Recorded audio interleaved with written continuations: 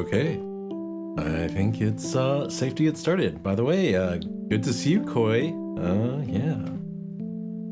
So today, I thought I'd do something, I'm still trying to finish the playthrough of Valhalla, but I figured instead of starting with the tea, in celebration of, I guess, the holiday coming up, and also, I think this will be my last playthrough of Valhalla, because I'll be beating the game, but, yeah, instead of drinking tea, I decided to drink a beverage I never get. And that beverage is cognac. It makes me feel very regal and old. It's funny, I used to hate cognac, like, with a passion. And, I don't know, it seems as I get older, the flavor of brandy and oak aging is slowly growing on me. By the way, Koi, I hope you're having a good day. And yeah, hope you're hopefully excited for the holidays and in a festive mood. But yeah, today we will be wrapping up Valhalla. And the cognac I will be starting off with is a bottle that was gifted to me like more than 5 years ago that I haven't touched, called Courvoisier Very Special Produit de France. Yeah, let me give it a sip.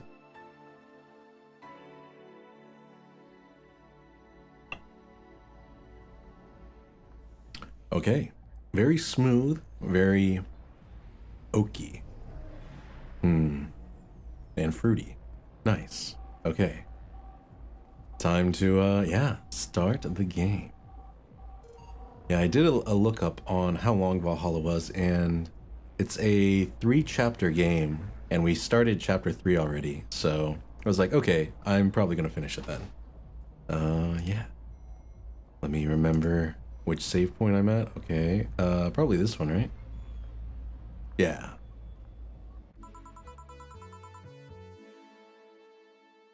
I wonder if I left food for 4. Come on, Jill. That's just being an irresponsible cat owner. You didn't leave food for your catto, your neko? What if he gets hungry? What if he catches a mouse because he's so hungry and then like guts it and then leaves it on your bed as a gift? That would be horrific, would it not? I have a feeling something's going to happen and I'm going to need a very hype song.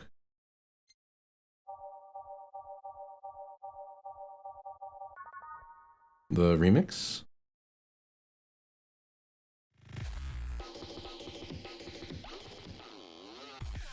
I like D&D.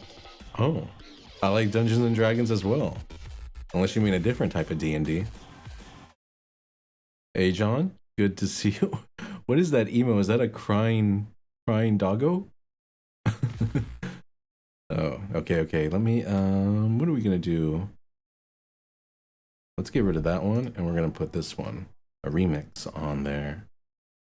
And we'll call that one pretty good. Oh, sorry, I'm leaning in close because I want to take a closer look at that emote.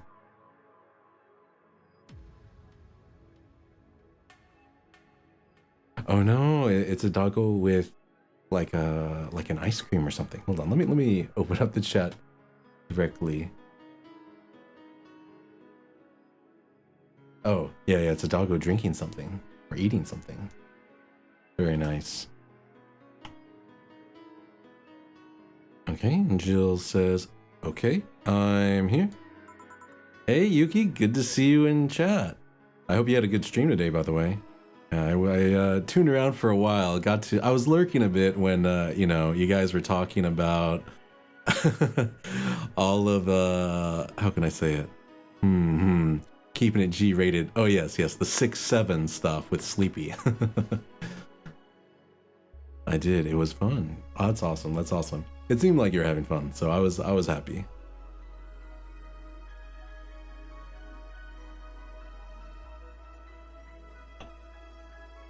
Dorothy. She looks quite upset. Or distraught, even. By the way, I can't believe they have normal boxing in the future. Unless this is, oh no, this is wrestling, because that's like the popular thing in the future where the matches, you know, are rigged from the start. Ah, thank you. I'm happy you are happy. Ah, well, I'm glad. I hope everyone is in a festive spirit. I am very happy that most people are probably not doing too much work in the upcoming week and will be able to spend it with friends and family.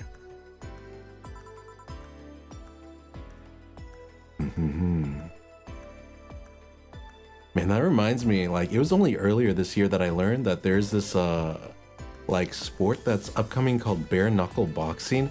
And I watched one, like, video on it, and it was brutal. Like, it is exactly how it sounds. It's guys boxing without gloves. And they just, like, it's crazy. I'm surprised they don't break their knuckles more often. Oh. But anyway, back to the game. Dorothy. Yeah. You won't get through the bar anytime soon. You can stop walking. Yeah? Honey. You want something? The usual, I guess. Usual. The usual? I wonder what's wrong with her, though. Alright. I know she likes the drink that tastes like ethylic alcohol, which I think is a fringe weaver. Yes. I know her. Twitch notifications seem to be working properly again. Yeah, I'm happy for that, Nine Time. Hope you're having a good day. We're gonna be knocking out Valhalla, this cyberpunk bartending action. All aged, okay. I wonder what aging is. Is that like you wait or something? And I don't know. Kind of interesting to think about. How do you age a cocktail? I'm kind of surprised this game is so long. I am too, though I've read online that people got through it in like 15 hours. So I think I'm just really slow. But this should be, I think, the last, last episode. Ooh, I like the music, the vibe. It's kind of reassuring me that everything's gonna be okay. We're making it through. Here you go. Ah, this is bad. Bad? But why? Okay, you're freaking me out. What's up with you? That's crazy. It can't be bad. She always orders a fringe weaver, though.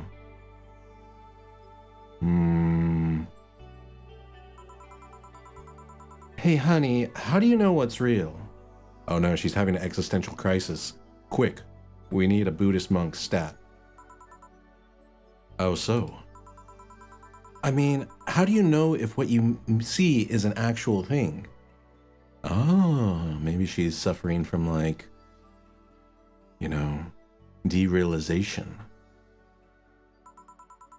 Can robots feel that? Like the world isn't real?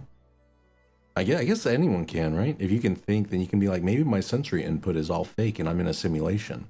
And I guess if you're a robot, you're probably more prone to think that you're in a simulation. Oh no, it's the robot. I know, it's the lolly sex bot. Oh, that was so weird to say. It made me pause. It's a clanker. I know, no.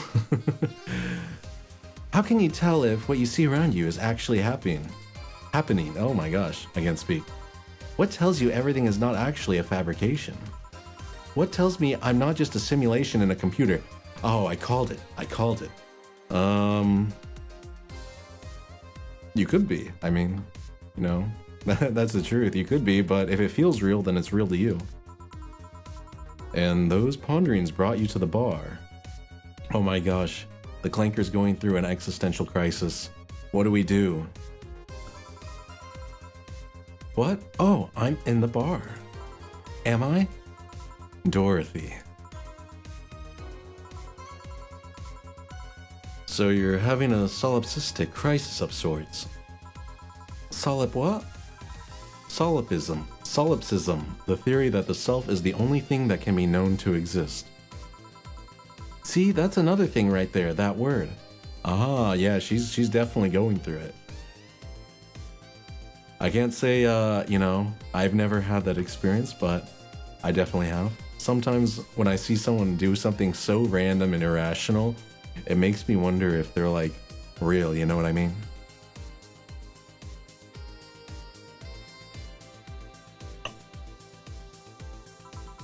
Solipsism, what does it even mean? Where the hell did it come from? Well, solus means alone and ipse means self. Yeah, but how did it come to be? You know, some humans were like blah blah blah to the other humans and they kind of just picked it up. Do you expect me to believe that a lot of people just randomly decided to make noises? I expect you to believe exactly that, you know? Because isn't that how like language starts? Someone pointed at something and was like, ooh, ooh, ha, ha. And they were like, ho, ho, ha, ha. And that's kind of how we learn how to communicate. Like pointing and gesturing and making noises.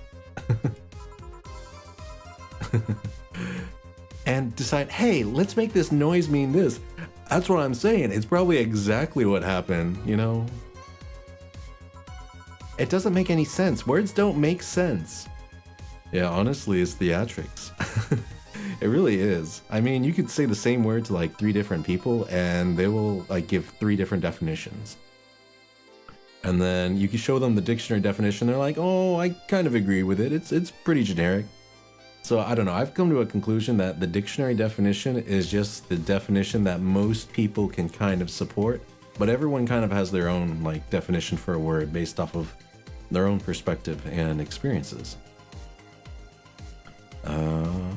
I've been repeating words for a long time and they've stopped making sense. Why? Oh, what? There's a word for that. Like when you say something so long, like so much that it loses all meaning. I forgot what it's called. Oh, is it echopraxia? Hold on. What is love? Baby, don't hurt me. I think it's echopraxia, right? That's when you... Oh no, echopraxia is the imitation of movements by another person. What is the word for when words lose meaning? Peak. Thank you. One day I will do a karaoke stream. One day, once I figure out how to how to do it. Calm down. That's just semantic satiation. Oh my gosh, when did the you know, vocab step up? That's just semantic satiation. Stop making up words, honey. And then there's this counter. How can I be sure the counter is really here? Semantic satiation. Also, semantic saturation. Ooh. Yeah. It's so weird. You can like almost always swap one word in English for another word, and it will have almost the same meaning. We have so many homonym. No, I don't know. I don't know what the word is for words that basically mean the same thing but are completely different. Too many words. Yeah. That's probably the worst thing for like people learning English is just that we have like 10 different ways of saying like a cup. Like you have a cup, a mug, a glass, a pitcher, yeah, you just have so many different words for cup. I love knowledge. Me too. It is. Please stop tapping it. Tap the counter. Hold on, just making sure. I should make her a drink. At the very least, I'll have something to throw at her. What would she like? I thought she liked a fringe weaver because she usually orders that.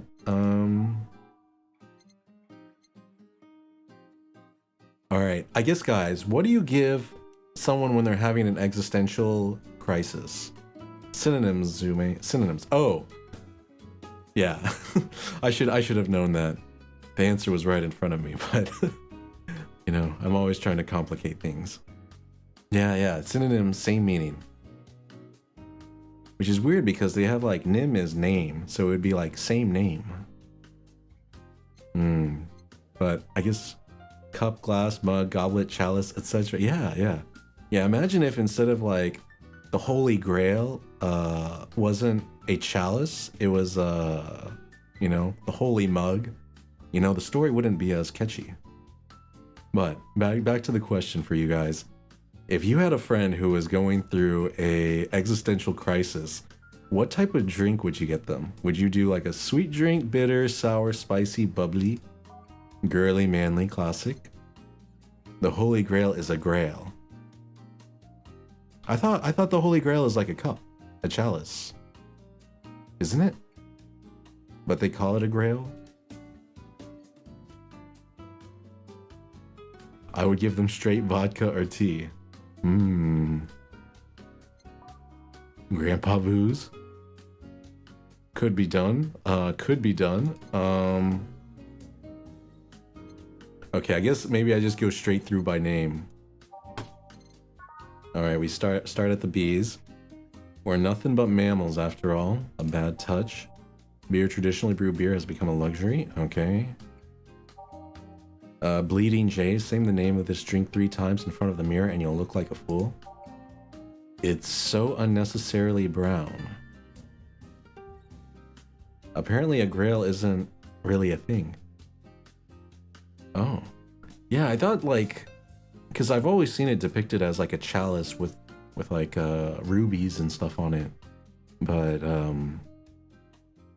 yeah, I have no idea. It's kind of like, what is it? The Ark of the Covenant, I think, is technically a drum or a box. One of those two. And allegedly, the Ark of the Covenant is in Ethiopia. Allegedly. The only grail is the Holy Grail. Ah. That makes it the best. I mean, if they want to regret the thought in the morning, I will grab any liquor. Oh man, just give them straight Everclear. 95% ethanol. Oh gosh. That would be like deadly. One of these will make all your teeth turn blue. Hope you brush them well. Ooh, no. 8 out of 10 smug a-holes would recommend it, but they're too busy being smug a-holes. It's like champagne served on a cup that had a bit of cola left. Oh, we have a bot. Time to nuke them. First one of the day.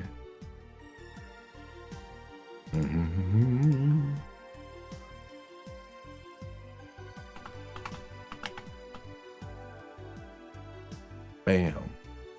All right. Ooh.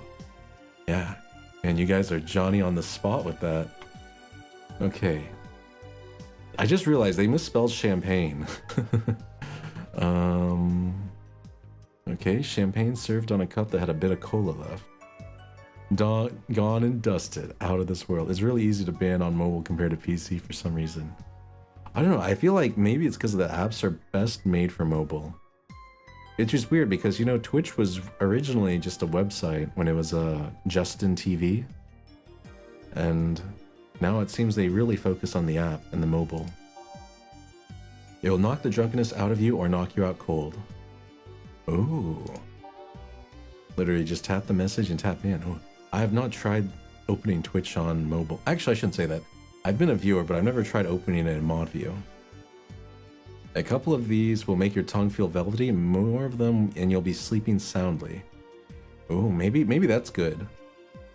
Fluffy dream. I tried giving her this and she said it was awful. PG rated shows. No. This one's kind of unbearable. That's the ring. I'm not. Oh, nice.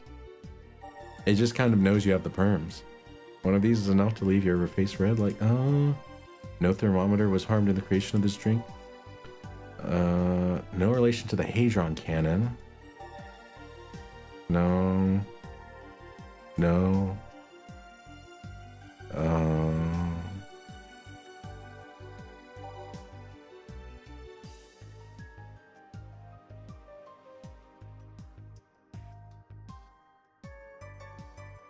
A happy drink. Yeah, that's what we want, right?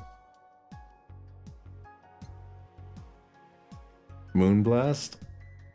I was thinking of that as well.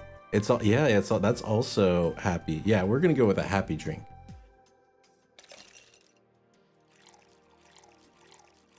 When someone's down in the dumps, you give them something that makes them happy.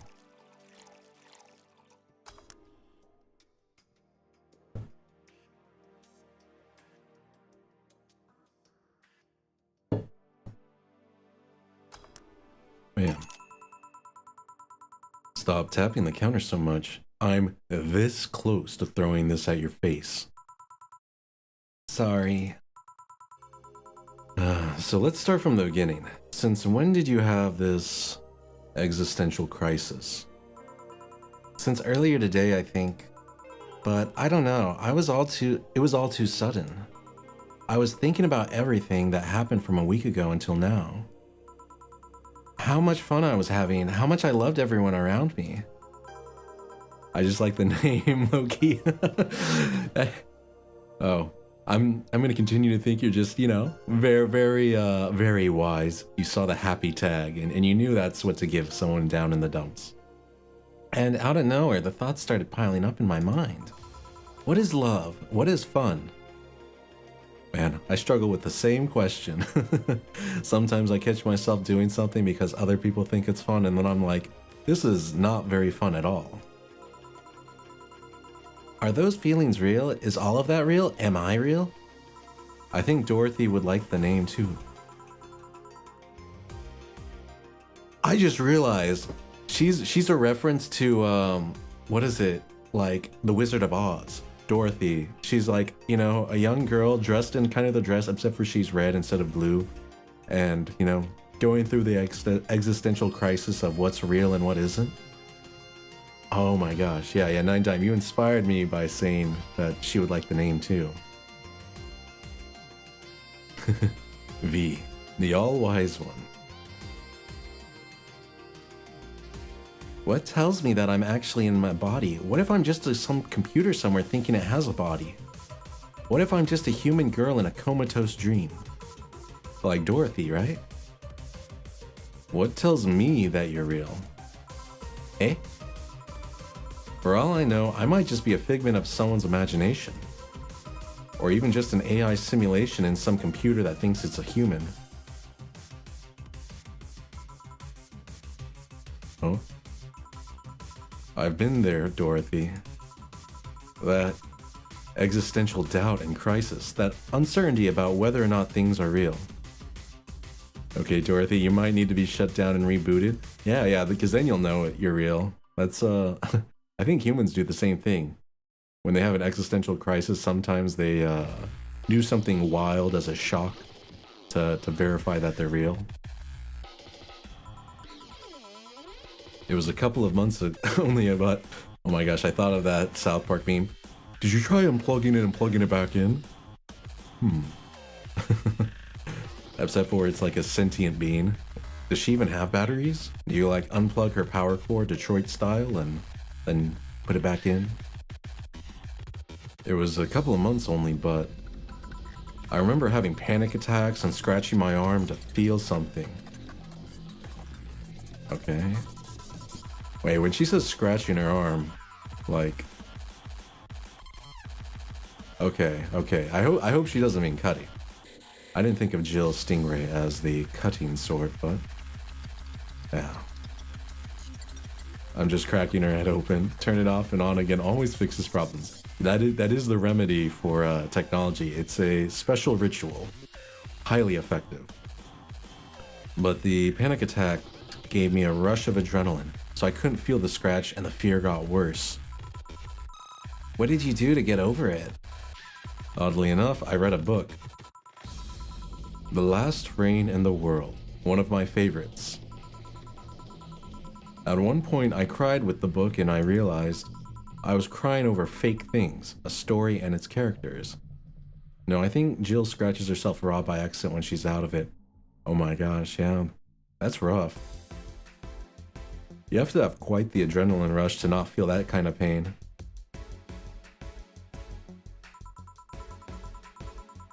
I didn't care less for them because they were fake. Why not think of reality like that too? Yeah, that's what I'm saying. If the only thing you know is real is your own personal experience, then your feelings are real. And if you feel like treating someone like they're not real makes you feel bad, then you should treat them like they're real and, you know, treat them like you would want to treat yourself. And yeah, I don't know. I think that's where the golden rule comes from. It's the idea that if you treat everyone like they're real, just like you, then you're just going to be kinder to everyone.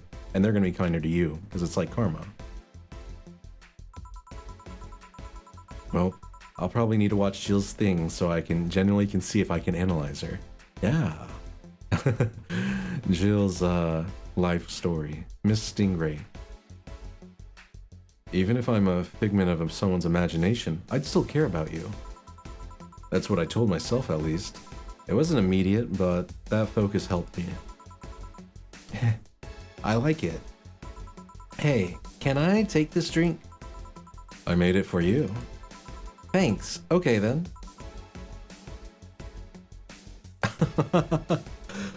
Oh my gosh, look at that. Look at that cute little robot spilling a drink all over herself. Phew. Why did you throw it on your head? To feel something you made. And? It burns. It itches a bit. I'll get you a towel. Delivery for Dana Z. Oh, I've been here before. Oh, it's Mr. Mario. Mr. Mario, welcome back. I have a delivery for Dana Zane. Who's that? She's my boss. I'll get it for her. Alright, sign here, please. It's a big package. I wonder what's inside. You should open it. If it's something perishable, maybe it'll need to be refrigerated. Let's see. It's a wiener. Oh no. Is it a hot dog? A Polish dog? A bratwurst? Or a different kind of wiener?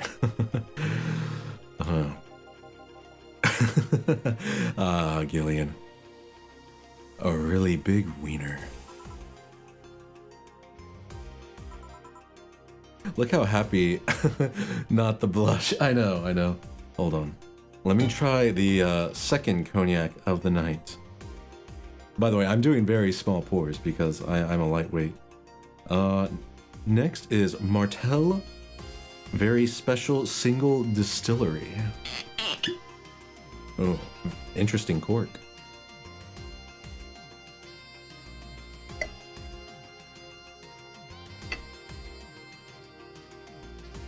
Founded in 1715. Dang, that is a very old company. I feel like alcohol companies have been around for like ever. Jill, from what I've seen so far, Jill is a person who will honestly take care of others for what they're worth, but yet she's unable to know what she can understand her own emotions, yet she validates her own emotions when she's retelling for others. She drowns, but she'll save others. I think Jill is the kind of woman who learns more about herself by helping others. You know, like she kind of proves to herself that she's okay. Holy yep, indeed. Okay. Hey, honey.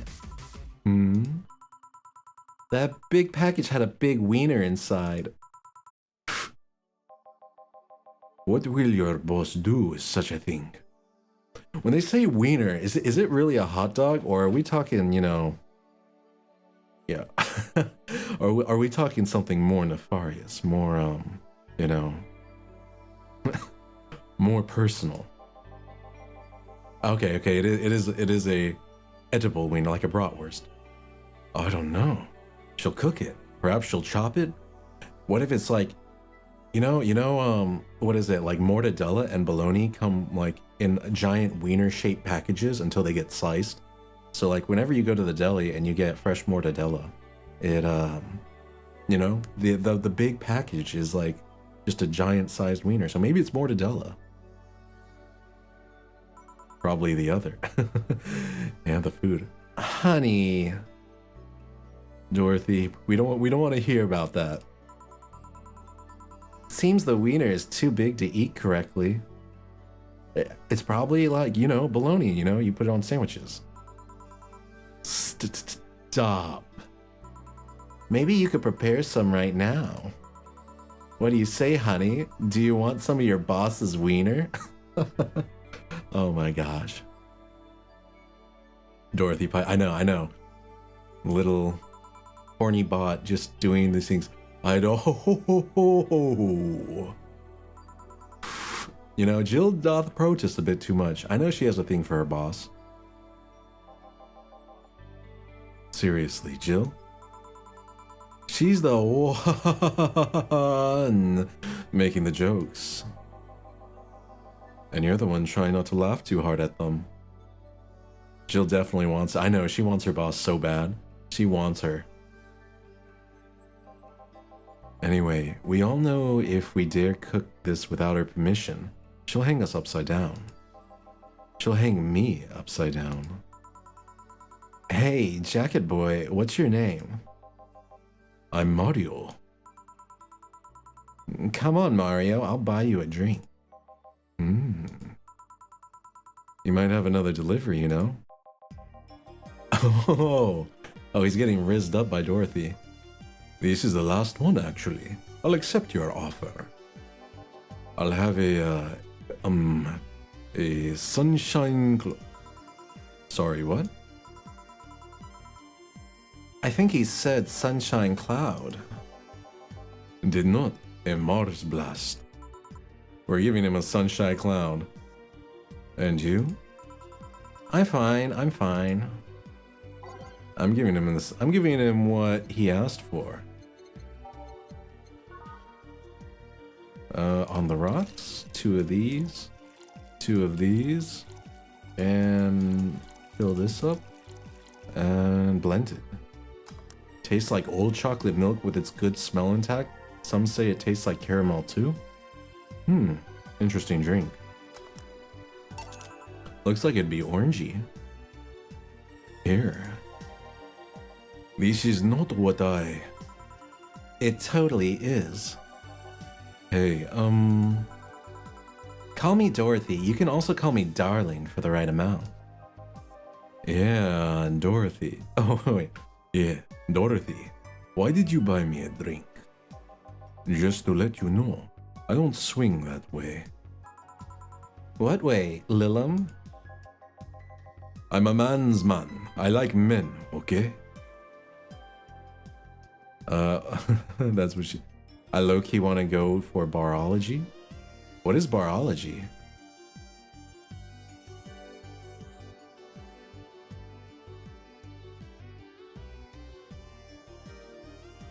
Barology? Barology? Is that like mixology, but with more wood? I know, terrible joke.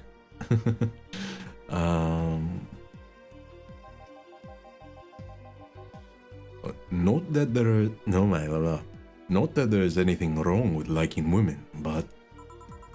Oh, don't worry. I wasn't hitting on you. I was thanking you. Thanking me? Your package let me see Honey here laughing like an idiot. It's easier than you think. That made me happy, and I don't know, it fit with what she was telling me earlier. I'm more calm than when I entered. Glad to help, I guess. Well, duty calls. Dorothy, I hope you have some good business. Make some good money as a woman of the night. Bye, Mario. Bye, John. Bye, honey. Enjoy your big wiener. Out with you, harlot, trollop, scandalous. I will say, out of all of my, you know, there's a bunch of words you can call a woman of that is very promiscuous. Out of all of them, my favorite is harlot and trollop. I feel like those are very, they're so refined and dignified. Yeah, honestly, it might be mixology. I think they're probably the same thing. They're both kind of made up things that, like, I think some people made up to make bartenders sound fancier. Like, oh, I'm a mixologist. Harlot is nice. I know, eh? Whenever I think of harlot, I think of like a Victorian area, you know, woman dressed with the what's it called? What's the thing that chokes you out? That starts with a C? Corset. Yeah, you know, the corset, and you know, very, very well done. And then trollop, I don't know. I heard someone say that, and I thought it was funny. She seems like a nice girl. I don't mean for it to sound like I get it. I get it. Don't worry. You like guys. It's clear. Speaking of, you like motorcycles, don't you? But my favorite is Courtesan or Jezebel. Ooh, I do like both of those. Because Courtesan is like, ooh, you're like a court entertainer. You're quite noble. And Jezebel just reminds me of like demonic stuff, you know what I mean? Like, ooh, that Jezebel over there stealing my man. I do, yeah. Have you been to the motor district? I spend all of my free time in the motor district. Actually, why? Is it true what they say about all the illegal races going on there? Exactly. You're not a cop, are you? As far as I remember, no. He's like, I don't know if that was a joke or if she's serious. Well, I mean, there are illegal races, but there's also a semi-legal league going on there. Semi-legal. Or, I did that in the Spanish accent. Akira. It's Akira. It is. The authorities acknowledge that there's a race going on. They don't know what goes on in them, however. Modified engines, casualties, substance abuse. The illegal ones end up being safer in the end. That makes sense. You know, I guess it's kind of like boxing. If you get into an illegal underground boxing ring, it's probably safer than like a professional boxing tournament where they're really trying to sell the show. Like, I don't know if you guys heard, but I heard that, was it Logan Paul or Jake Paul? They got their jaw broken recently in a fight, which was, I don't know. I saw the image and I was like, ooh, that looks like it hurt. Have you heard about a biker called Christine Love? Miss Love, of course. Everyone knows who she is. What about her? Yeah, he got pummeled. Oh yeah. I was just looking at the, you know, the action photo of his face taking the punch, and I was like, oh yeah, that's you're gonna feel that one for a few weeks. Is her gang as dangerous as they say? I don't know. Nobody knows. Excuse me. They look intimidating enough, but truth is that nobody has faced them directly. Moreover, nobody wants to be the one that got beaten to a pulp if they turn out to be what they seem. So, our gang is just there, menacingly doing their own thing, not bothering anyone. I guess I can't say bothering in in that accent. I saw an image where the other guy had a huge grin as he was about to punch. I bet he's like, ooh, and you've made a mistake. I see through your attack and follow with my epic counter, right cross plus ultra, and then just lays him out.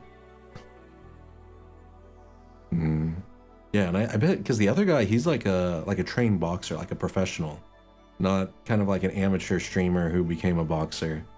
So he's like representing all the trained boxers everywhere, you know, giving some respect to Mike Tyson, everyone. No, Jake Paul was already knocked against the corner. Oh, he was completely open. I see. He was already, you know, in a bad spot. It wasn't like he countered and then gave like a hook or something. Oh.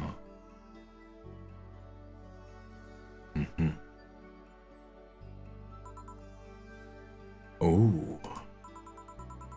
Do you want anything else? I'll have a piano, man. All right. A piano man for Mario. We'll give him what he wants.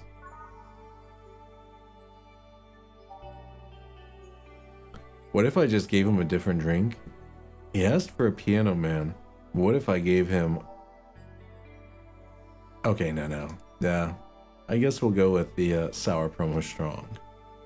1, 2, 1, 2, 3. On the rocks. 5 of these. Man, this is a strong drink. 5 of these. 3 of these. Yeah, 2, 3, 5, 5, 3. Okay. Boom. I really like that this drink has like this little key through it and the glass. I guess it's supposed to... Oh, you guys can't really see it. Let me lean over. Yeah, now you can see it. There's like a little key or note through the glass. Okay. Here. Yeah, this is nice. This will sound weird, but do you believe in replibots? Replibots. There's the belief that some Lilim out there are designed to perfectly replicate a particular human. That someone or something replaces those humans with such Lilim. Thus, they call them replibots. You know a lot about this. I don't. It's in most magazines nowadays. Well, it's the first time I've heard of it.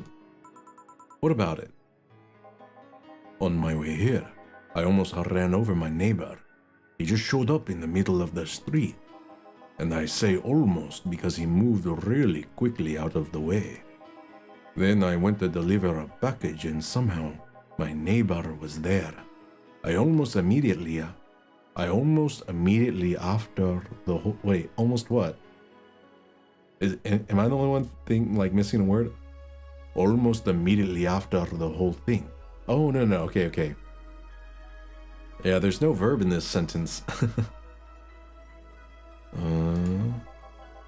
And he was there the whole time. Maybe it was someone that looked like him. He had the same looks, clothes, and mannerisms. Trust me, you know a perfect replica when you see one. And you saw the kid Lilim right here. They could easily pass off as humans. There are even Lilim idol singers nowadays whose voices can pass off as human. They could be passing off as humans under our very noses, replacing us little by little. Oh my gosh. Look at those eyes. He's going crazy. He's he's off the deep end.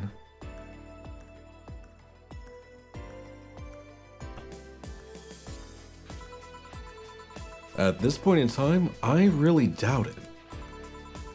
Lilim behavior is a bit different. You can easily tell someone's a Lilim because they seem...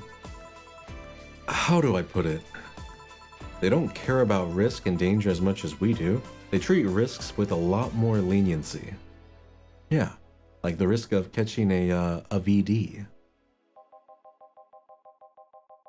By the way, I still like using VD instead of, STD or STI or whatever they say nowadays.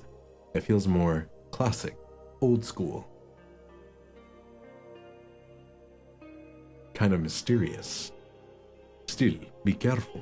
Keep an eye out for uncanny doppelgangers. I'm leaving. Thanks for everything. Please come again. What's your take on the replibot thing? Do you believe in them? Do you? Not really, but I asked you first. When I was in high school, I had this irrational fear of aliens. Okay, weird fear. I was paranoid that they would come. What would I do then? I think you just let them take you, Get to see the universe. I remember I lost lots of sleep because of it. That doesn't answer my question. Let me finish. After many months of fear, I reached a conclusion that might as well apply here. It's useless to be afraid. I'm but a simple woman. I wouldn't be able to do shit against them. So I'd rather live without being afraid. Heck yeah, go Jill. because the memories of not being afraid will be my only solace when the new nebulae crabs invade. When the nebulae crabs invade. I mean, when the Replibots come. Jill, are you still afraid of aliens? What part of it's useless to be afraid didn't you catch? Right. Back, did anything happen? I discovered I have the sense of humor of an 8-year-old. Did anything new happen? Hey, they brought you a package. Ah, yes, my curated wiener. Yeah, Stana's wiener. It's a gift from my folks. It was delayed in customs, but here it is. You guys want some of it?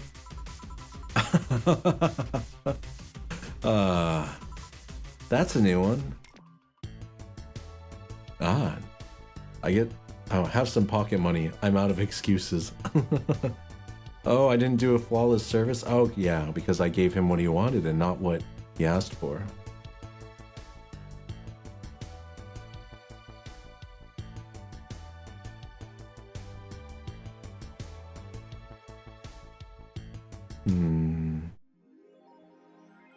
Rent is due on the 30th. Please make sure your account has the necessary 10,000 or you'll be evicted. Jill wonders if Monarchy Nekos actually bring luck. Buy one to prevent her from getting too distracted. Have a very nice day. Okay, let's get a Monarchy Neko. What is that? I'm gonna Google it.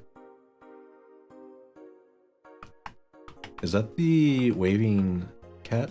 Oh, it is. It's the, you know, the little waving cat. Monarchy Neko, beckoning cat.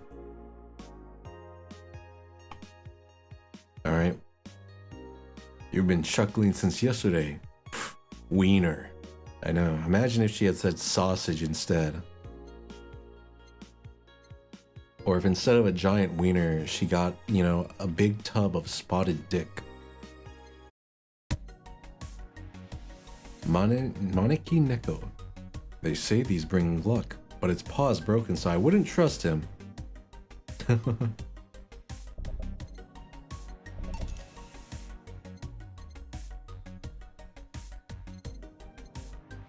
Okay, we bought that.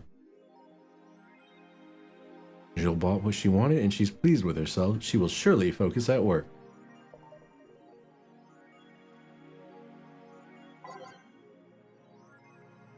Alright, let's hit up 4chan. Oh, okay, we've already seen this one. Okay, yeah, this is the new one. That bar called Valhalla. That bar called Valhalla. Is it any good? I need a place to unwind after work. Normies are taking over, huh? Everyone isn't neat just like me. Anyway, place is cool, but the bartender can be a bit of a dick. How so? Never been there, so I wouldn't know. Is she cute? I can take it if she's cute.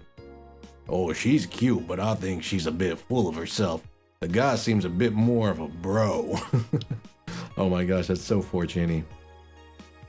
I see you already had a conversation with her. Did she reject your advances? Nah, I just heard from the distance. So is that a no?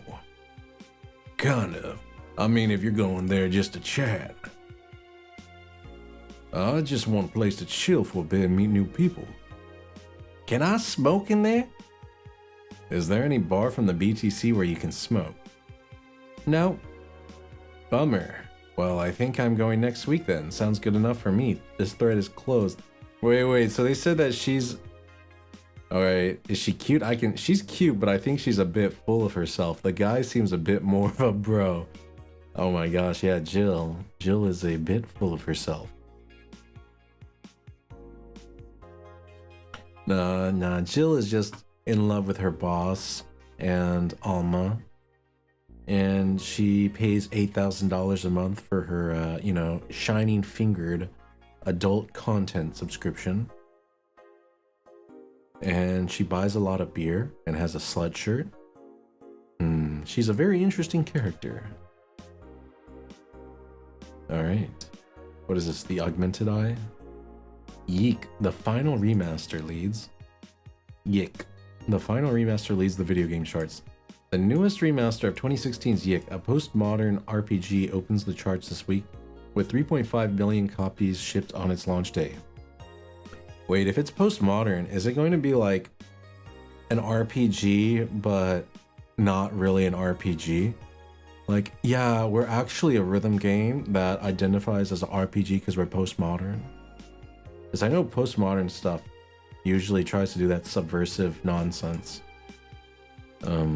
Other titles this week include new releases such as Hatsune Miku. That's an interesting way to say it. Yeah, interesting way to say your name. Hatsune Miku. Project Remaster. Steins Gate reference. Sting's Gate. Sting's Face Remastered. By the way, I have the Steins Gate Elite, and I am planning to play it on stream. So we will actually be playing a real dating simulator on stream, if you count Steins Gate as a dating sim, rather than a time travel masterpiece. Full chart, including lifetime sales. Yik, the final remaster, 3.5 million. New Hatsune Miku Project Remaster 1.5. Oh my gosh, this is so true. Everything that sells well nowadays is a remaster. Like Dark Souls Remastered has more viewers and stuff like that than Dark Souls 3. The remasters, they're just more popular. People want to go back. Sting's Face Remastered. Yep, yeah, Steins Gate got remastered. Water Pro Wrestling G. Is that supposed to be, what is that one fighting game with where everyone's in like swimsuits? I can't remember it. Yep, can't remember it. Dang it. Ron Paul. Ron Paul. Okay.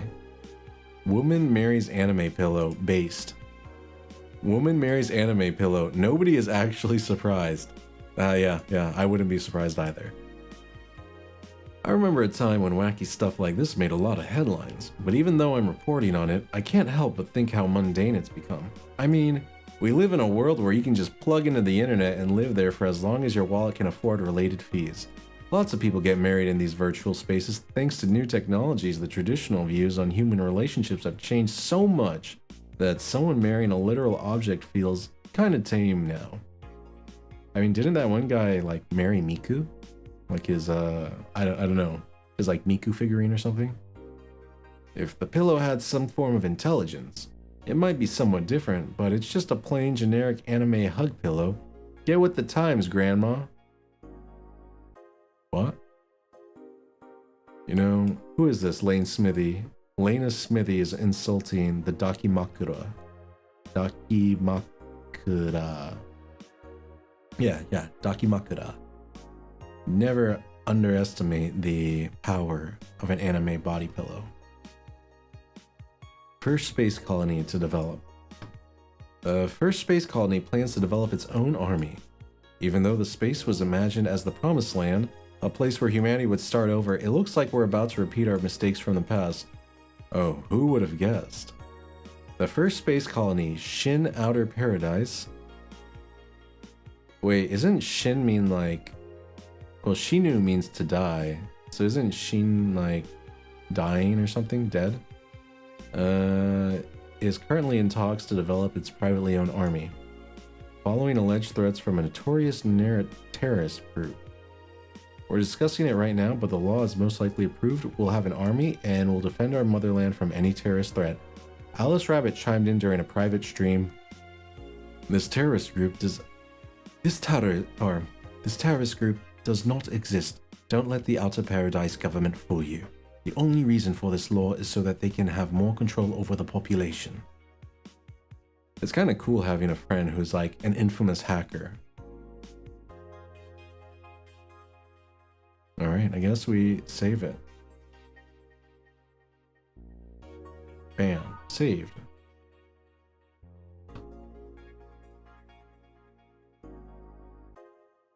Alice Rabbit is in space too. Amazing. Oh man, I just realized I didn't read the... So I'm full of myself. You are, yeah. Okay, what else did it say? This is the third final this year. Oh my gosh, that reminds me of like Call of Duty. There's a new one every year. 4. Want to marry me? Can't marry your own son.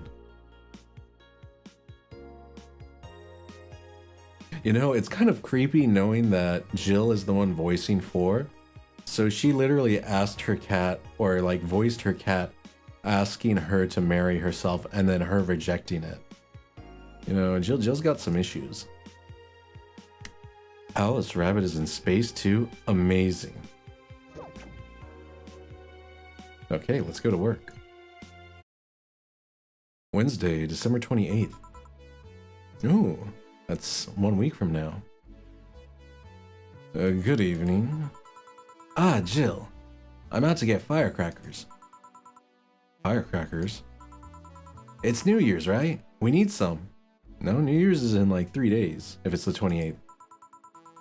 Oh, wouldn't firecrackers scare off the door? Yeah, good idea. Go ahead. I'll be back in a bit. Even for a cat lover, you sure get excited about firecrackers a whole lot more when dogs are involved. I know how hypocritical it sounds, and I don't care. Ah, Jamie's here. Greetings. Anyway, let's start. Yeah, I kind of like this mix. We're gonna go with it. Time to mix drinks and change lives. Ah, the guy that wouldn't come back twice. Yeah, shut up. By any chance, did something fly over here 2 weeks ago? On Friday. Yeah. There were lots of weird explosion noises throughout the night. But as far as I understand, those were made by a flying drone or something like that. So it flew by here. I take it you know what made the noise? Let's just keep it at whatever drone story you heard. Oh, right. The noise got annoying after a while, I must say. So it remained in the vicinity. I don't know what counts as in the vicinity, but yeah. Distant explosions all night. Interesting. So it didn't get very far away.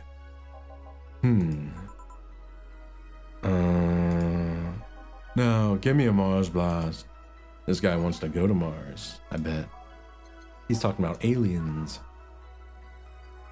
Alright, all blended. 6 of these. 1 powdered Delta, 4 Flanner Guy, and 2 Karmatrine.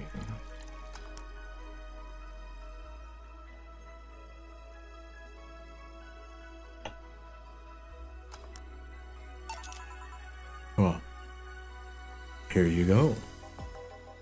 Well, you didn't mess it up. Sorry. If I may interject. You looking for a fight? Most certainly not. You really think you'd stand a chance? You're like half his size. I can fight dirty. Oh, you're like a roguish sort. What are you gonna do? Kick him in the balls? Even though he's like a Borg? He kills people for a living. Yeah. That's when you know you messed up. I can fight dirty. Jill, please. You make me sound like a savage. It would be like me saying that you get people drunk for a living. I do get people drunk for a living. That would be accurate. It's not wrong, but there are better ways of saying stuff like that. You're right. Sorry. And like I said, I'm not looking for a fight. I just noticed you seem to like strong drinks. What about it? Well, to be honest, it's a rare sight in this bar. I'd even come to believe I'm the only one here who enjoys them, aside from the owner. May I suggest you try a suplex next time? It might be to your liking. Okay, let's try this suplex thing. Gosh, I love doing Ingram's voice. He just sounds so, So, like, smug. Right. Let's give Ingram a suplex. Wow, that sounded weird. Okay.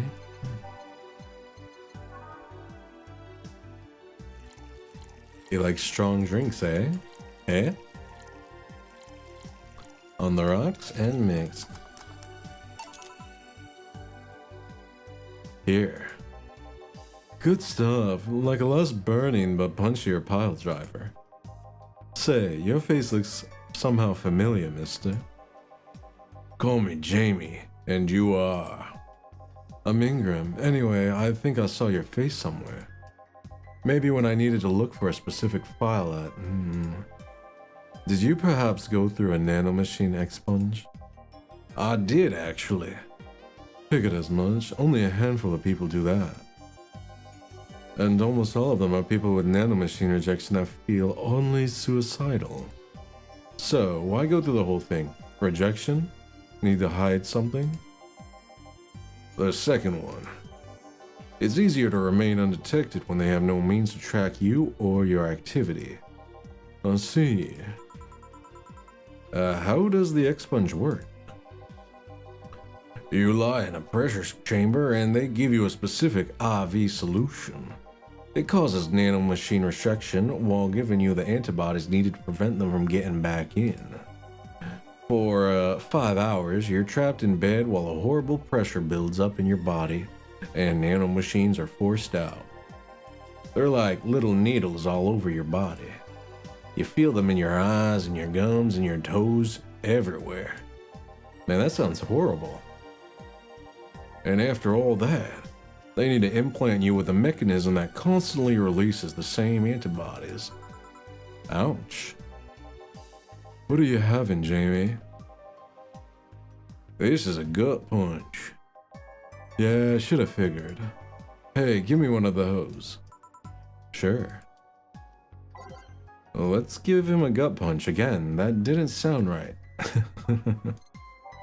Yeah, you know, it seems Jill has, you know, developing a fondness for Ingram.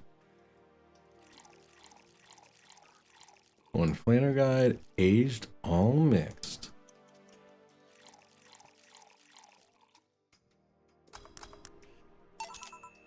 Here. Yeah, I love these. It looks different from yours, though. I had a couple of extras in his, actually. So, where's the antibody unit they stuck you with, Jamie? Inside, like all other maintenance systems. It can be troublesome at times, but the perks of not having nanomachines in the body outweigh the costs. And the rest of the enhancements, were you reconstructed or have you been adding them over time? Okay, this is too intense of a song.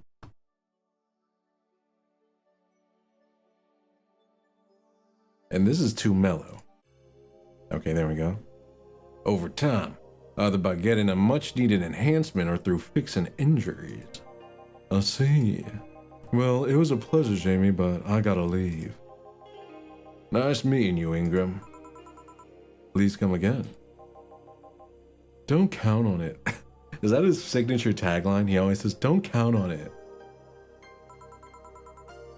You've said it twice. Shut up. Seemed like a nice guy. Right.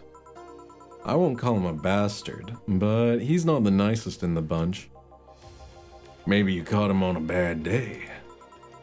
Nah, I think you're just that good at bringing out the nicer side of people. Oddly enough. That guy tires the hell out of me.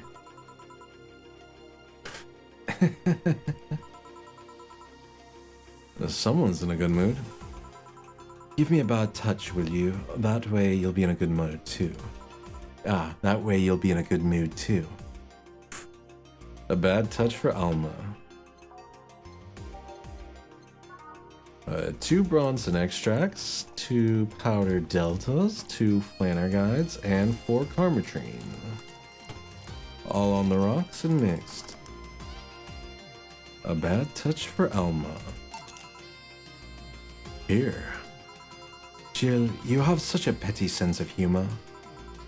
Guilty as charged. So what put you in a good mood? Oh yeah, that.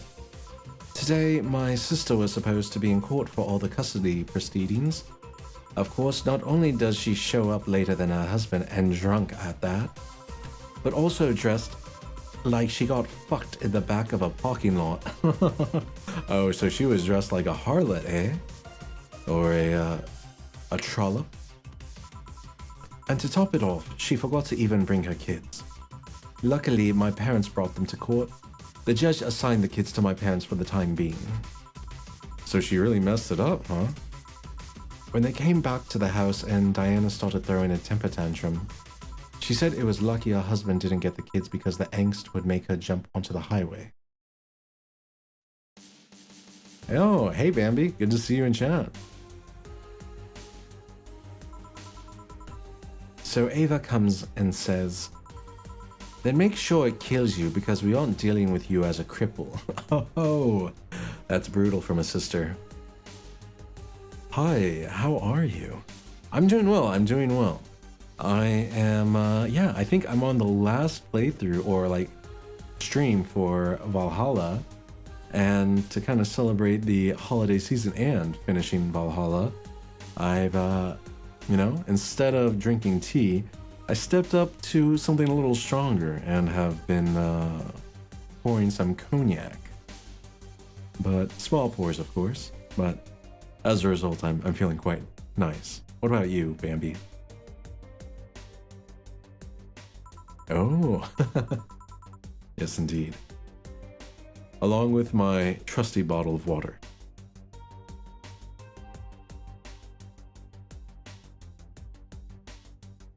Hopefully you are going to get the week off.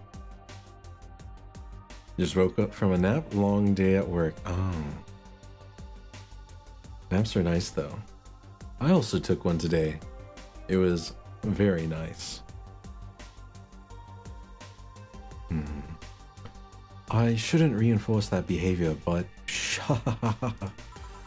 I don't know, maybe it was the timing, but I've been laughing for an hour now. Unfortunately not. I do have Christmas Eve and Christmas off. Okay, so you get Thursday and Friday off.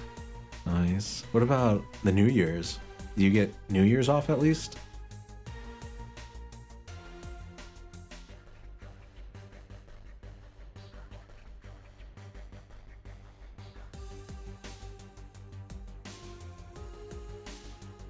Okay, this song's a little too intense for Alma.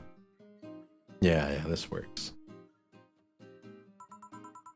You hold quite the animosity for Diana, don't you? She and I used to be the closest friends when I was 7 or 8. We played all the time. We even slept on the same bed for a while. Then she turned into a teen.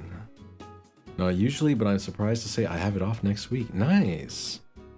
Nice. That'll be nice. At least you're getting a few days off from work. Yeah. Holidays. Are you in a festive spirit?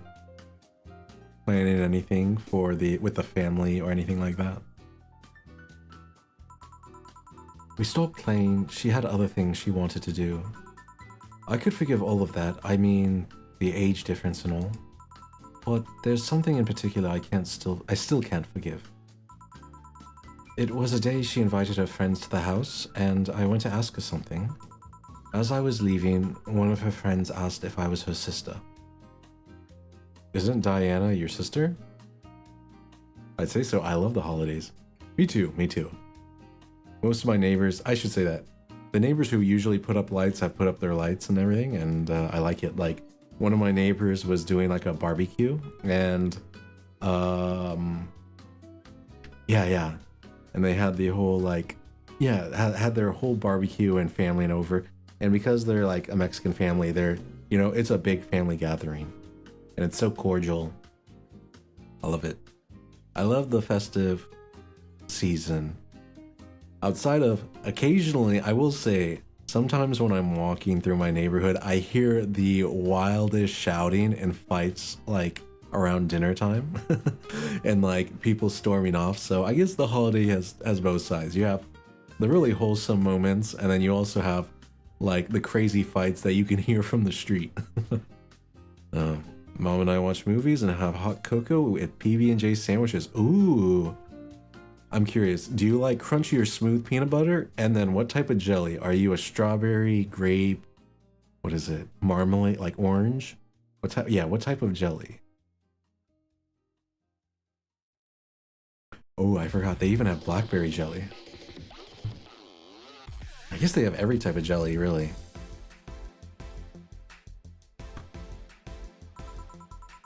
And she said I had no little sisters.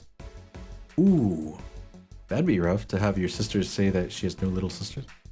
Grape and smooth, but I do like crunchy PB2.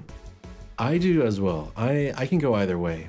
Like, I buy smooth because it's more versatile, but I do like crunchy for the texture, and grape as your preferred jelly of choice, pretty based. I feel like a lot of people go with strawberry, but grape is better than strawberry in my opinion. It's got more flavor. Ouch. I think that was the moment that finally broke the pedestal I held her on. I admired her as much as a kid could admire someone, you know? Little by little, that admiration wore off until we finally reached that breaking point. I felt betrayed. And you haven't been able to forgive her after 40 years. I can't do strawberry, slight allergy, and I don't like the seeds. Oh, yeah, yes. Yeah. I'm just not, I don't know, strawberry I think is okay in like certain contexts, like maybe like on a cake or something. Yeah, cake, ice cream, strawberry is really good. But for jam, for some reason I just don't like it as much compared to like grape. To be fair, I've never tried grape cake or grape ice cream. Though I do bet if I did try it, I would probably really like it. Like, I don't know, have you ever had grape ice cream or cake? That sounds like it'd be really good, to be honest. Hey, it's not that I still hold a grudge against her, but rather, the Diana who said all those things so many years ago is the same Diana that I know today. How so? She hasn't matured one bit. She's still as selfish, childish, and immature as she was back then. When you see her, you don't see an adult, you see an overgrown, horny teen. Wow. Alma, you're really laying into your sister, Diana. What if she because she's losing the kids, what if she does the thing and hurts herself? That'd be really hard on Alma, I bet. So, aside from destroying any admiration I held for her, she's made sure not to fix that impression. Huh. But enough about me. How are you? Everything's fine, aside from this note. A note? Remember how I told you I lashed out at my dead ex's sister? Because grape is so sweet, I feel like more salty snacks would pair with it more, especially with butter. I mean, I can see that because there are raisins in like trail mix and stuff, and that's like sweet and salty. I guess, yeah, like the version of grapes that are used in a lot of snacks are raisins, just because they're like dried and they don't really expire. I don't want to say they don't expire, but because I've had some raisins that were like a year old, and oh my gosh, they were like rock hard and so chewy. Like, oh my gosh, it was like, I don't know, like chewing a jawbreaker or something. But they kind of tasted okay. They were just really hard. Yeah. I got this note from her. Let's see. Wow, she must really feel bad about the whole thing. As do I. So, what's the problem then? The same fear that drove me away from her in the first place. Right. Give me a brantini, will you? There's a little story I want to tell you. Right. A brantini. Aged.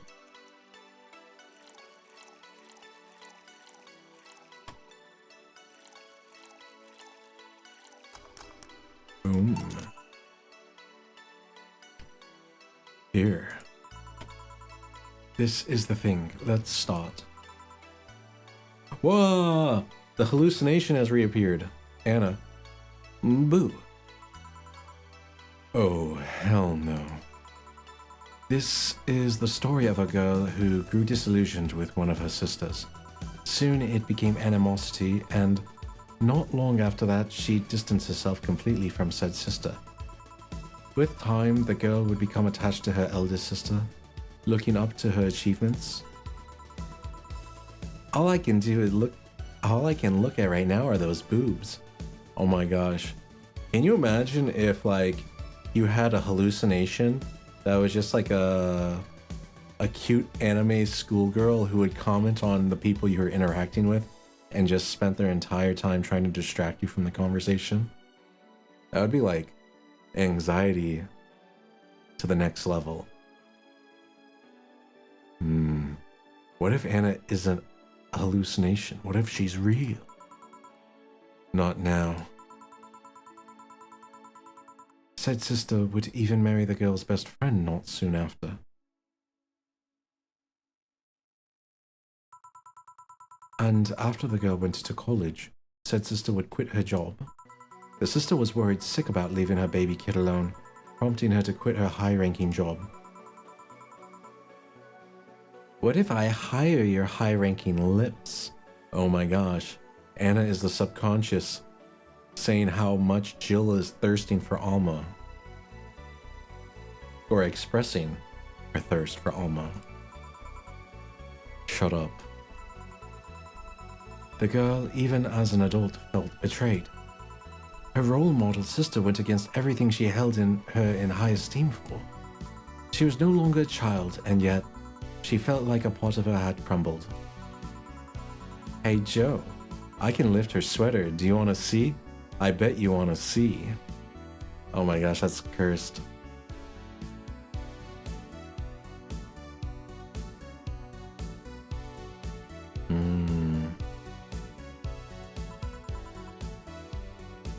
Alright.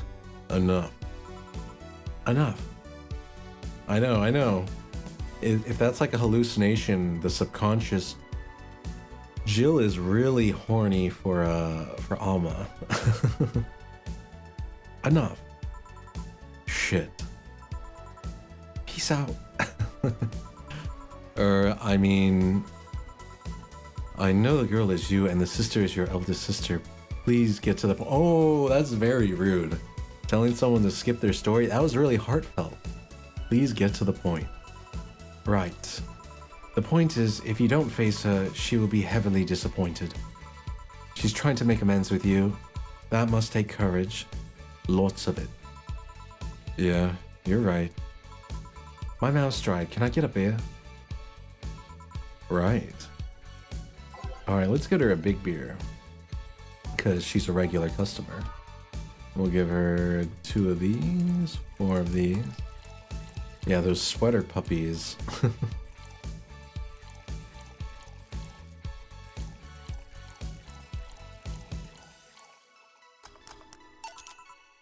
Here. Thanks. So, tell me, did you and this Gabby girl get along? Oh, yeah. I never had brothers and sisters, but once Lenore introduced me to her as her sister-in-law, she got so excited about having a new sister that she clung to me a lot. I helped her in her studies, read books with her, played with her a lot. She was pretty much my sister too. Oh, maybe the reason why Gabby is like really angry is because she lost her sister when they broke up. Or what she felt was a sister when they broke up. And then having her real sister die just like made her feel really lonely. I have to leave, but I'll tell you this. As both a big and little sister, if you don't grant that girl the chance of talking to you, I'll never forgive you. Yeah.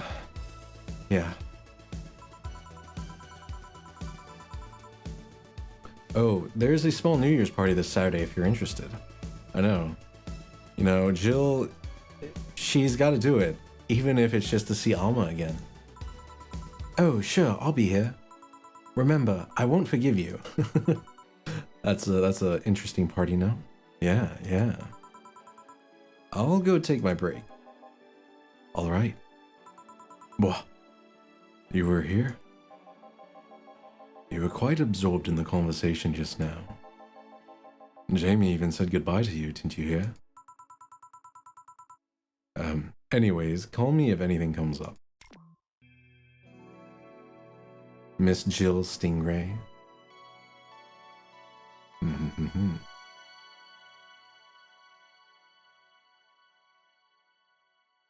Okay.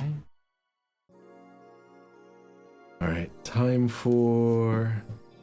Oh. Hold on. Give me 1 minute. I'm gonna do a quick break and be right back.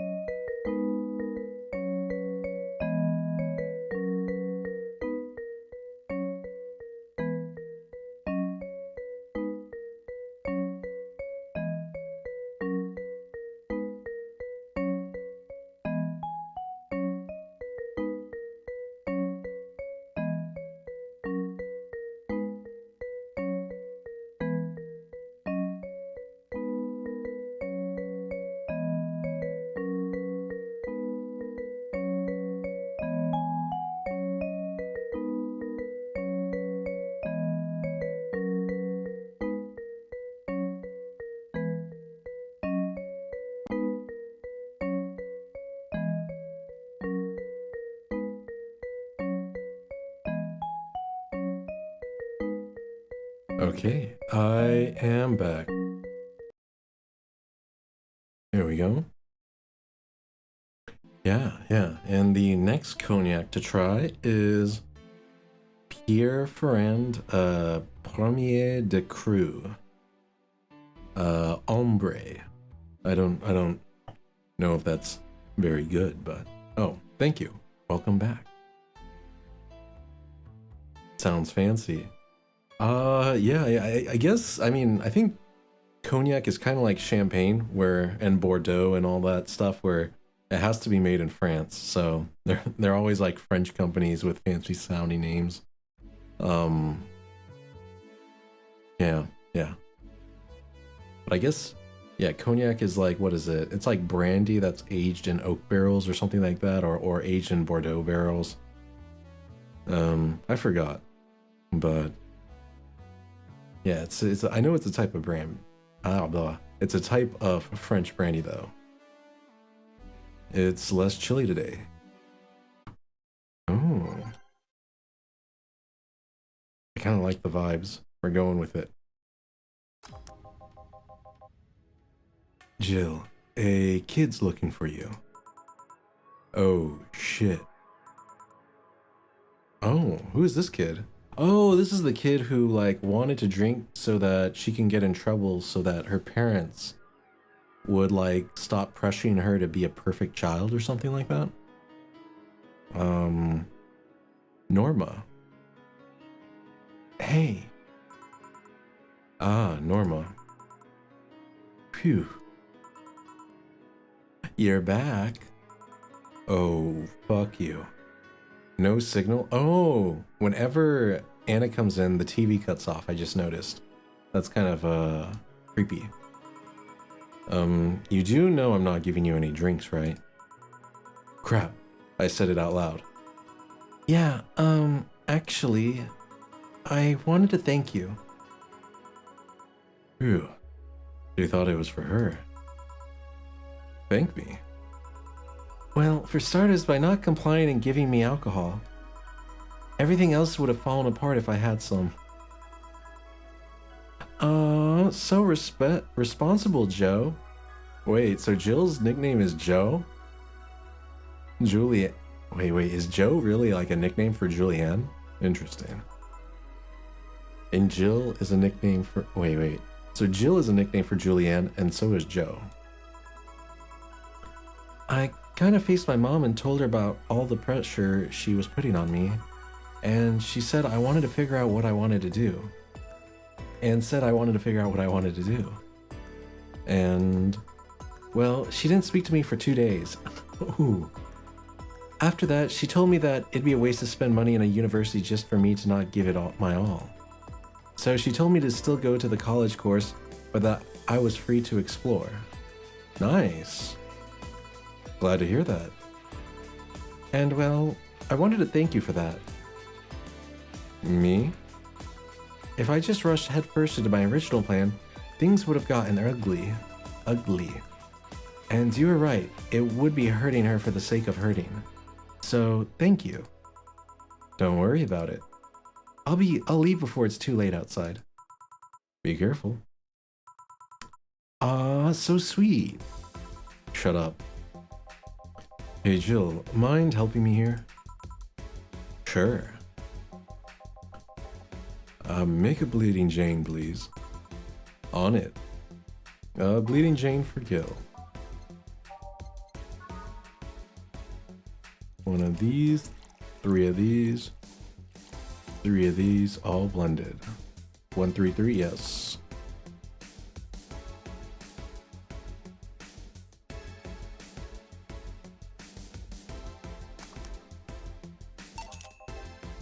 Thanks. Hey Joe, do you hate me? Hate is a harsh word. Yeah, can you hate someone who's a part of your subconscious? Like if it's a I don't know, what do they call it? A tulpa? Yeah. Tulpa. If you had a tulpa, can you really even hate a tulpa? Because there's something your subconscious is manufacturing. That it's like a construct that you willed into being.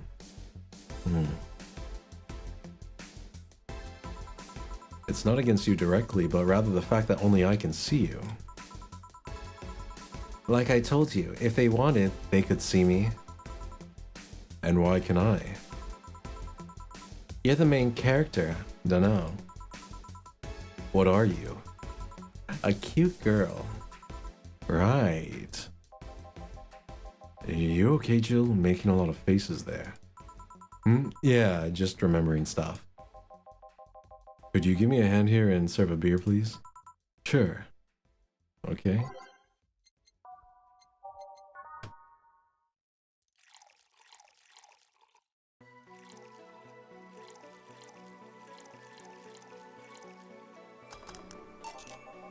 Thanks. Would you lighten up if I showed you I can interact with the environment? Maybe it'll spook me, but let's try. There. Can't see anything. You sure? Wait, did the fan, like, slow down or something? Did something change? I know the TV is off. Yep. Okay, something changed. I just can't see what it was. Okay. Weird. Nobody expects the Dorothy Inquisition. Dorothy Inquisition, Dorothy Inquisition, Dorothy ouch. I biz my tongue. I biz my zung. Can't believe I'm using the spare tongue so early in the night. Gosh, Dorothy, we don't need to hear about that. We don't need to hear about your escapades of being a woman of the night. Ahem. Honey. Ah, hey, Dorothy. I'm making a quick stop for a drink. Can I get a fluffy dream? Sure. Okay, she ordered a fluffy dream now. What type of drink is that? Oh, sour, girly, soft.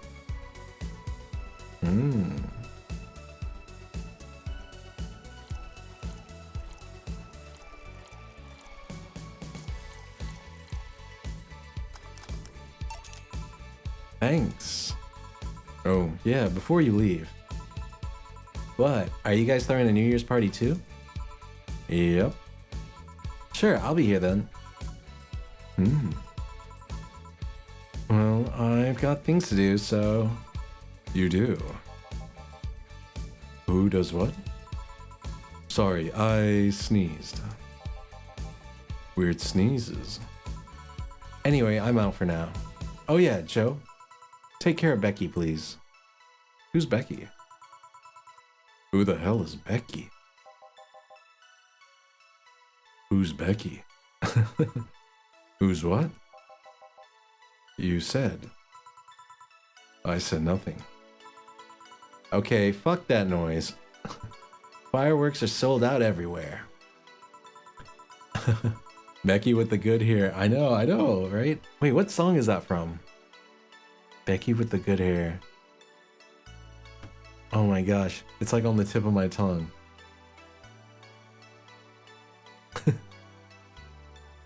I'll need to get them through more shady means.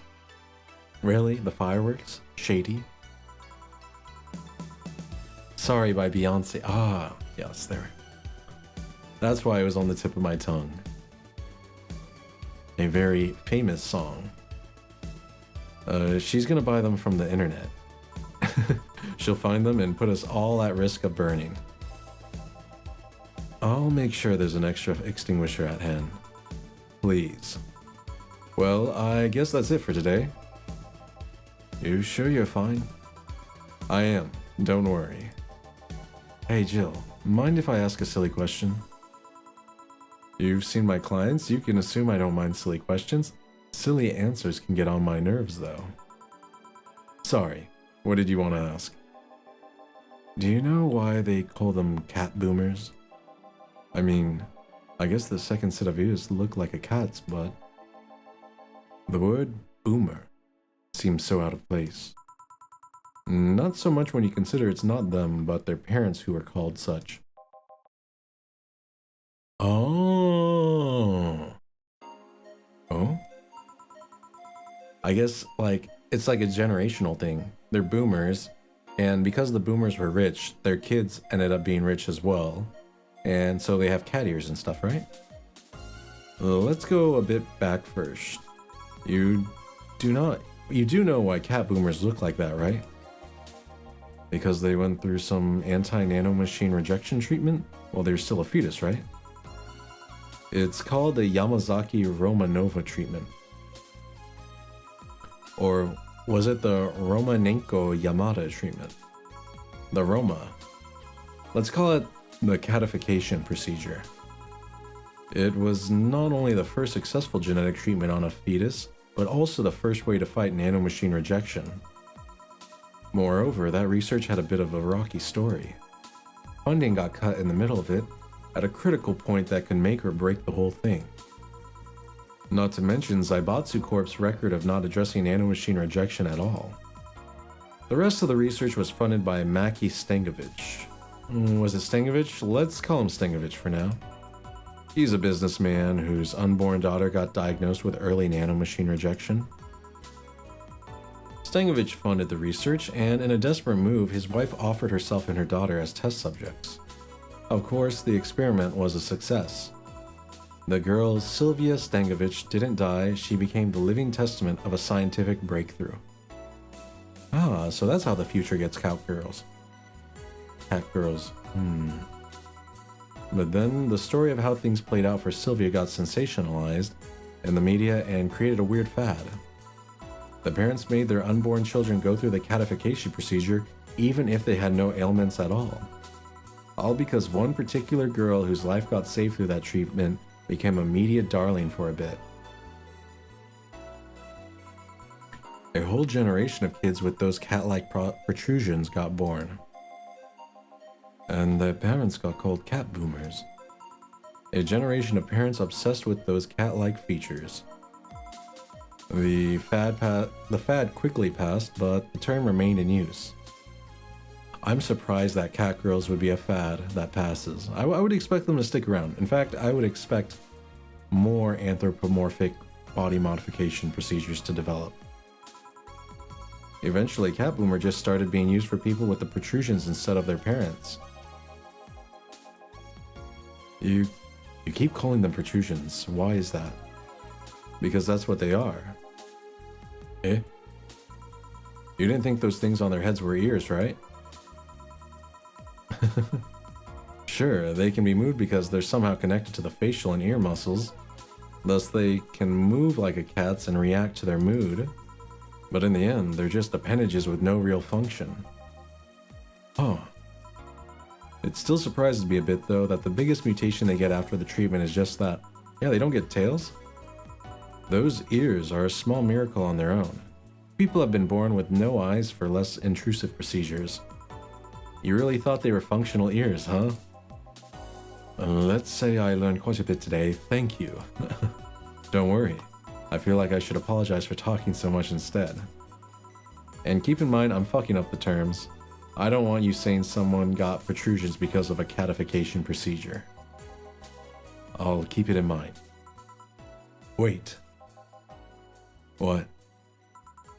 Yeah, the guy's name was Stengovich. Eh? I just remembered Sylvia Stengovich was around my age, and when I was a teen, there were some TV specials featuring her. And I just remembered that I had the biggest crush on her. Now that I think about it, that crush had me very confused back then. Ooh, so Jill had her own kind of like, you know, yeah, had her own sexual awakening thanks to some TV drama. And did you need to shout just now? Sorry. In any case, I'm out for the day. Alright, be careful out there. Yeah, made some money. All booze and no firecrackers makes Dana a dull girl. What is that from? All work and no play makes blank a dull boy. Man, that was from a book.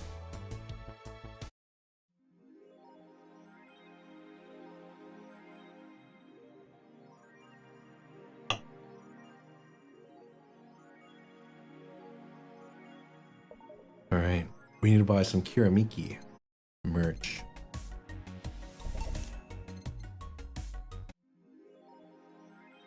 Jill bought what she wanted, she's pleased with herself, she will surely focus at work.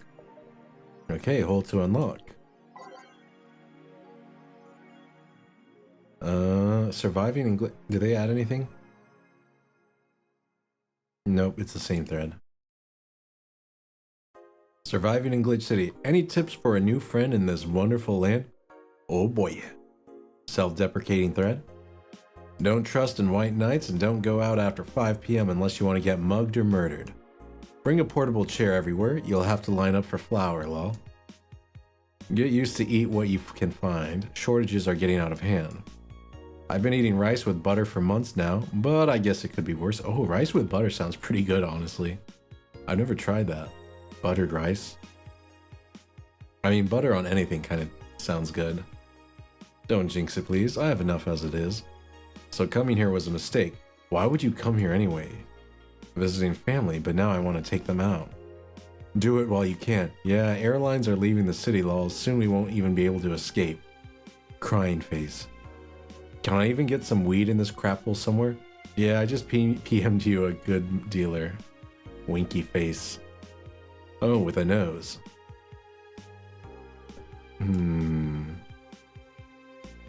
I guess in the future they're still smoking the weed. I have it with Puerto Rican white rice. Oh, so is it good? The butter on rice? It sounds like it would be good.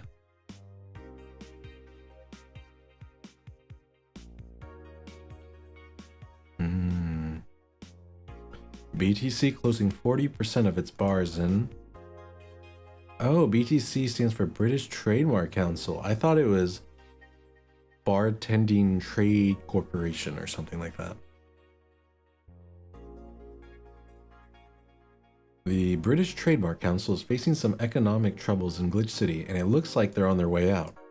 Blaming rising inflation rates and a weak currency, the BTC has given the order to disband almost half of its recreational businesses in the city. We can't keep doing business like this. Glitch City has a negative impact in our earnings, and we can't continue in the red, a PR representative told the Augmented Eye. Prime Minister Quincy, on the other hand, thinks the BTC is just too greedy. They make a lot of money already, and now they're crying because they can't have more? Give me a break. Yeah, what a good Prime Minister. Just scaring out the work or the companies. Wearing socks with sandals in public is now a crime.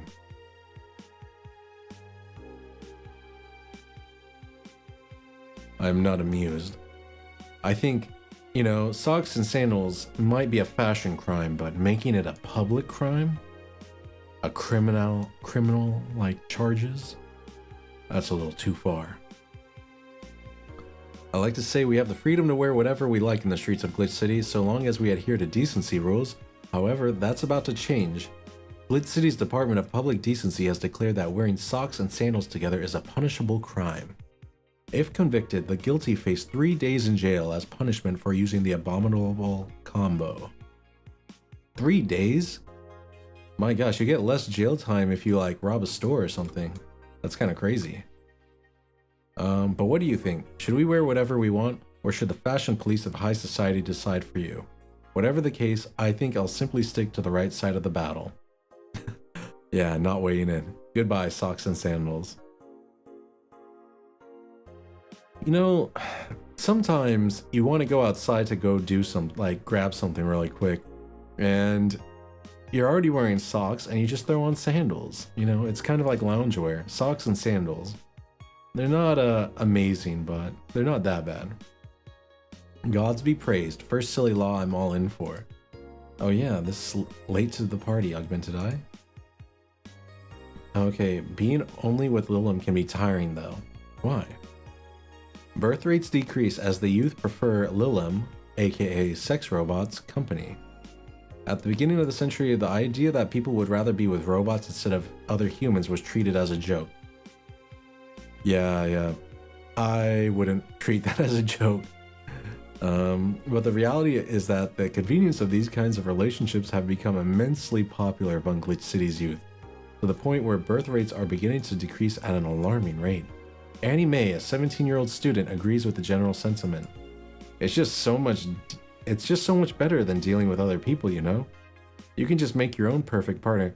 Oh, and sex is amazing. Ha ha ha ha. Don't even get me started. it's expected that new regulations will soon be announced to address the situation. You know, that would be like new regulation coming out saying you cannot have a, like, what is it, like a relationship with ChatGPT or some AI chatbot. People are gonna get really angry about that. So, I don't know. Good luck with that.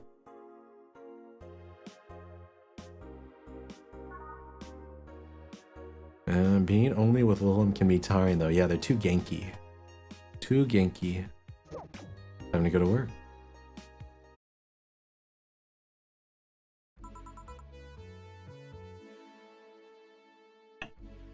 Good evening. Hey. Okay, so we've got almost everything, but we're still missing a couple of things for Saturday. And so I designate you, Gillian Applegate, as official guy who goes to buy the rest of the stuff. Applegate? I have no idea who that is. Why me? I could send Jill, but I wouldn't dare send a lady by herself. And I could go with her, but I believe the bar should have at least 2 people in the vicinity at all times. You're not gonna say anything, Jill. If it means not being delivery girl, I'm happy to fake helplessness. Hey, Jill, you can't do that. Fine, give me that list. I'll be back sometime. Just thinking about how Gillian had to clean up the bathroom at the very start of the game. You know, he's still the errand boy. Something tells me you're planning something, boss. What gives you that impression? Call it a gut feeling. Did you know Gil has a crush? He what? A client of his, a girl that owns a bazaar. She owns a whole market, like the entire bazaar? She's been coming on to him for ages and he only just started opening up. But he's taking steps backwards and I'm not gonna let him. He's opening up for fuck's sake. And so the errands will take him to the bazaar, I take it? That's right. Huh. Alright then, to the office I go. Okay, Dana, you just disappeared to your office as usual. As for me...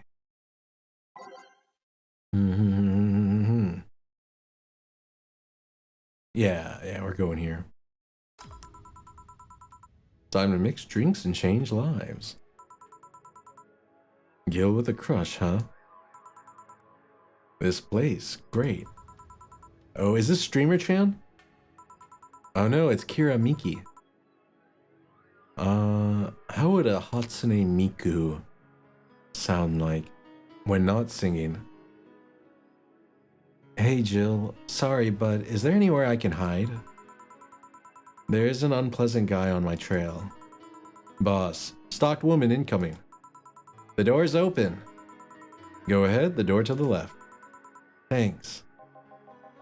Hello there. Oh my gosh. Oh, hi there. The other one, that's the bathroom.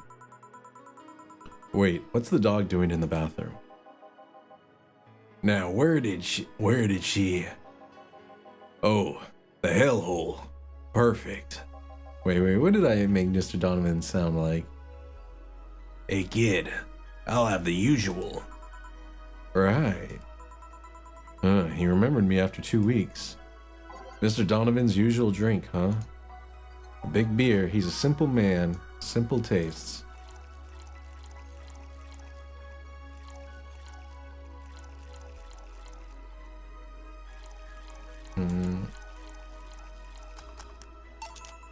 Here? This seems right. The paper's been a mess lately. You'd think with all that's happening, they'd stay and do more reports. But they're all asking for vacations and I can't afford to be understaffed. Oh, I'm not gonna be able to do that voice. So I had to come up with some sort of reward for whoever produces the most reports. I see no difference in my feed, though. Mr. Donovan, I don't mean to sound rude, but you do know the infamy of the augmented eye with the general public, right? A shitty page that will over-sensationalize anything and report useless things? Of course I know. Then why not try to rectify that image? To put it simply, I'm being clutched by the balls. In the non-pleasant way. Ooh. I do not, I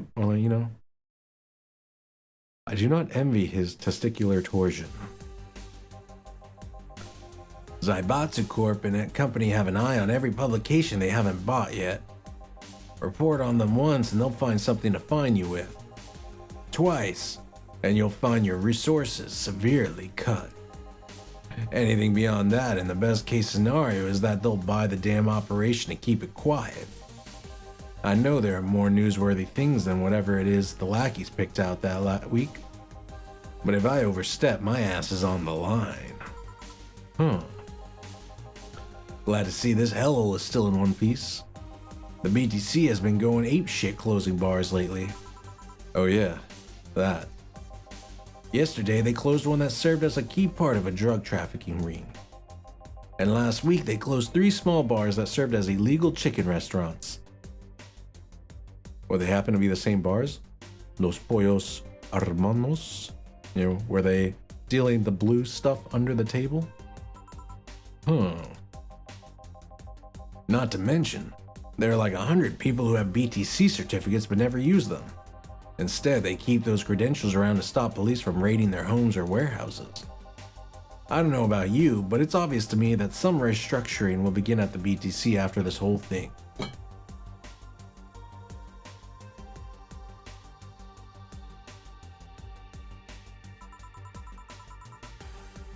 Man, shit ran deeper than I thought. And no news outlet talks about that. Alright kid, let's try a moonblast now. Come again? Hey, even I have to break the routine from time to time. We give him a moonblast. Give him the moonblast. 6, 1, 1, 2 blended.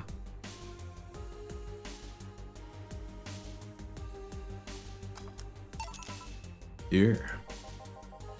Now, let's see what the ruckus is about. So, what brought you here? Oh, right. Didn't you see Lilum coming in here? Blue hair, big tits. She's the one from the Encore concert coming up. Not really. Did she jump to the roof then? Why were you looking for her? Did you want an interview? Not really, just hitting on her. This guy, Mr. Donovan, Mr. Donovan. You know, when the girl walks away, you gotta assume your Riz was an L Riz. You just gotta assume it. Like, you can't keep chasing after things after they're walking away.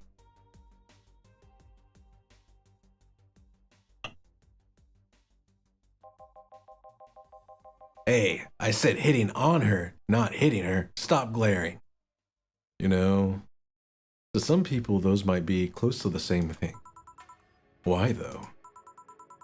Are you that bored? Don't you have like a family or something? Have you seen that girl?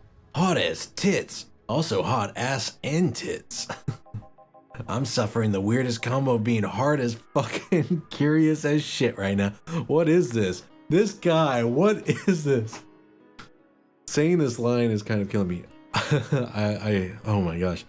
I'm suffering the weirdest combo of being hard as fucking curious as shit. Oh my gosh. Who the hell says this? This man, I know, Faith. He is so horny. He is so horny. He is too down bad. I want to know just how detailed those king class Chia models are. Personally. Oh my gosh. Brother, get some help. This man's dying of thirst. And so you followed her. I've yet to meet a woman that can resist the charms of Donovan D. Dawson. Oh, no. That is not right. You're in front of one, and I'm guessing you have quite the selective memory. I know way too many men like him. I'm sorry. That is...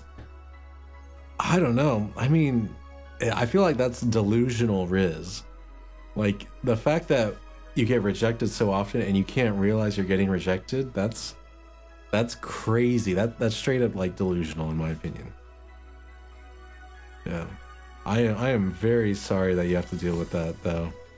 I feel like I'm the opposite in real life. I have the like shy nervous boy Riz.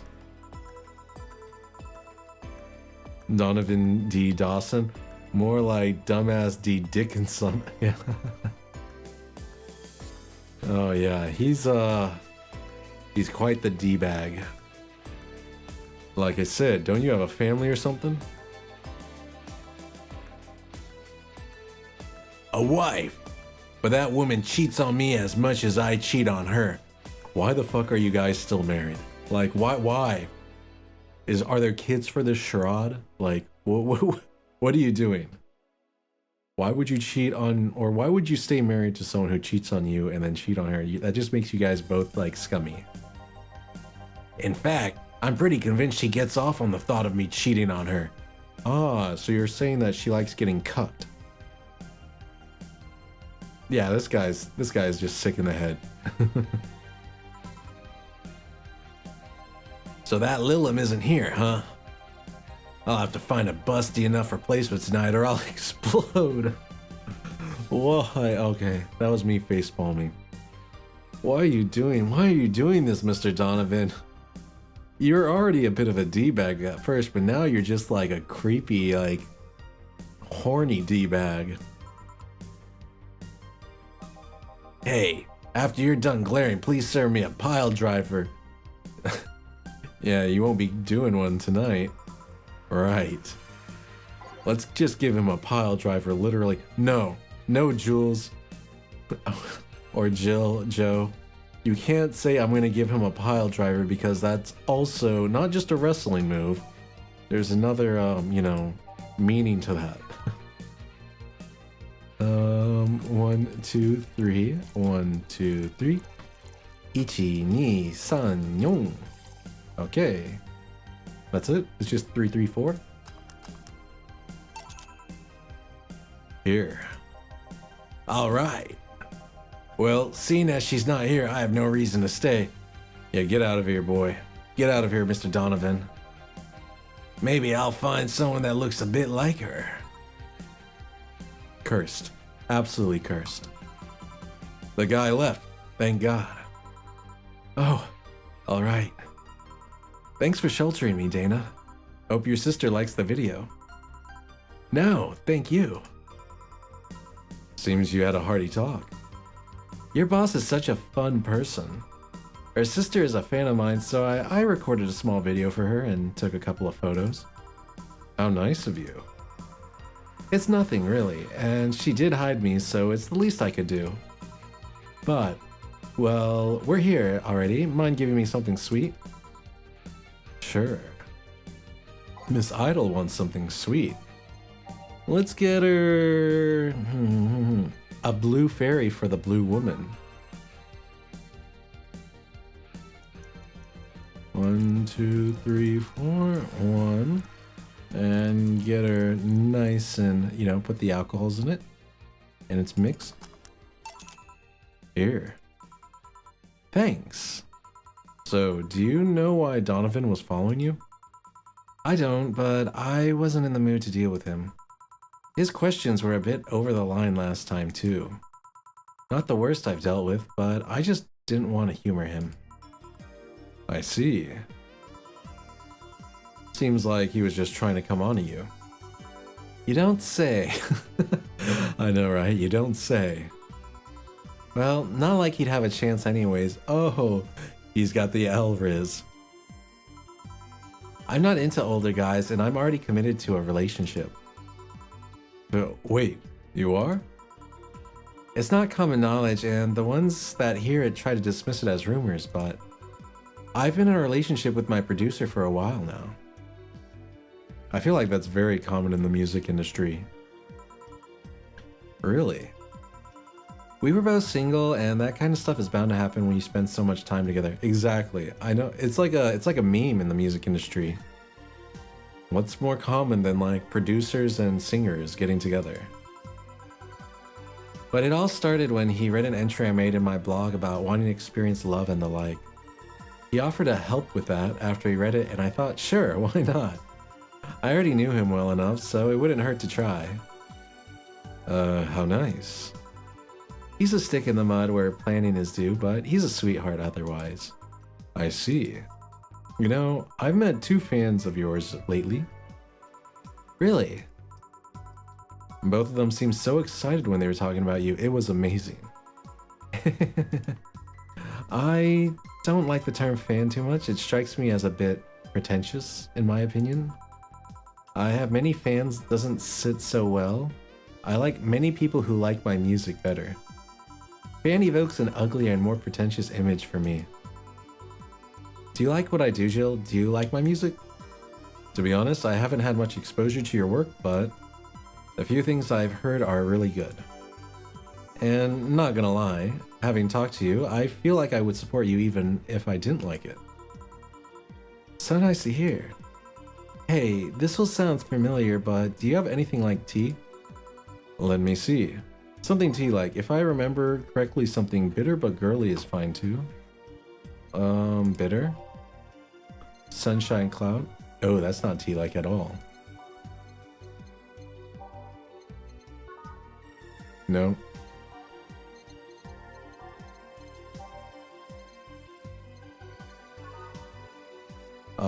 Fluffy Dream? Maybe, yeah, maybe Fluffy Dream. We'll think of, sour, soft, okay. Girly drinks, a Sparkle Star. They used to actually sparkle, but too many complaints about skin problems made them redesign the drink without the sparkling. Sweet, girly, happy. What would... No. What's a sugar rush? Sweet, light, and fruity? Okay, that's not it. Moonblast. Sweet, girly, happy? Could be that one. Sweet, girly, happy.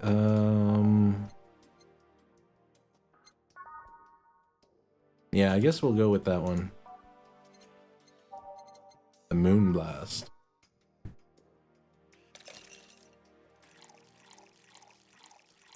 Six of these, one of these, one of these, 2 of these. Mix it. Oh no, I messed it up. Oh, I forgot it's supposed to be blended. 6 of these. 1 of these, 1 of these. 2 of these. Okay. Let it shake.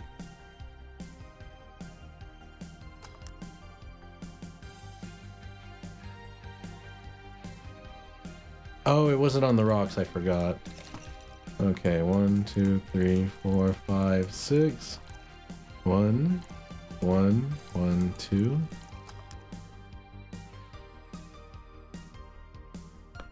Ah. Maybe the cognac is getting to Zume. Here. Too vague of an order, huh? Sorry. Hey, you're a King Class Chio, right? That I am. May I ask you something about your model? Sure. Are there any differences between you and a DFC-72? We both serve the same purpose, but DFC-72s have the port on their heads which make them more versatile. My line lacks that or the resilience of the DT-01Ds, but we're a tad more polished elsewhere. More specifically, our voice emulators are more advanced and our movements are smoother. A trade-off of functionality and power for appearance, you could say. Ah, I see. And I think I gave the wrong drink to Kira. What would she want? Too vague of an order. So anything new for this concert? Well, it is an encore, so we're trying to make it the same for those that couldn't go to the first one. But we're always trying to spice it up, like maybe with a surprise song or something. There was this one time I sang a cover of a song by B-Link. Of course, in return, they sang Your Love is a Drug. Ah. So you know the B-Link girls? Is that supposed to be like Blackpink? B-Link? B-Link? B-Link girls? Blackpink? Yeah. Really nice kids. You'd be surprised how different from their onstage personas they are. Really? Suzu, for example, can be really childish at times. She also laughs a lot and loudly at that. Meanwhile, Aina is a party girl through and through. If they're not on tour, she spends her time partying like crazy. Huh, hard to believe. I mean, their image is that of stoic girls with little expression. Almost like living Victorian dolls or something. Well, they wanted to pop out in the public. They once told me if we wanted people to notice us, we have to break the cutesy idol concept. I think I disagree. I think idols kind of work as they are. It's tried and true, as they say. And so they took the opposite route of becoming cool beauties with melancholic songs. I wouldn't say they went the opposite way. The opposite of cutesy idols would be unkempt, tone-deaf girls spewing vitriol and hate. Maybe. True, I guess. Well, I've got to go, but let's have a sparkle star first. Alright. Ah, maybe it was... I should have given her the sparkle star. I said T, but... I knew it. I knew I should have done it. I gave her the moon blossom when I should have given her the sparkle star. Dang it. I wonder if I'm gonna get a weird ending then.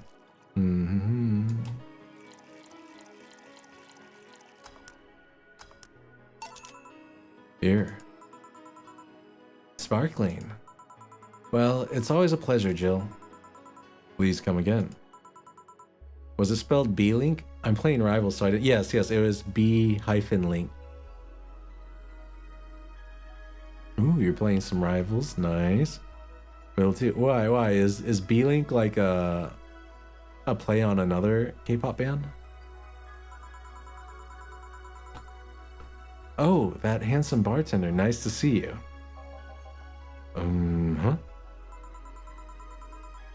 Ah, Blink is the fandom name for Blackpink.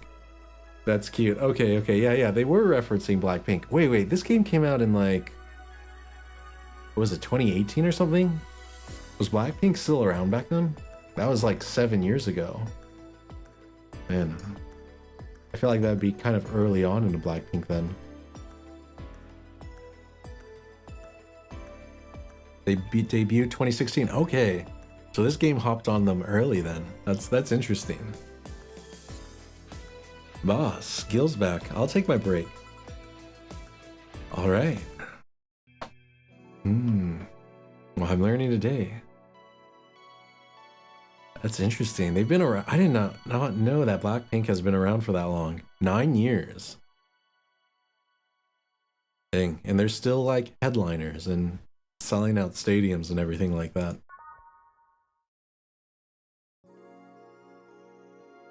Oh, they had a successful debut. I'm not surprised. That's good. Note to self, buy oil for that door. Oh, it's very squeaky then. Yeah, I kind of like this playlist. It's been very nice. All right then.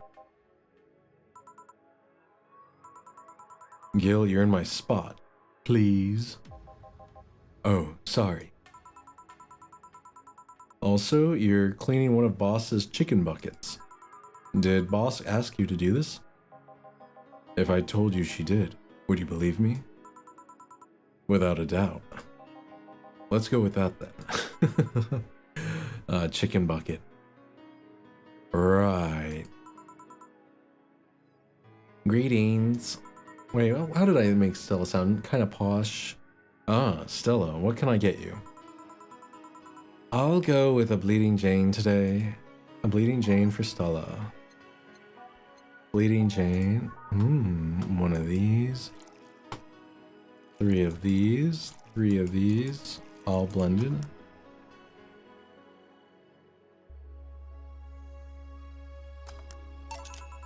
Here you go.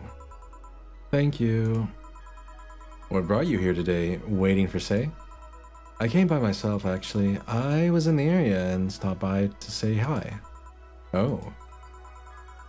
It's pretty interesting though. When I first saw you, I doubted you'd ever come here again.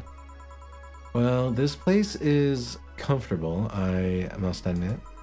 So quiet and secluded. It's also clean. Really clean.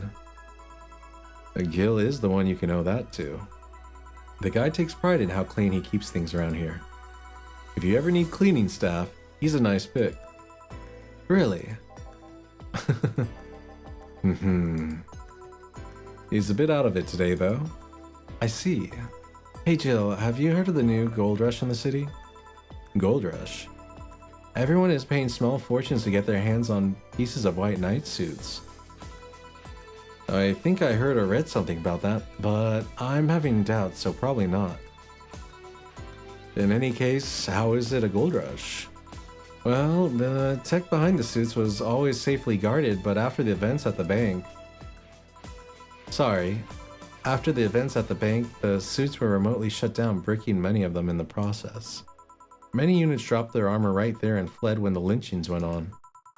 Any white knight still stuck in their suit had to take the armor off manually to run away. It all happened in the middle of the lynching, so they'd be sitting ducks if they didn't. Some weren't that lucky. They got beaten up while they weren't able to move. So, between the suits becoming glorified paperweights and many white knights going on the run, there ended up being a lot of junk lying around.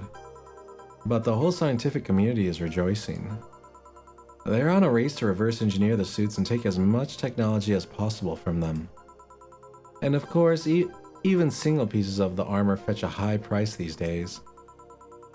Could anyone see any profit from that research to justify those expenses? It's new tech, a whole new field ripe with patents just open for many, so I'd say yes.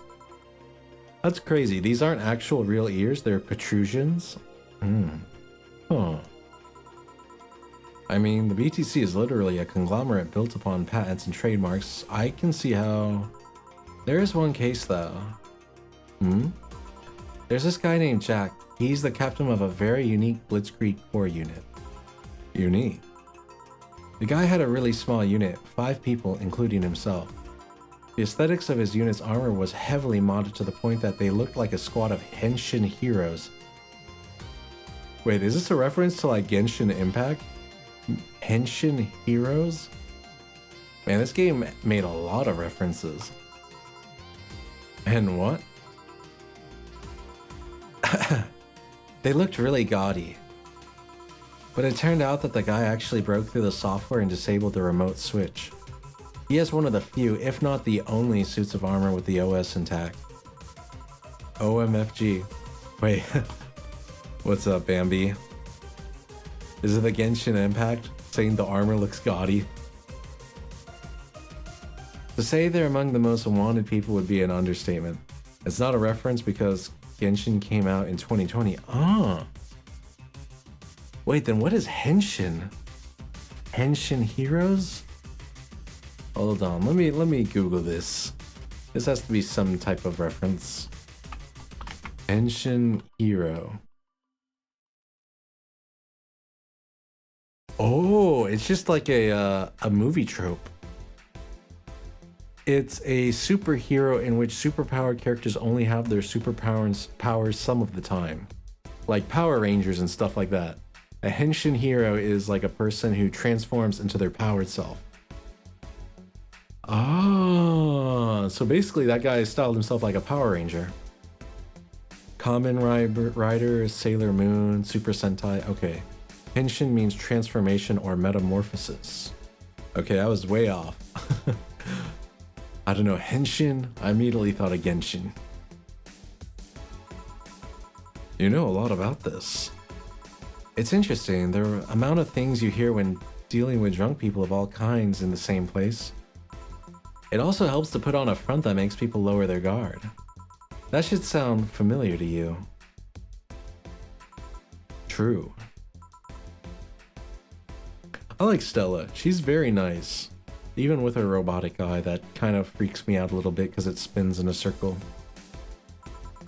Wait. Here's a freebie, a fun fact. The failsafe was originally going to involve the armor blowing up and leaving no traces. But regulations and laws didn't allow that kind of technology near civilians. I guess even Zaibatsu Corp has its limits, huh? People love to demonize Zaibatsu Corp because, let's face it, they're far from innocent. But they're not evil overlords, they're just greedy. They're just a big corporation. They just so happen to have control over what tantamounts to a city-state. But corporations will naturally resort to draconian methods. I've heard horror stories from people outside the city about trying to use product placement. If you so much as hold a bottle the wrong way or get in the way of the logo, you'll be in for lots of trouble. And let's not start with theme parks or the like. Those are dystopias of their own. Stella, why do you hate theme parks? Theme parks are cool. Then again, most of the demonization is due to Quincy being such a clown. He has no power anyways. He's just the front for that whatever He's just the front for whatever council behind. He's just the front that whatever council behind Zaibatsu Corp chose. He makes a fool of himself, and the attention is taken away from whatever it's doing that Zaibatsu Corp is actually doing. So he's a patsy or like a scapegoat. Yeah. So what you're saying is that Glitch City is basically a huge theme park. I've called the White Knights glorified mall security in the past, so yeah. Huh. No, seriously, hen what? Can I get a Brantini here, please? Sure. Now let's give her a Brantini.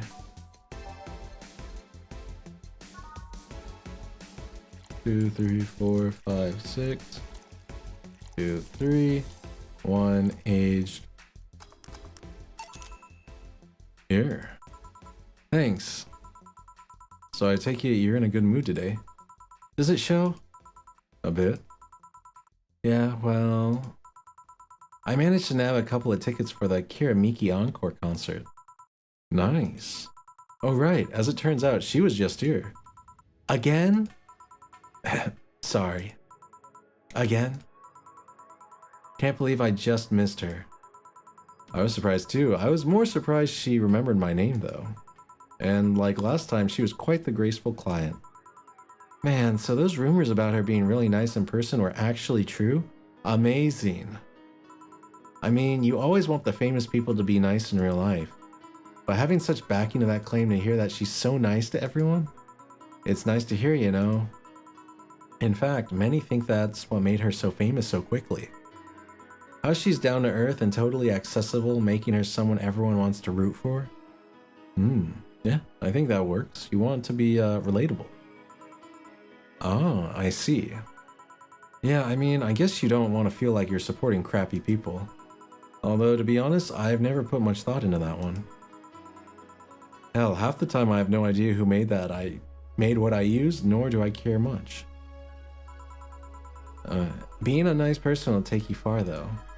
My daddy always insisted that being ruthless in the boardroom doesn't mean being an ass. And he has actually managed to get certain contracts over other more powerful people. All thanks to being a nice guy overall.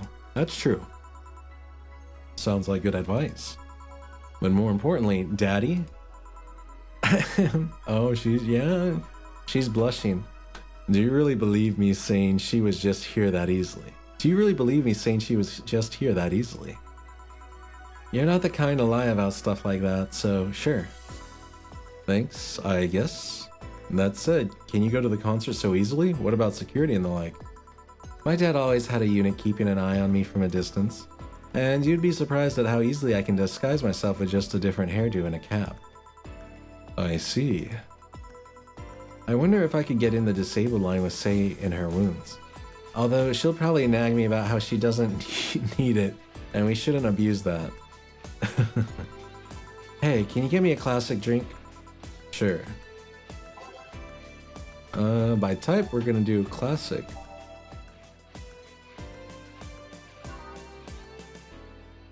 We'll give her a beer. We'll make it a big one, cause we like Stella Hoshi. Freak, I messed that one up.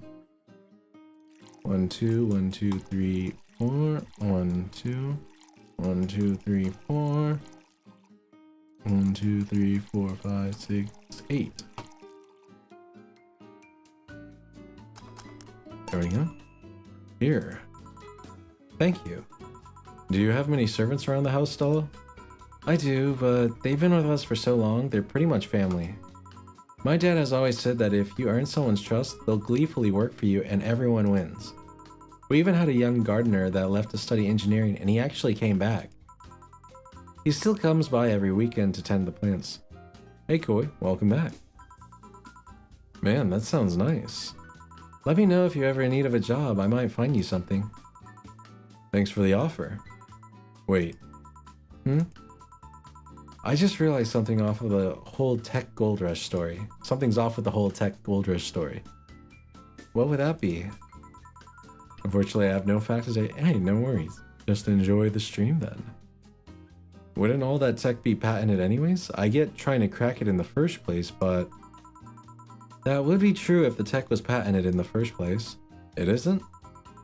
Zaibatsu have been so paranoid about making the White Knights untouchable that they never patented anything. A patent would be in a database that someone could hack and retrieve valuable info from. Not to mention they've been using tech from other companies without any authorization. And no patent registry in their right mind would approve of that global shutdown signal. Let alone how it immobilized everyone still inside one of those suits. So the ones that were upholding the law did so using suits that are by all means illegal? The irony runs deep, wouldn't you say? Other than in the movie The Ritual, the runes are inverted, which means horrible things. Oh. Good to know. Why do it though? When you have so much money, you start thinking you can screw around with the rules. All that power makes you think you're above every law there is. True. And this city is what happens when those with money start making the rules. I'm curious though, have you ever covered up any fuck-ups by using money? I think we've all done things we're not too proud of at some point in our lives. Oh, what did she do? Money doesn't mean power. No, it doesn't. It means influence though, which can buy you power. It at least buys you a seat at the table. Yeah, I should say. And it can also buy a military, which is very powerful. So, yeah, I would say money, it can't directly buy power if no one wants to sell stuff to you, but, or I should say money isn't power, but it can buy power if someone's willing to sell it to you. I feel like Stella killed someone. I hope not. She's so nice. Well, Jill, I gotta go. Always a pleasure. Please come again. Ah, Alma. No, hello? You're pretty insistent on that one, aren't you? It's basic courtesy, something I will fight to uphold. First the greeting stop, then saying please and thanks stop, and before you know it, boom, total anarchy. You're exaggerating. I'm not. In fact, I'll go through that door again and I expect you to properly greet me this time. What a woman. I love her too. She is like... yeah, I hope I get her ending. Fine. Hello, Jill. Once upon a midnight jury, while I pondered, weak and weary, over many a quaint and curious volume of forgotten lore. While I nodded, nearly napping, suddenly there came a tapping, as of someone gently rapping at my chamber door. Wait, that's a Christmas story, isn't it? Like Ghost of Christmas Past? Yeah. "'Tis some visitor," I muttered, tapping at my chamber door. "Only this and nothing more." "You overdid it. You totally overdid it." Quoth the bartender, "I did not." "So you like poetry?" "I had a phase. Can I get you something?" "Let's start with a big cobalt velvet." "Sure." By name, we're giving her a big cobalt velvet. So 4 of these. It's on the rocks. 6 of these. And 10 of these. Pew, pew, pew, pew. How fast can I do this? There we go. Mixed. Here. Thanks. Oh yeah, there's something I've been wondering about for a while. Does the name Shadowmaster 69's Chronicles ring any bells? Wow, you went pale. No. The name doesn't ring any bells. May 22nd. Today, my daily card readings told me that I'd meet great change thanks to an old man. Oh, when she meets double. Oh yeah, Shadowmaster 69. My biology teacher told me I had been picked for an inter-school contest with my latest essay. I just knew a scientific theory on the idea of auras was as revolutionary as I thought. Soon, I'll bring the world into the occult science singularity. Later entries don't seem to have gone that well, though. Oh, when she means big, it means... Yes, double. Yeah, like a double as in like, I'll have a double. Mentions of being laughed at, being lectured on why the essay was wrong. Jill. I made sure to delete that blog and no evidence should be left.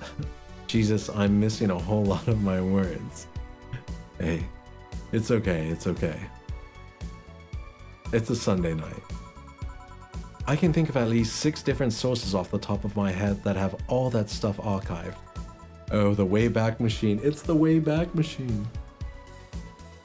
Why? Jeez, relax. It's not that bad. What do you mean it's not that bad? Don't you realize how embarrassing it all is?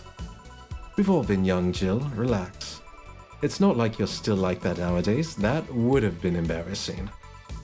You're not still like that, right? Gods no. I gave up on the whole occult stuff. It's just that remembering all that stuff is cringy. I don't know, I like the way you looked. All dressed in black with the rare accessory popping out thanks to the colors. I mean, at least you had the decency to use makeup and take care of yourself. So you have a pick. Oh god, you have a fucking pick. Why do you do this to me? Why do you dig out the sins of my past? I was bored. Last Friday, I had to take my mind off the whole Diana thing, so I ran a small background check on you. Oh my... You don't run a background check on your friends. Actually, that's probably a good idea, but... Alma, I love you. I know, right? Just background check your friends. Simple stuff, just checking past internet activity.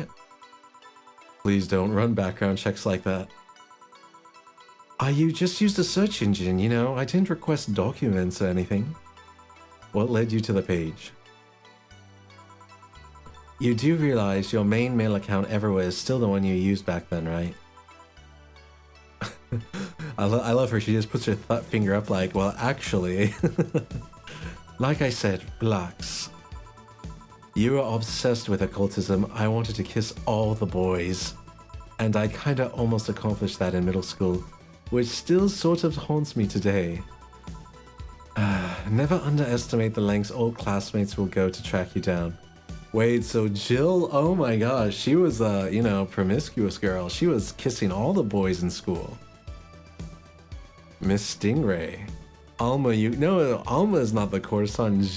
Jill Stingray is the harlot, the trollop, the courtesan, the night woman. Wait, especially if they think you're still the girl that kissed them for fun and they're lonely to boot. We all, oh, so Alma is the one. You're right. Oh no, Alma, you are the one. You're the harlot. Oh no. We all have things we're not too proud of as adults. True that. Everyone has some cringy past. I'm sorry, Jill. I thought you were the one who went around kissing boys and not Alma. Alma was the one who made out with all the boys in school. No. I know how criminals feel when evidence is used against them. I have to ask though, why the 69? Why not? 6'7", right? It was supposed to be 6'9", not 69. Oh, she's like Takeshi 6'9". Like in Hermit's about the lovers and the hermit. Why, is the lovers like number 6 and then the hermit's 9? I never realized that. Never use 6'7" again. I won't. Don't worry. I was convinced it meant wise choices. Jill, there's nobody that would read that as 6'9". I was 12 at the time. Oh my gosh. Even at 12, I fucking knew what a 69 was. How innocent, just how innocent were you back then? You have no idea. Well, let's sweeten up things a bit. I'll have a sugar rush. Sure.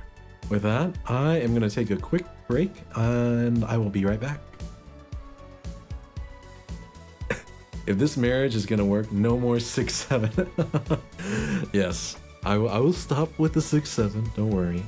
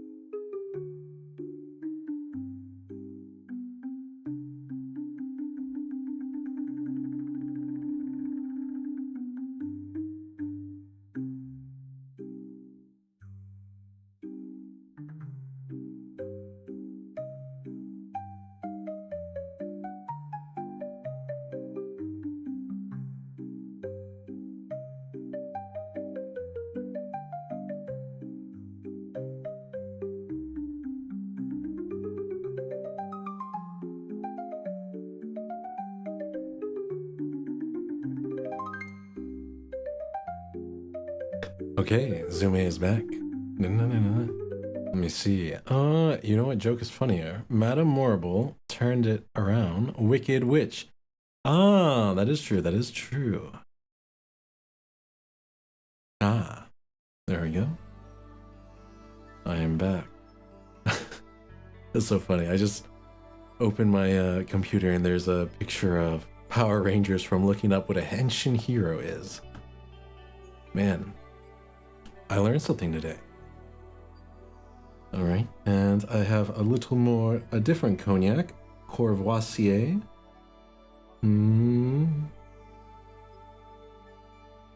Yeah, I don't know if that's a good brand, but it was a gift, and it tastes pretty good.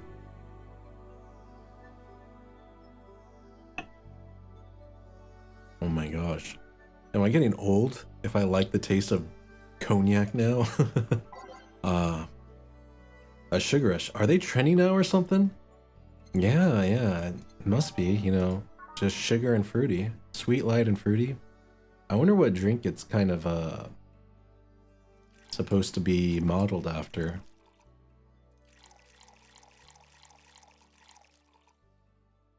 Two, one. Boom. Oh. Here. This is the thing. Say, Alma. Oh, say, Alma. Speaking of the past, what was your last long-term relationship like? Not sudden. You dug through my past, I've earned the right to dig through yours.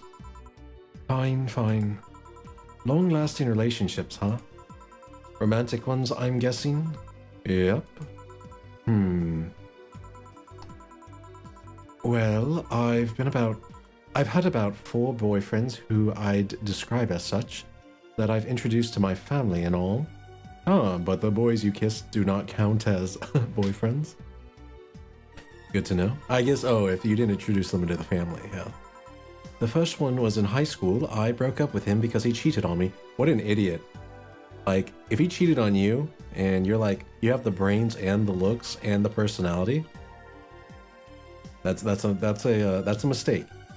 He is a failure to the race of men.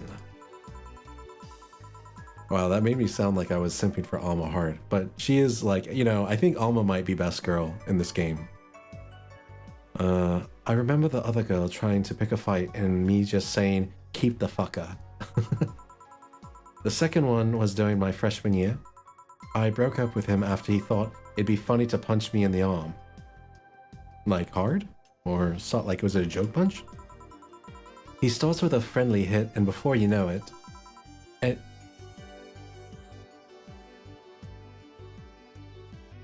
Wait, she has robotic arms though. Did she break his arm? The other guy I met shortly after I dropped out. He was interested in marriage, but he wanted to get married after only half a year or so of knowing him. And then there's Richard. Who? I spent almost 4 years with him. We got along pretty well, we had awesome chemistry, I truly loved him. But as time went by, there was a rift that started separating us. He just didn't like my family. He didn't. Moreover, he wasn't a family person. He distanced himself from his own and voiced that he didn't want kids. There was a part of me that wanted to believe, even if just for a little bit, that maybe he changed his mind. But as much as I loved him, that one detail brought a growing gap between us. I don't know. You wasted 4 years? Man, that's hard to say wasting. Because I know people who date with no intention of keeping the relationship going long term, but they like it in the moment. And I don't know, I would feel bad to say that they wasted their time if they were doing something that they liked. And both people were, as long as both parties know what they're doing and that it's not going to lead to like marriage or anything or kids, then I think it's not too bad. Yeah, but seeing as Alma really wants kids and stuff, she's a family woman. Wait, she's smart, attractive, a family woman with a witty personality. I don't know how I get you now. I remember why she's not married yet or taken up. She's super picky about her guys.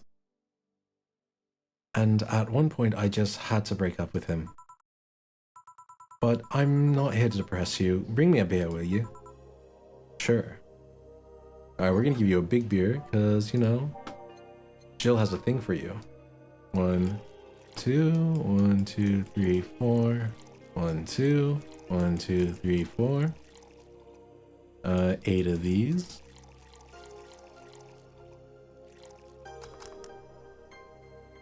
Okay, I will say if you clarify what both parties know what they want, then that's fine. But expecting the other person to turn around is expecting too much.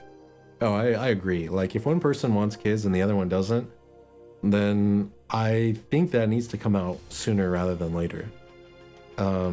So that each person can make the choice. Do we still want to keep this going, or do we want to like stop it and move on? Yeah. Yeah, I feel like some dating websites and apps and stuff have that as like on the bio. Like, what is it? Does Hinge have that? Hinge is like interested in kids or marriage or something like. I feel like those are one of those questions they would ask. Thanks for telling me that, by the way. I don't know, man. Same. I don't really use dating apps. I shouldn't say I don't really use dating apps. I really don't use dating apps, I should say. Don't mention it. Okay, one more question and we're even. Wow, you really are embarrassed of that blog, huh? Sure, ask away. At what age did you get those implants in your boobs? She has implants in her boobs? I just don't find the appeal of dating or dating apps. I don't know. I feel like dating is such a vague term now that it's really hard to like decide when something is a date. Because sometimes you just hang out with a friend like online or something, and they view it as a date or an online date. And other times like it's more formal where it's like, oh, you need to go to dinner and, you know, do all that stuff. Really hard to say. As for dating apps, I agree. I think they're very shallow and kind of a waste of time for the vast majority of people. Because like everyone on like dating apps, they're going to be presenting like a facade of themselves that is just meant to appeal to the broadest possible audience, which is probably not who they actually are. So it's kind of a waste for everyone involved. I can't believe Jill said that Alma has, what is it? Fake boobs. Or implants in her boobs.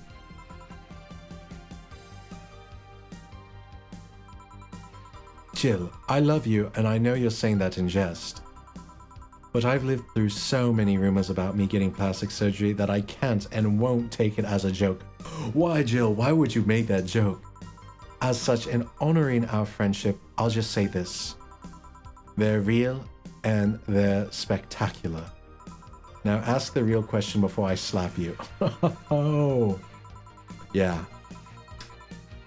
I'll grant you one and only one chance to call me by my full name as a compensation then. I gladly take you on your offer. It's funny that you mentioned slapping because my real question was, why did you get your hands chopped? I swear, Jill, why are you like this?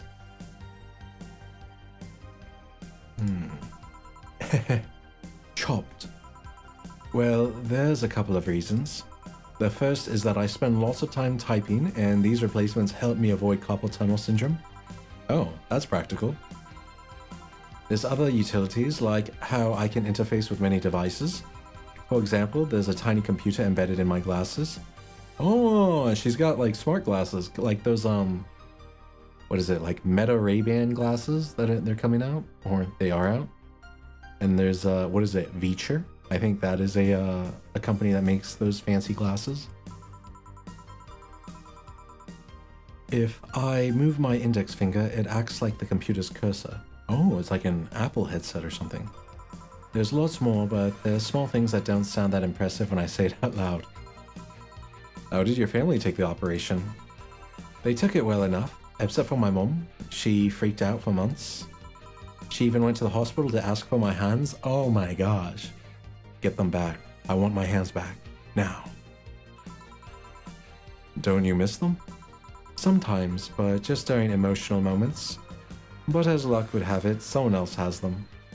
To be honest, I had my fair share of relationships. I have learned that I have extremely specific tastes. Same. I think when you're young, any relationship is you view it as like an awesome good thing, and then as you get older and you kind of experience more, you realize, okay, now I know what I'm actually trying to get out of this and like what I look for in a partner. Yeah, and it changes with time. So someone else has her hands. Do they just like graph it on? Zuzu, I got my first MVP as Rogue. Congrats. Congratulations. Hold on. By the way, let me check something really quick. I'm gonna hide my model for a second because I feel like the tracking is starting to lag, which is annoying me. Wait, it says, okay, lag is only 2 milliseconds? Okay, never mind. It's all in my head then. Okay, there we go.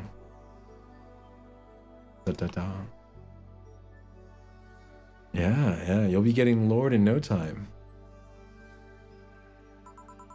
Shortly before my operation, there was an accident on the highway. You'll be fine, there's barely lag right now. Ah. Yeah, I saw it and it was like 2 milliseconds, so I was like, ooh. It's, I guess it's just in my head. One of the victims was this young lady whose right hand got completely crushed. I told them to check if we were compatible and all that. I mean, implants are not everyone's first choice if they get a natural replacement. A bit of cosmetic treatment and it could pass off as her original hand with no problem. Last I heard, we were compatible and the family agreed to the donation. I don't know what became of her, but I hope she's fine. And you didn't tell your mom about that. Damn, Alma, you are a good person. Holy crap, she is like the whole package. I think the game is really trying to sell her as like the whole shebang.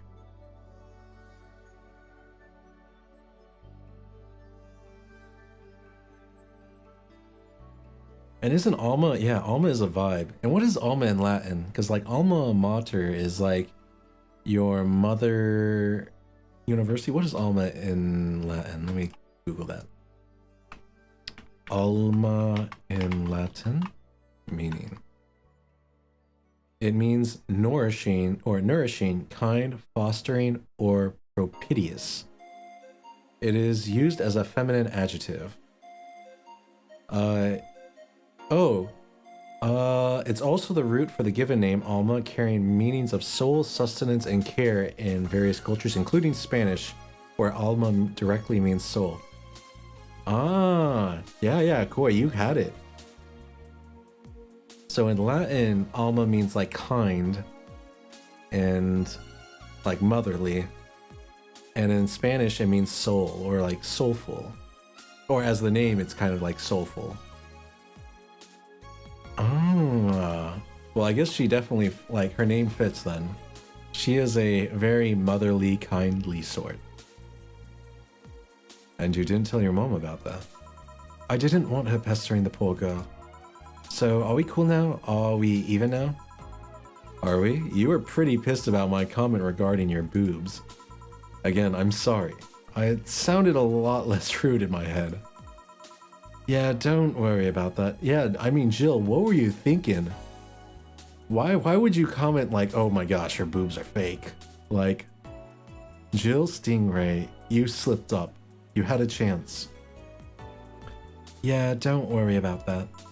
Besides, I get to call you Julianne once. Now you don't. Yeah, pretty much as a Spanish-speaking user. Spanish-speaking user. That's the first time I've heard that one. Spanish-speaking user. I like that. I like that. You use the language. I can see where Jill comes from. I mean, they are big. Like, you can, like, here's her shoulder, and then... Yeah, they like, compared to her shoulder, her boobs are the size of her whole head. She's quite, what as the kids would say, stacked. Eh? Why? As a big busty girl, I'm usually hearing it randomly. Wait, has anyone ever asked you, like, I hope not, I really hope not, but I hope no one has ever asked you if they were real or not, right? Because if someone pulled a Jill on you, that would be really rude. Really, really rude.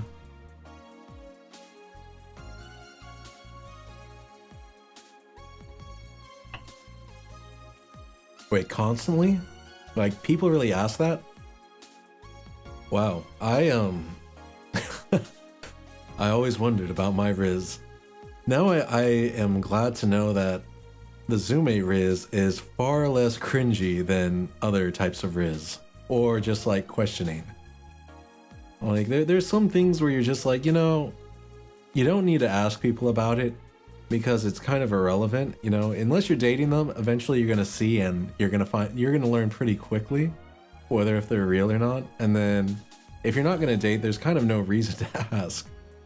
I don't know. Maybe I'm a little too coy, but I would never ask that. Eh? Why? And my response is, they wouldn't droop this. Oh. I honestly agree with Faith. It gets tiring at times when you hear people talking about your chest. I bet.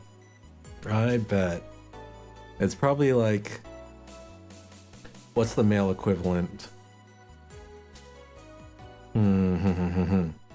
Probably something like height or like hair or something like that. I don't know. I don't know. I guess I'm kind of lucky. I'm right at like the borderline for most people's cutoff at 6 foot, so I'm neither too short nor too tall. More like height. Yep. Yeah, I'm right at the edge. You know, because I know a lot of people are like, okay, don't want to date anyone under 6 feet, and I was like, oh, well, I'm exactly there. Yeah, which is kind of surprising because my mom as a lion was very small. Very short, like 5'2" short. So I'm surprised I ended up being tall. Though my dad was tall, so I guess I inherited his genes. Eh? Why?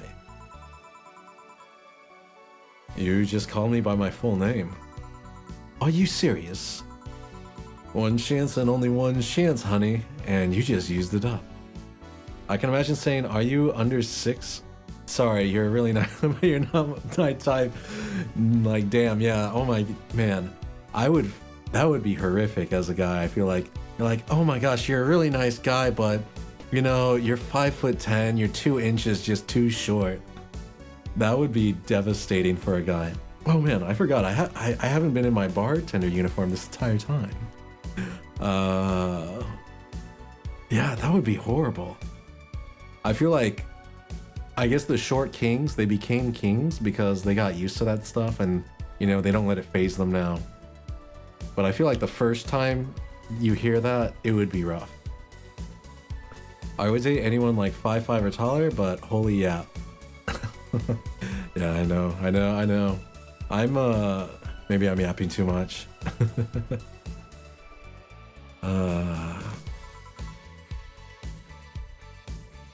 Yeah, I don't really have a preference, I guess, in height, as long as, like, they don't have to, you know, if you're doing a dance and in their heels, I don't know, I guess if a woman's wearing heels, I would prefer that they're not taller than me. And I mean like regular heels, like 2 to 3 inches or something. I'll be honest, I don't care as long as they don't fuss over me wearing heels or platforms. Okay. That's actually pretty accurate, Fade. Yeah, I think it's just like when you're like slow dancing or something, or you're going to like kiss, as a guy, it's very different to look up. You know, it's kind of intimidating. Like you're like, oh, I have to bend my neck backwards and crane upwards. It's like a different vibe. Damn it. Oh no. Jill is schizoing out. Surprise! Hey, Alma, this might be a weird tangent, but do you believe in ghosts? Hey. Not particularly, no. Although there was this paper I read once that was quite interesting. My partners have to look up more often than they expect, and I am short, lol. Yeah, I guess, yeah. Guys would have to get used to that. I guess maybe it's because I've never experienced it before. Just in my head, I imagine it being awkward, but I bet it's probably not that awkward in real life. And you just kind of adjust to it really quickly. Yeah. Yeah, I'm definitely not against dating someone who is taller than me. It's just never had that happen. Here's my type though. I don't mind anything as long as they can respect my obsession with collecting cookie cards. Ah, the Cookie Run Kingdom. I also don't mind a guy with longish hair.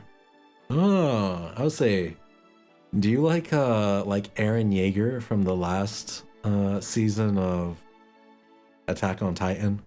Because I'm not gonna lie, I think Eren Yeager, he's a good-looking man in the last season. He's got the long hair, very edgy, but you know, still puts himself together enough. I think specifically I like to switch between Little and Big Spoon, and sometimes they don't want to look up as Little Spoon. Well, oh, I see.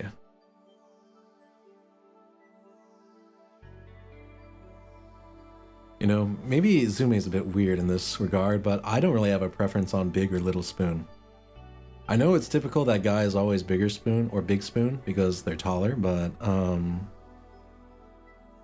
yeah, I don't really care because it's like in one case you get the front warmed and in the other case you get your back warmed. They're both good depending on like how much blanket you have and if your partner is a blanket stealer.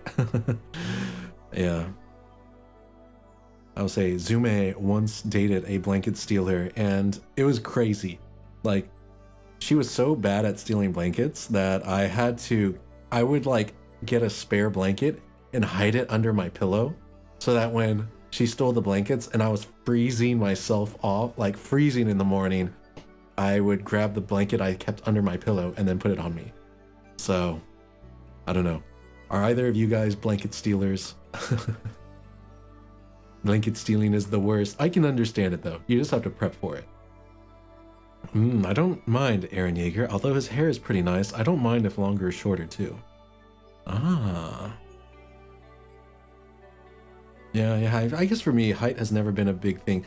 Except for if, like, I guess if I'm dating someone and they're so, like, short that I have to, like, I don't know, really change my stance to hug them or something. Like, if I was dating someone who's, like, 4'6", that would be really weird. It would be very awkward to, like have to squat down to hug them or kiss them, you know? I like both. As long as a motherfucker doesn't steal my hair products. Backsack. Wow, what a handsome model. You kind of look like Calcharo from Wuthering Waves. Thank you. Good to see you in chat, Backsack. One thing about my partner, they can't judge my makeup collection.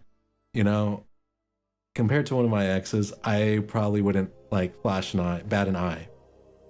I am used to like the entire master bedroom counter being taken up by makeup, so I have lived that experience.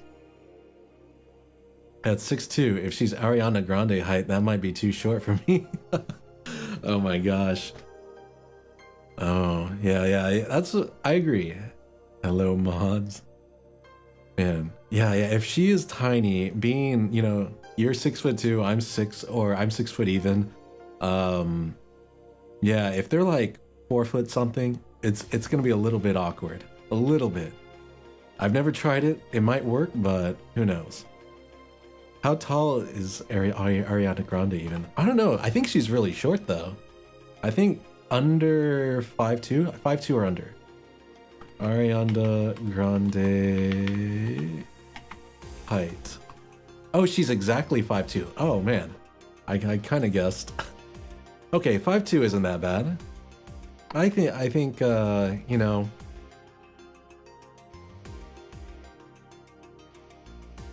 Yeah, I thought she was a lot shorter for some reason.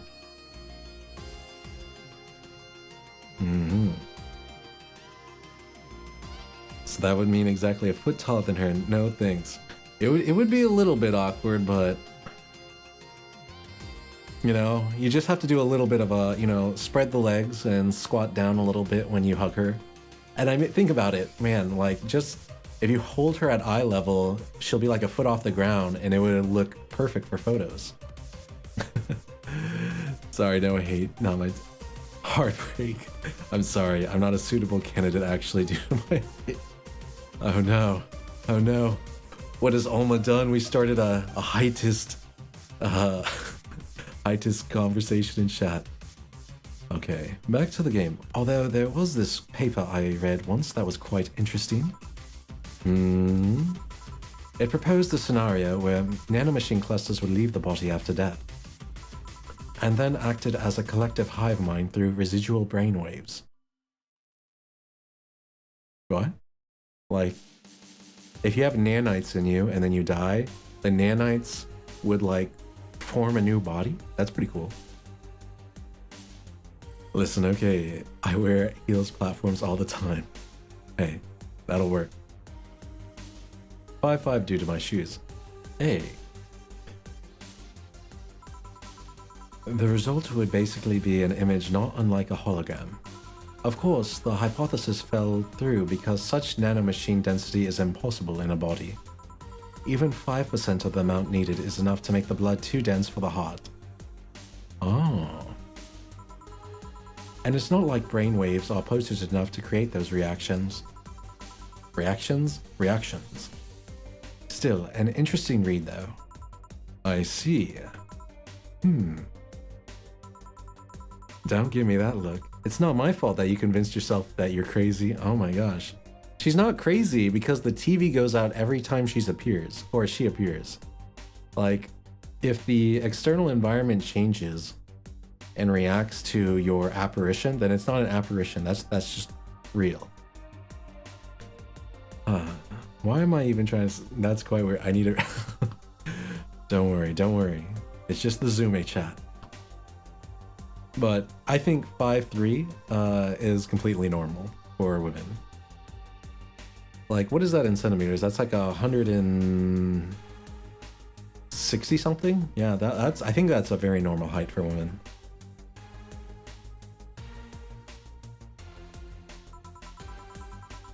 $162? Yes, that sounds right. I will believe that. I was thinking like 161 or something like that because I've heard that number a lot with regards to height. But 162 sounds right. Well, I'll leave then. See ya tomorrow. See ya. All done? I am. What about you, Gil? For some reason, the idol girl left him like that, it seems. You think? It might have been while he was out. Wait. Is Gil dating, like, Hatsune Miku? I don't have too much... I don't have to do much to sell myself. It's more of raising the price from weirdos. That's true. You gotta price yourself correctly. It is a, a seller's market.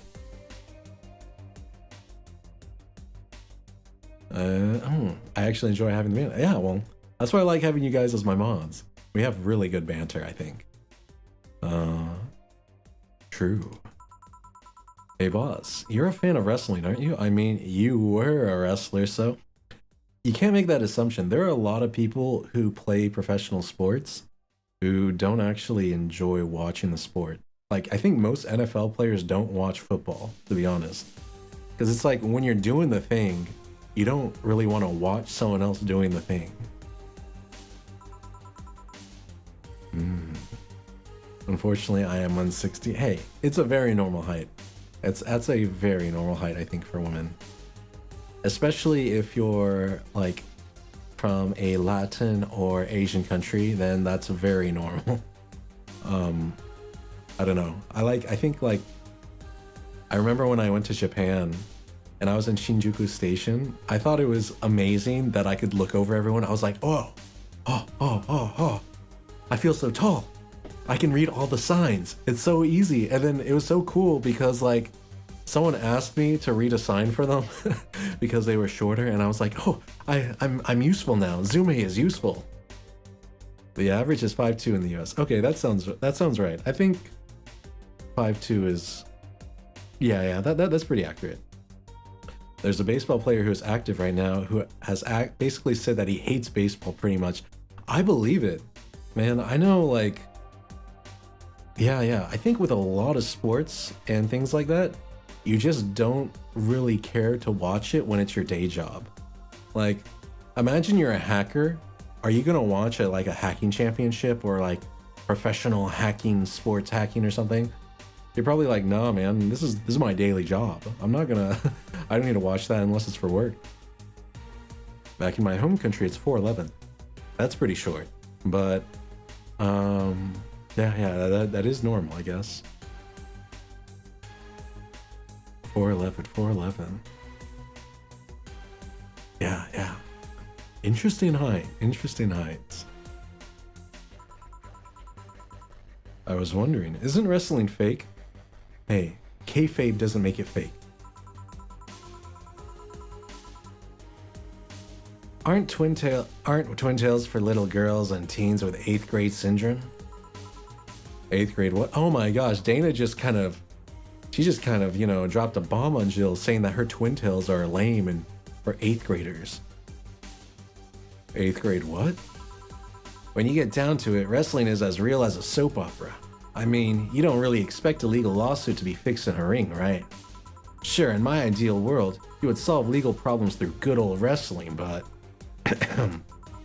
No, seriously, 8th grade what? But you don't go around calling soap operas fake. They're short as hell. I can confirm my mom and aunts are shorter than me. Oh, bless their heart. That's cute though. I do love I do love the aesthetic of kind of like short women when they're walking around and stuff. They're so cute. They're like, you know, toy sized. Sorry if that's offensive, by the way, but it's just the idea of it. It's like, oh, they're very small. Chunibyo, exactly.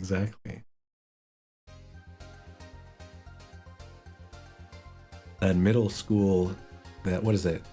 Junior high energy. By the way, I'm curious, do you guys say junior high or middle school? Because I've always said middle school because that's how I was taught, but when I moved to Texas, I found out they say junior high more than anything. Okay, middle school. I don't mind, I find them adorable as well. I love my mother. Oh, very wholesome. It's getting me in the festive mood. Okay, I'm not the only one who was taught to say middle school. Yeah. You know, because it's the school between elementary and high school. Middle school here, and I'm from Maryland. Okay, middle school. Yeah, I was raised in California, and then they say middle school there. And then I moved to Texas, and they say junior high. And I was like, what? Why do you guys say junior high so much? You guys don't call it middle school, 7th and 8th grade?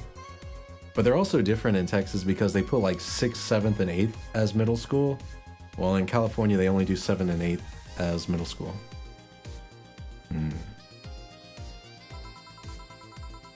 It's a show. It just so happens to use fights as an expression. You know, wrestling is cool. Like, John Cena, man. When he was doing wrestling, instead of like what he's doing now, living in Beijing, he was so much cooler. So much cooler. I remember when John Cena was like, "You can't see me." He had such good lines. Oh man. You might as well see it as a unique form of theater. Besides, considering the injuries many wrestlers suffer, it's not all fake. That's true. Most wrestlers, they get super, like, the slams are real. Just because you break the fall when you land on someone doesn't mean, like, your elbows and knees don't take the beating. So, yeah, it's pretty real. I know a lot of wrestlers who have had issues with, pain medication addictions and things like that. Huh. I didn't think about it that way. Come on, Jill. The wrestling... It's hard on the wrestlers. Especially, like, when they're doing crazy dynamic moves.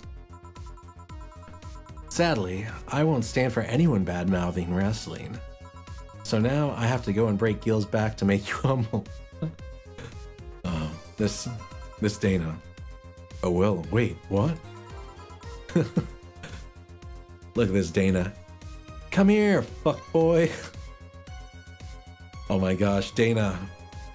Dana, you're deranged. You're gonna break Gillian's back? Does that mean what I think it's gonna mean? The only real fake thing about wrestling is that the outcomes are predetermined. Falling on the mat hurts so much. Yeah, man. I walked on a wrestling match once, like for a meet and greet thing, and dude, that thing's hard. Those are not like gym mats or like jujitsu mats or things like that where it's like squishy foam. Like, yes, the stage gives a little bit, but it's hard. It's like landing on wood, basically. And you realize the guy is like, what, 200 and something pounds?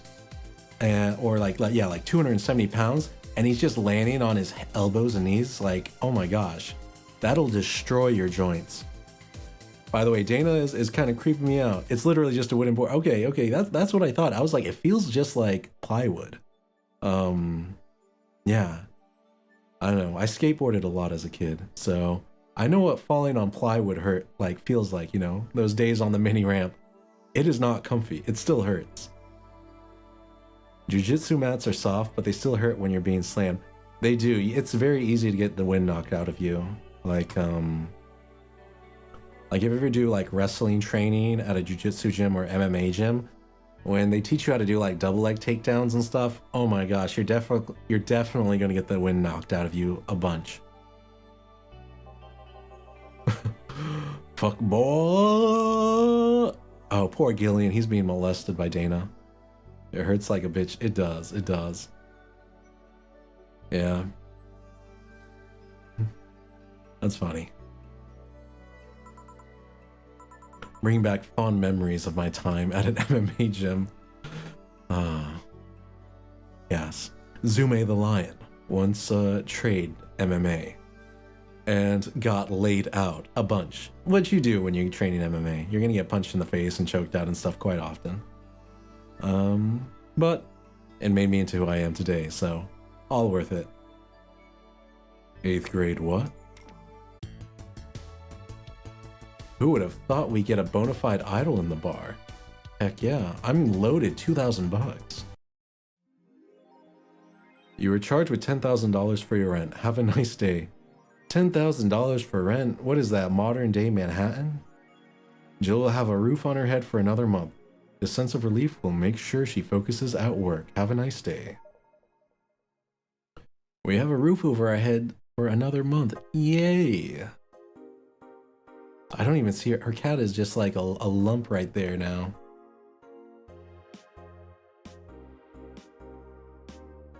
Alright, we'll read the daily news.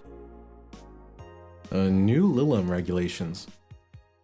The current regulations preventing Lilim from looking too human have been working well so far. But Glitch City's government is planning to create even more new laws, so as to enforce robot-like features among the Lilim in a bid to reduce identity theft? Glitch City, the first nation to adopt the current standard in artificial intelligence and robotics, was the first to allow robots into normal society, quickly giving them necessary rights so as to sustain a long-term experiment about their role in human evolution. What, giving them, like, the experiment was giving robots human rights? Interesting. Unfortunately, the first year saw numerous reports of identity theft, resulting in the need for more stringent measures. It is unknown what kind of laws we'll have in the future regarding their existence. Huh. You know, robot identity theft. I think ChatGPT could do it nowadays, you know? Man, that'll be terrifying. The day that an AI can like copy your voice and everything and just replicate all your mannerisms and speech patterns and convince like a bank that they're you. Oh my gosh. After the Great Earthquake, salvage agents are the new rage. The Great Earthquake that sank large portions of the world 5 years ago also created an unexpected new profession. salvage agents. Summer Aki is one of these salvagers, and she shares her experience with the augmented eye. Seeing big cities like Tokyo and places like Caracas several kilometers below the... Oh no, Tokyo's under the ocean surface. That's something that gets to you, you know? Millions lived there before the Great Earthquake, and it's on me to retrieve their memories, their lives. Aki is now working to retrieve items from a research facility in the Tanegashima Island in Japan. Grand Slam Fighters crowns a new heavyweight champion. Glitch City's most popular pro wrestling promotion crowned a new heavyweight champion yesterday, with Giant Yusuke taking the gold from fellow Japanese wrestler Justin Liger. Justin Liger? After previous champion 66 American Kid was forced to relinquish the title due to a head injury, GCF decided to hold a tournament to find a new title award holder. The match ended after an epic 30-minute bout, with Giant Yusuke applying a massive German suplex for the 3 count. During an interview with AE, Giant Yusuke told us through a translator that he's waiting for 66 American Kid to recover. I won't rest until I beat him clean. Nice. Ooh, let's hear a Miki blog. Did I already... Okay, yeah. This is the new one. Valhalla. Oh my gosh, I bet the the bar is gonna get super busy because an idol posted about it on our blog. The name sounds silly and a bit hard to pronounce. Good thing it's actually called Valhalla. The funny numbers and letters are just a code. Anyway, I visited this cute and small bar downtown twice after getting lost for a bit. I think the area was called Neon District. At first, it was a bit scary because I forgot my way back, but once I got in there, I felt really safe and at home. The bartenders are a bunch of sweethearts, and the boss was such a class act. I even took a photo with her and sent a video to her little sister. I look forward to visiting again. The drinks were very tasty, even though they weren't made of real alcohol. Okay. That was like a slight dig, but we'll take it.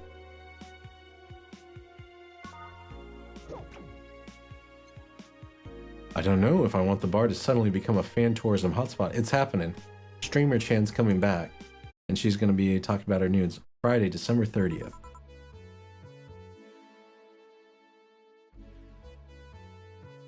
All right. Good evening. Gil, are you humming Shine Spark? Ah, hey Jill. Are you okay? Are you in love, maybe? Nothing of the sort. I'm fine. Right. No, seriously. Did you fuck?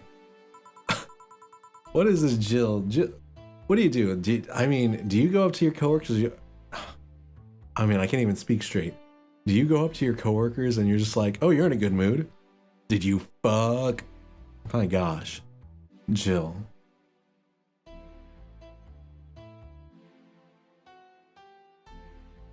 Men only get so happy after they fucked. That's not... Oh my god, you totally fucked. Oh my gosh. We do get a certain look in our eyes, yes. I call it the post-nut clarity. The relief of stress on our souls. Was it Alma? Did you have 7 minutes in heaven with her? No, I didn't. In any case, congratulations. I haven't seen you this happy since, well, never. Hello, Jill. This is for you, Gil. And this is... a copy of Sunshine Stone. You've been humming that shit non-stop, so here you go. Thanks, I guess. It's also a congratulatory gift. For what? Don't play dumb. You totally just got some. When even your boss is like, oh yeah, you got laid. Yeah, we could tell. And they both think it's Alma. Oh my gosh. It was Titty Hacker, right? You always had your eyes on her. I sent her a message. She'll confirm if she did the dirty with him or not. Let me know. Right. Oh my gosh, Gil got with almond. Very nice. I'll be back in my office then. Anyway. What is that? What is that? You know, that twinkle in his eye. Time to mix drinks and change lives. Betty. Deal. I can't believe you would name your robot like manservant Deal. Like, here's the deal. That's actually kind of funny. But $60 for a cup of noodles, that's a travesty. You're too happy and you are too mopey. What happened? I was right. Okay. That Laura girl was head over heels for him. I was right on the money. Betty was right, and that deserves a beer. And you? I'm fine. A Friday beer for a cheerful Betty. Okay, she only comes by on Fridays. Interesting. Alright, we'll get her a big beer since she's a regular. You know, you gotta hook your regulars up.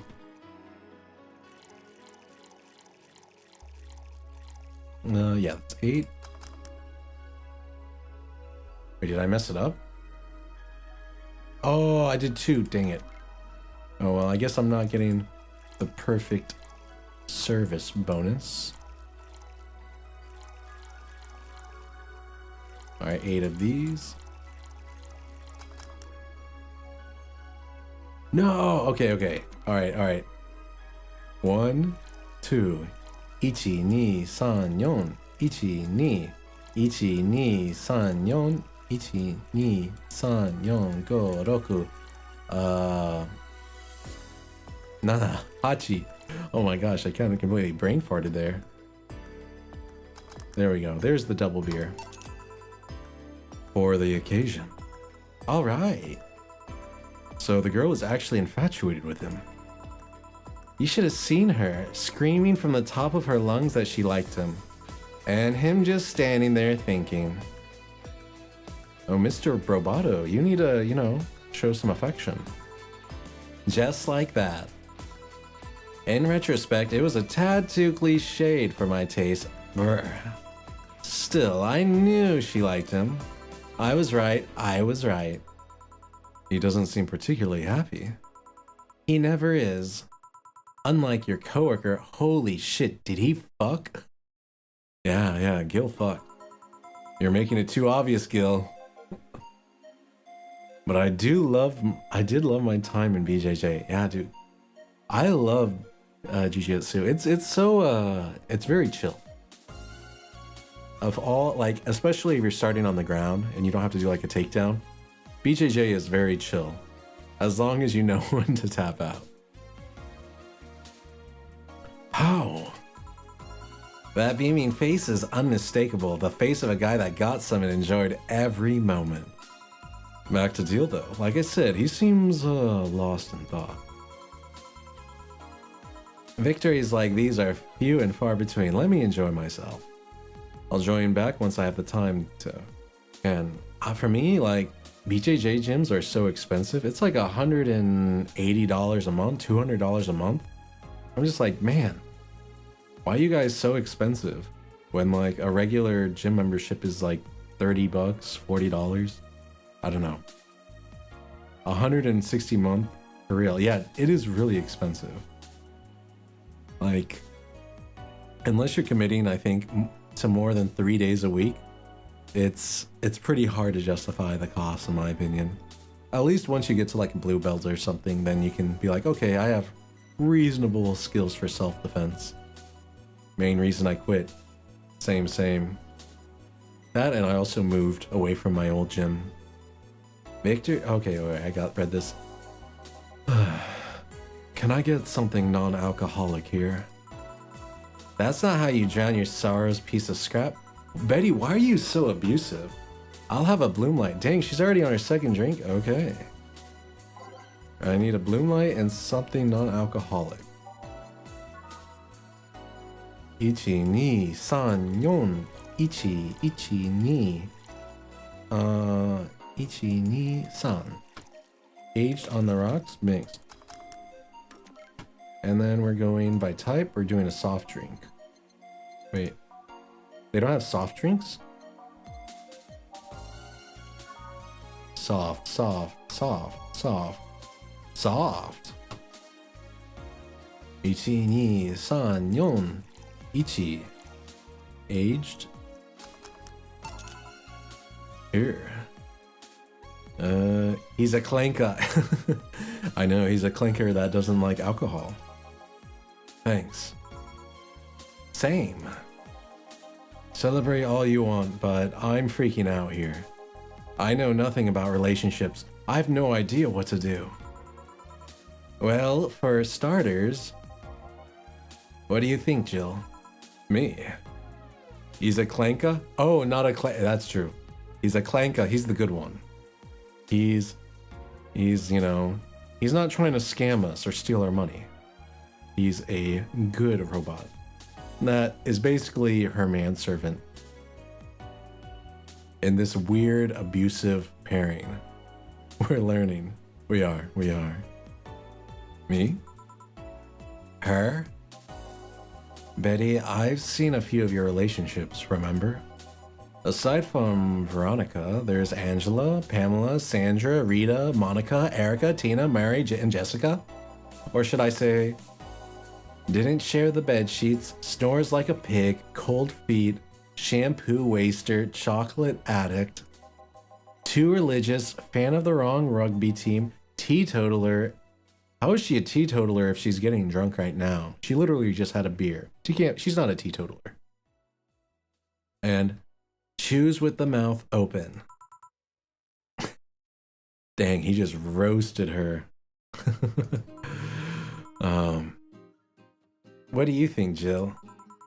You must be quite the heartbreaker to have so many relationships in a short period of time. I mean, about piece of scrap situation. My clanka. Yes. And thank you. I'm not the right person for this. Gil? He's still on fucking cloud 9. My boy Gil. You did it. You scored.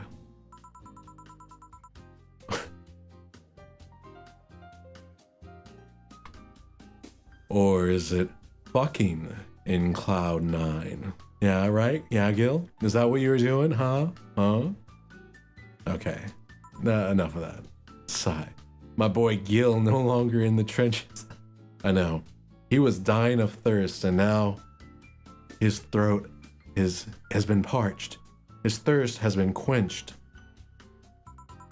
For starters, how do you feel about her? I don't know. I don't know her that well. You could start there. Ask her out sometime, get to know her. Maybe she'll change her mind. Maybe you'll change yours. He's now drowning in it. He's in the thick of it. In the end, you lose nothing by... What? I'm just realizing I'm giving love advice to a Lilum. So I don't know how to... Well, it applies to you. These things are human and all but organs nowadays anyways. Even if that's the case, it's interesting that she felt that way towards him. Why wouldn't she? This fella is a good catch if I do say so myself. Betty, are you effing your robot servant? Are you taking advantage of him? And like I said, humans and all but organs. I don't like how you said that, Betty. I know. You've surely encountered Lilum that you sometimes forget are not humans. Well... We live in weird times, but hey, that only makes them more interesting. It's odd going to other cities and not seeing the same integration of Lilum, though. Well, Glitch City is pretty much the cradle of social experiments involving Lilum integration, so... Betty, I'm beating your ass. Like, I know, she's like, Alright, this music. Okay, better. Anyway. Just try to get to know her, you'll find out how you feel afterwards. Deal is a victim. He is. Look at that face. Does he look amused? That's the face of an abuser right there. All 500 pixels.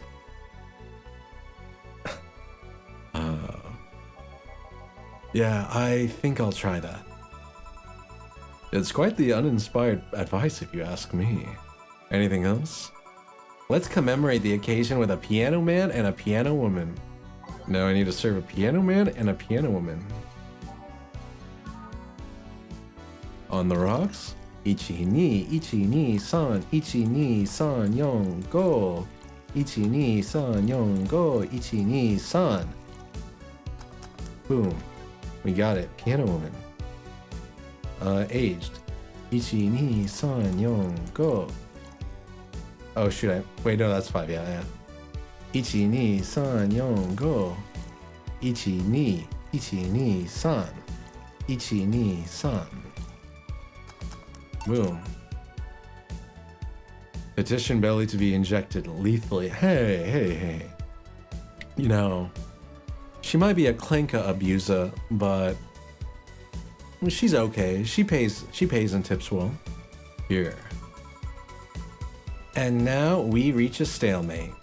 I'd normally take the piano man, but I feel there's a symbolic value in taking the woman. Oh, look at her pouty face. Why order like that then? Oh, look how flustered she is. She's got, you know. I hate Laura. Oh, seems like she has a crush on her. You what? She's gonna take you away from me. You're my piece of scrap, not hers. You're mine. Oh, okay, she tips well. She's very possessive. Yeah, she's like, you're my servant. No. You know, he's just, you know, he's just her boy toy. So she's a tsundere. Yeah, she's a little tsundere. Betty, you don't own me. Besides, I can't for the life of me leave you alone. Oh, that's a little flirtatious, I think. I feel like the moment I let you out of my sight, you'll just crash. That's not a laughing matter. You need someone making sure you aren't kicking people. That's not normal, you know. Besides, it's not like I have something with her yet. You're right. So you won't leave me? I'd worry myself sick if I left you to your own devices, honestly. We should leave now. Oh yeah. Why is the bartender saying like, oh yeah, you definitely should leave now. Yeah, you're not welcome here anymore. Okay, that's not what she's doing. We're holding a small New Year's party tomorrow. I don't know if you want to come. We'll come. Are you sure? We will. Fine. We'll be here, Jill. Anyway, see you then. Bye, Bill. Please, come again. I keep forgetting a friend of mine calls me a tsundere too. Oh, Koi's a little tsundere. Oh, you're like a little makise kurisu. A little tsundere. Alright, I will pour another little bit of cognac.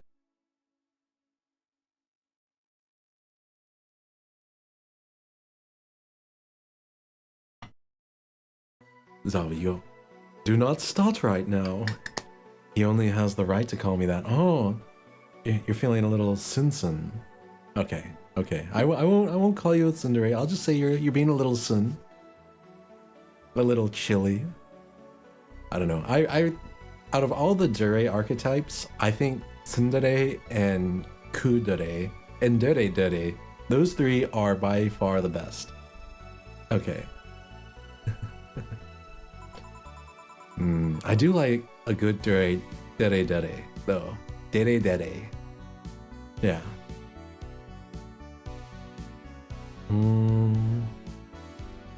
Oh my gosh, I gotta do Streaming Chan's voice again. You guys remember this bar, right? Well, shit. Gil, I'm out.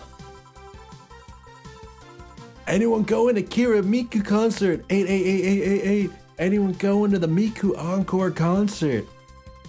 Not so fast, Miss Lena Smithy, if that's your real name. Did I miss bad time? Anime was a mistake.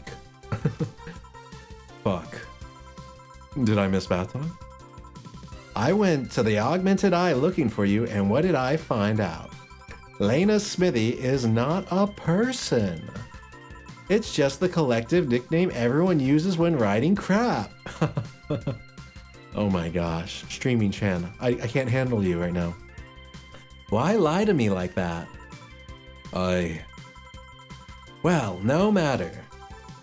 Yeah, I actually fit the Tsundere thing. Holy shit. The self-realization dawns on you. You're like, wait, I'm icy cold, and then I'm warm, and then I'm cold, and then I'm warm. I need time to reflect. It's okay. You know, everyone likes a good tsundere. It's like one of the most favored archetypes for a reason.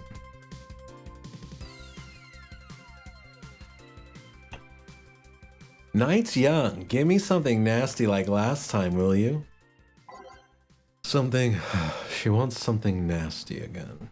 Alright, we're giving her a fedora with plum perfume. Or should we just give her straight rum? What do you think would be, like, more disgusting to an e-girl? Like, a weird cocktail or straight liquor?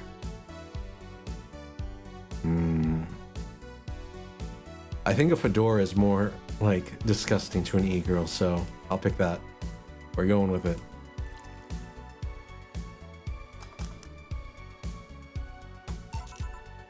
Here.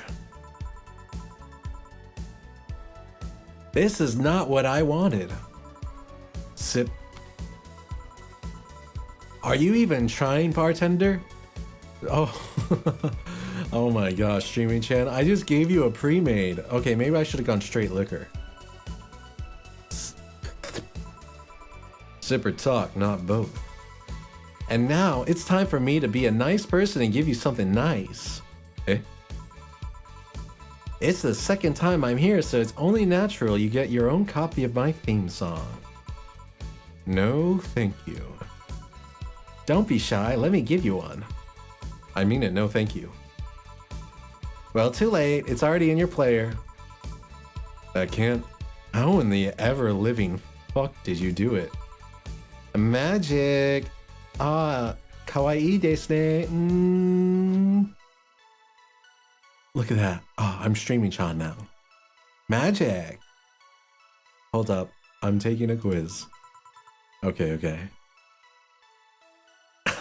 To figure out if you are truly Sunsun.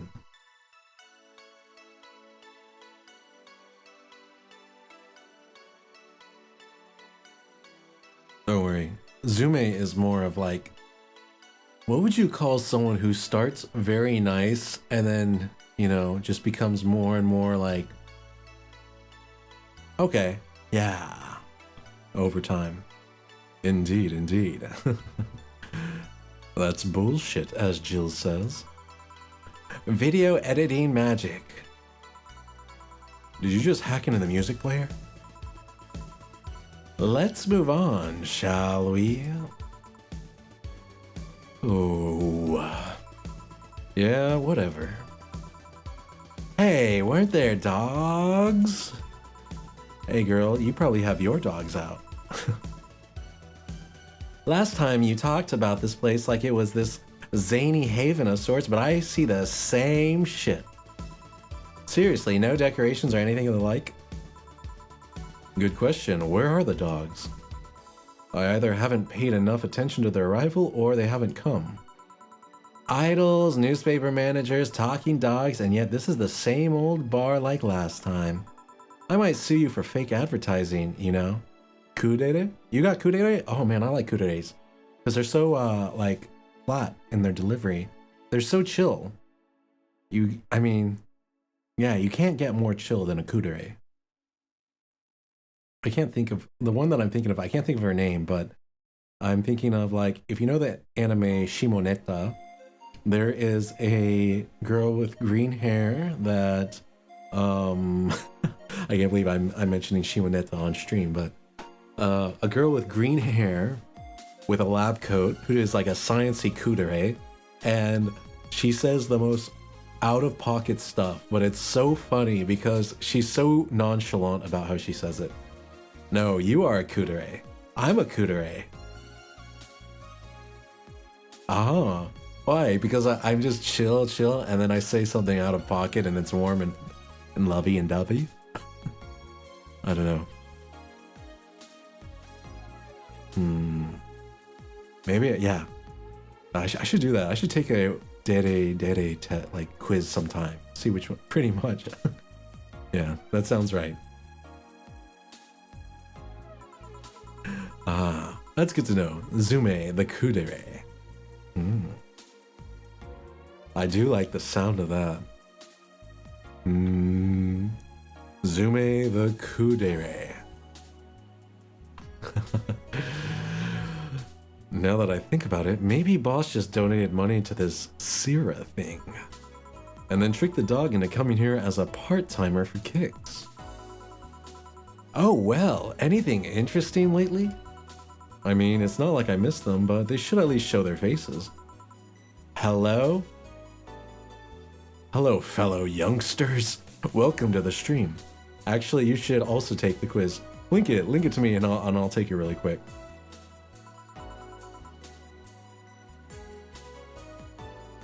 Sorry, what did you say? I was asking if there were any news stories. Okay, bet. Nice. This is not a newspaper, you know? Nor is it a crazy stories on demand streaming service. And look, every time she appears, no signal. It's a hack. It's a hacker. 100%. That's a big fat lie and you know it. Shut up. But I said nothing. I meant, so shut that idea up.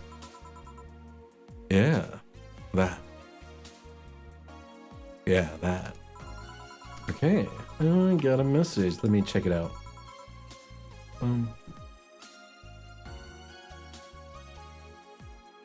Okay, which dere I am? Visit site. Enter my name, Zume. By Black 60 Dragon. Why 60? Okay, let's see this. Are you open about your crush? Yes, I am always open about my feelings and always tell them how I feel. No. Yes, I constantly shower them with love, maybe even too much love, but I just love them. No. Only after I get closer to them and feel more comfortable.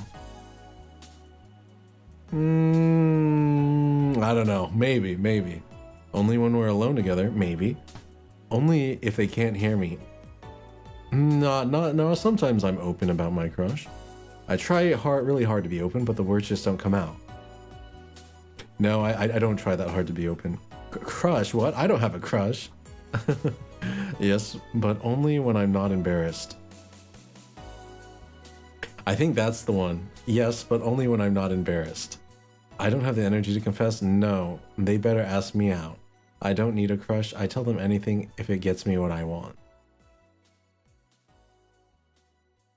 Yeah, I guess I would say I am only open about my crush when I don't feel like I'm gonna be, you know, I'm in a kind of safe space. Like if I'm with my friends and people I know who aren't gonna leak it, then I'll be open about it. But I'm not gonna be like saying it out in public or something like that, or where they can hear me or anything like that. So yeah, only when I'm not gonna be embarrassed. Your crush suddenly gives you a kiss on the cheek in public. How do you react? I kiss them back, of course. I start blushing like crazy and fawning. Oh man, what would I do? I'd probably be shocked. Like if it just came out of nowhere, you know, and I would be very confused, probably. I scream in joy at the top of my lungs. No. I start blushing but accept it openly. That might be it. I start rubbing against them and purring. Oh, that might be the lion in me coming out, but maybe.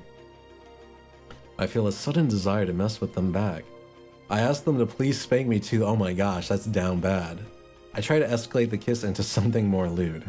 I politely tell them to please wait until we're alone in private. No. Why is the room suddenly spinning? I call them a dummy and run away flustered. I become embarrassed and accidentally punch them. Yeah, that's right. They better kiss me. I start crying from happiness. I don't react. No, I have this ad. I don't react, but how do I get rid of it? I guess this has something to do with indifferent?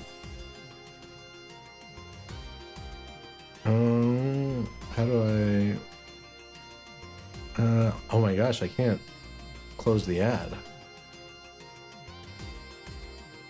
It's blocking like half of it. Hold on, let me refresh that one.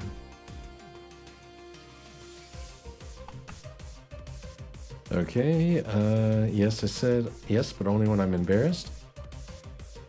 Next one, I don't react, but internally I'm blushing. Okay, that would be me. Kisses are a waste of time. How dare they touch me? Blah, blah. Okay, yeah, I don't react, but internally I'm blushing. Did it take you a long time to warm up to your crush? I mean, if they're my crush, wouldn't that just be immediate? It was straight away, but I was too shy to approach them. Probably that one. I didn't think anyone would like someone like me, so I didn't try. Ooh, that one's cold. It only took so long because they didn't notice my feelings sooner. It was a very slow process, but now I'm head over heels for them. I'm not really good at showing my emotions or communicating my feelings, so it took a long time. No, I'm pretty straightforward when I want to be. It's more, I tend to be very shy. What is it? Finger right, finger left, pointing together. Quick, someone is picking on your crush. What do you do? Depends on the crush. If they're the strong type, then they're gonna fight their own battle and they might get offended if I intervene. But if they're more of like the daintier type, then I clearly intervene. I will quickly go over to my crush and act like we have plans to get them away from the situation. I will quietly go to tell someone who could help my crush. I will start crying because I'm helpless and okay, that's awful. I will immediately start yelling at the person who is picking on my crush from across the room. I will try to cause a distraction. I will go over to help my crush immediately, but I will pretend I did it for another reason. I will hiss at the person. No, helping my crush is such a pain, but I'll do it. If anyone picks on my crush, I'll kick their butt. I will help my crush immediately if they agree to buy me gifts. Okay, I'll kill them. I will start laughing in disgust and think about how just absolutely pathetic my crush is. Okay, that would, okay.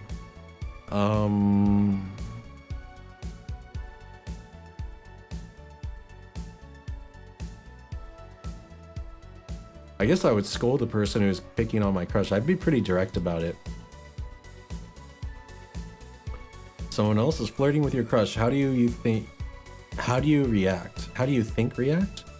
I'll try even harder, win my crush over. I'm be devastated, of course, but as long as my crush is happy, I'm happy. I tease my crush about having a girlfriend, boyfriend. I'd go home and cry myself to sleep. I get upset and start calling my crush and the person they are flirting with.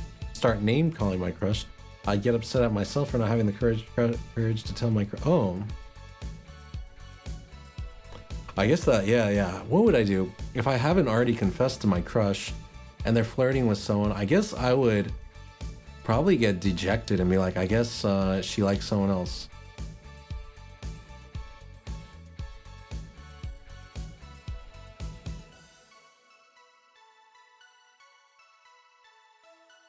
I'd be devastated, of course, but as long as my crush is happy, I'm happy. That's probably the most accurate one. Like, you know, you like the person, but if you haven't asked them out yet, then, and they're talking to someone else, then it kind of is like, I generally don't think I fit the Gundere criteria. Gundere. Which one is that one?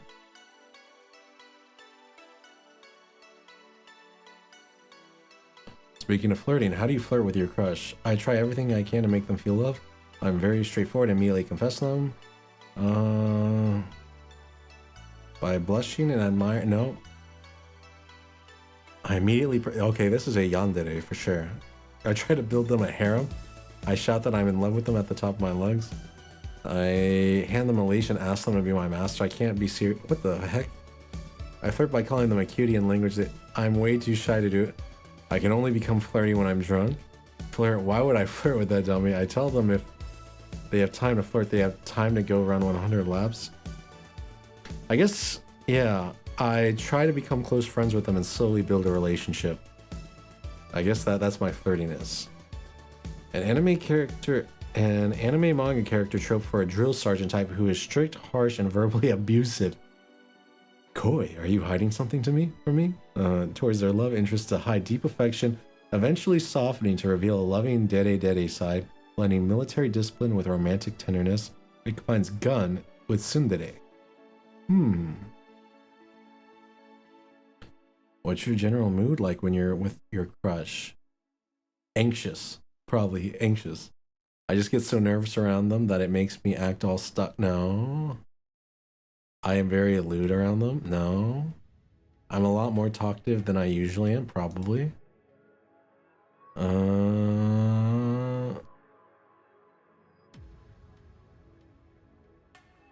Yeah, I probably would talk more if I'm around someone that I like.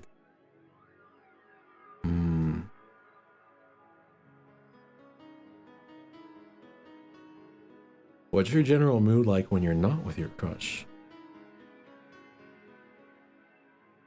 I don't know, pretty chill. I'm a very shy person and get nervous a lot. That's true. I'm a very carefree person who likes doing unusual things. That's also true. I spend my time meditating and trying to find inner peace. That's also true. Man, these are all pretty accurate. I'm a strict and serious person. No. I get very lewd thinking about what I'll do with my crush later. Definitely not. Depressed, crying nonstop. Oh my gosh. I guess I'm very quiet and just keep to myself, right?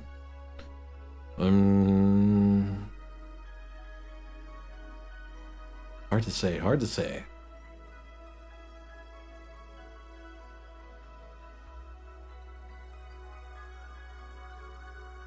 There's like multiple things. I'm a carefree person who likes doing unusual things. I'm a very shy person and get nervous a lot. I have a dignified presence and perfect manners. No, I don't have perfect manners, but I do have a dignified presence. I guess I'm very quiet and just keep to myself. That's kind of accurate. Wait, there's 20 of these questions? Okay, alright, I need to do them faster. I'm on 9. Would you say you've got a bit of a sharp tongue? Have you ever insulted my crush before? No. Only in a playful manner because I love seeing their cute reactions. That's probably it.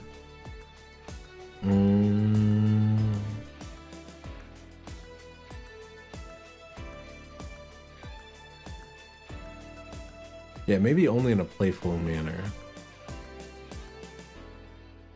Oh wait, I might call them out if they were doing something reckless, but never for any other reason. Yeah, that's probably it. In your relationship, would you say you're caring for and pampering your crush more, or are they pampering and caring for you more? I mean, I'm a lion. I mean, so my crush is definitely going to be pampering me a bit more. But it's even. We're doing different things for each other.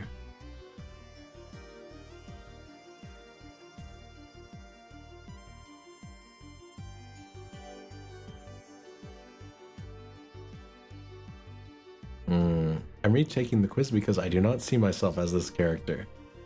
Alright, I like to act like I'm strong and independent person who doesn't need their help, but I really depend on them so much. No, I'm pretty independent as an individual.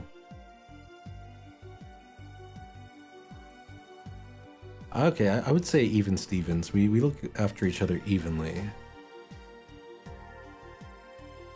Do you share your emotions with your crush? It depends. I mean, are we dating? Or we aren't dating yet? Oh. Man, I guess this is all pre-dating stuff, so it's not even a girlfriend. A crush, someone I like but I haven't actually asked out yet.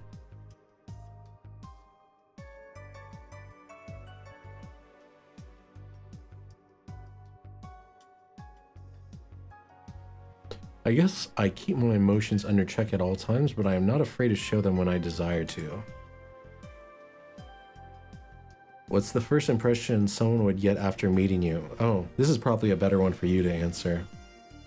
That I'm incredibly sweet and filled with love, that I'm kind and loving yet over the top, that I'm someone who is dignified and admired, that I'm peaceful, that I'm quite silly and not the smartest person, that I'm very eccentric, that I'm a very lewd person, that I don't like to have fun, that I'm quiet, that I'm extremely shy, that I'm easily embarrassed and not always honest with myself, that I'm fun and playful, that I only care about material things, that I'm emotionless and cold-hearted, that I'm kind yet... Man, there is way too... You're very soft and sweet. You're gentle. Okay, I'm not crazy. All right, let me do that one. That I'm soft and sweet. Thank you. Thank you, Koi. I appreciate that. I'm like a gummy bear then. Why do you spend time? Why do you like spending time with your crush so much? Well, when I'm with someone that I really like, I don't know, you get that warm and fuzzy feeling, and when you're around them, everything just feels more alive. You know what I mean? Like, yeah. You're welcome. Thank you.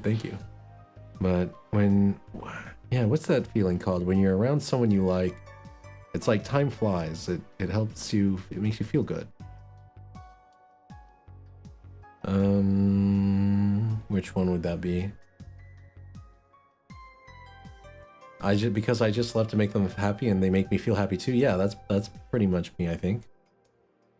Who made the first move, you or your crush? Historically? I'm thinking of my dating history.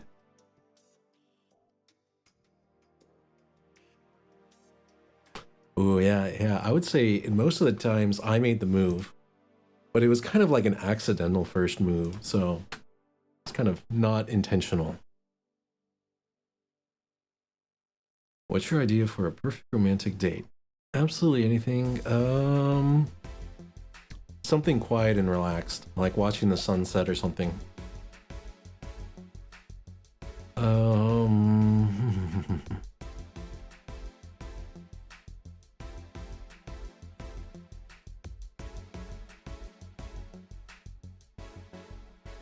I guess, yeah, something nice and quiet where I can be myself around them and act all lovey-dovey. Yeah.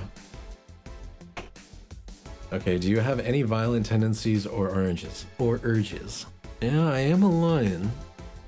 I have never even thought about doing something awful. That's not me. Couldn't be me. I sometimes accidentally hurt them. No, I never hurt anyone on accident or on purpose. No, I would, but I sometimes wish they'd hit me. No.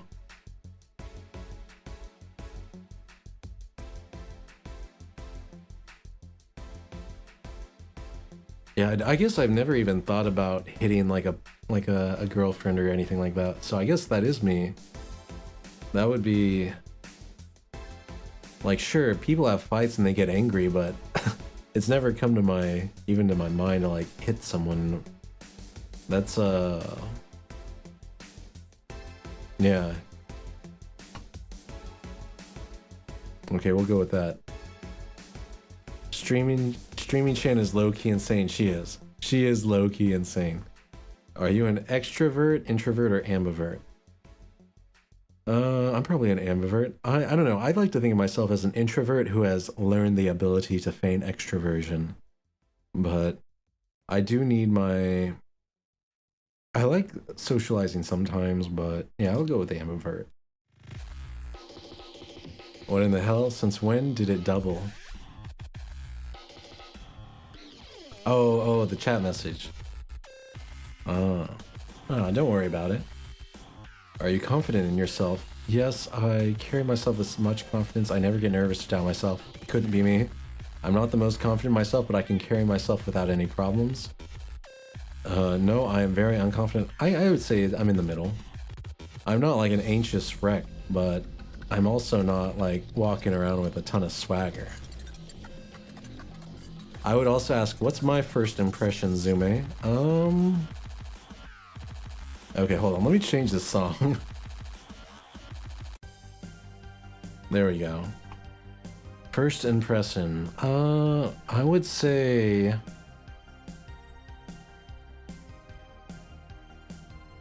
you're very warm, welcoming, observant, and curious. I don't know if that would helps you with the choice. So warm, welcoming, perceptive, and curious. Yeah. I know, now everyone wants to take the... Okay, let me link it to you, Faith. I'll Discord you.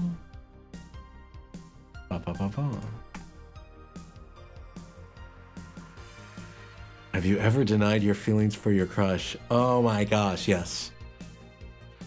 I only deny them if other people are looking because it's too embarrassing. Yes. Yes. That is the only time. If, you know, if someone, like, other than the crush calls me out on it, then I get really, really embarrassed. But I'm someone who's dignified and admired.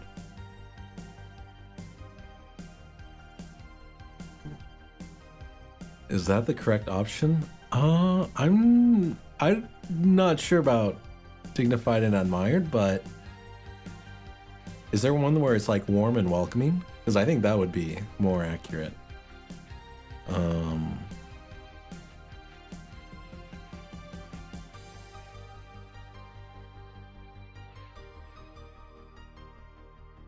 I think I know what door I am, but let's see. Yeah. We're all doing it.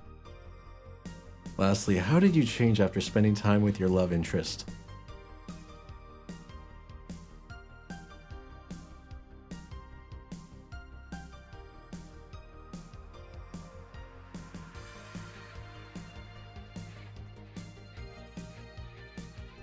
Oh my gosh. Oh my gosh, this gets really deep. I learned that I don't hate my Christian. I guess it's I learned that I shouldn't take advantage of their kindness or I may end up losing them. They devote themselves to me, so now it's time I devote myself to them. That's about it. That I'm incredibly sweet and filled with love. That's it. Yeah, that seems right. You're very kind as a person. You're not trying to do anything mean, at least from my perception. As a for you as a chatter, I am a Dere-tsun. I love you, you big dummy. You are a very sweet and loving person. You are the type of person who will act all cute and lovey-dovey with your crush most of the time, but you also have a more mature, stern side that won't hesitate to scold your crush when necessary. Whenever you suddenly get embarrassed or overwhelmed by them, you give your crush the cold treatment or deny that you like them. However, your cold act is just a temporary facade, and you will soon go back to being lovey-dovey with your crush again when you're not flustered. That sounds about right. Yeah, if I'm flustered, I'll try and like, hey, I don't like you that much. So I'm like a tsundere, but less tsuni and more dere. You should see me with my friend who calls me the tsundere. Okay. I didn't even know dere-tsun was one. Like, it's the opposite of a tsundere. More sweet than sometimes cold.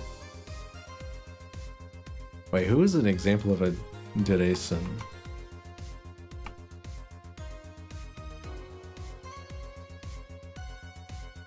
Ooh, they have gap moe? Interesting.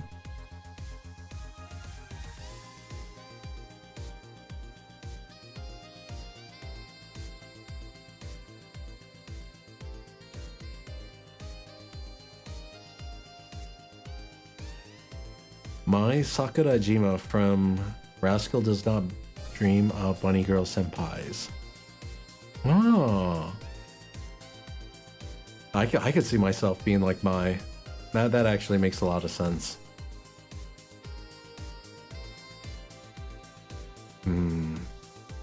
Alright, back to the game. I won't. Last time I came here, the viewership peaked for some reason, and I want to find out why. Okay, Streamer-chan. Maybe Pretty Boy over there could tell us the story of who he fucked. He's so distracted he won't even make a retort. Amazing. Gillian, that fuckboy. I guess there's something worth saying, bud. Then I want to hear it. Well, Kira Miki came yesterday again. You're shitting me. You expect me to believe she came all the way here again? Do you even have proof like the glass from last time? Well, if I may interject. You've been listening, boss? Retook the quiz, so what'd you get? What'd you get? You're a dendere. Ooh, which one is that one? Dendere. Who is emotionally quiet, shy, and reserved, often seemingly emotionless or aloof, Interesting. I could see that. I could see that. You do have a thing with facts. So I could definitely see, like, you know, being more shy and then using fun facts to open up and approach someone. You know what I mean? Hopefully I'm not off point. But shy. I prefer that over being an abusive mothersucker. Hey, the Gundere is not bad. It's just, you know, you're whipping your crush into shape, turning them into the perfect partner.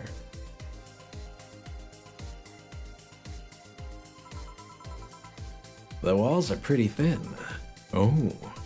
Anyway, she did. I even took a pic with her. She did what? Let's see it. Why? I try to make an appointment with her and she's always busy.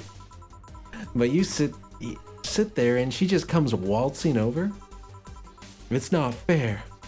Hey, if I knew how the hell stuff like that happened, I'd share my secrets. Yeah. I was just as baffled as you are right now. Yeah, but I bet you're not even that much of a fan anyway, are you? You're not wrong. Can you at least tell me how nice she was as a client?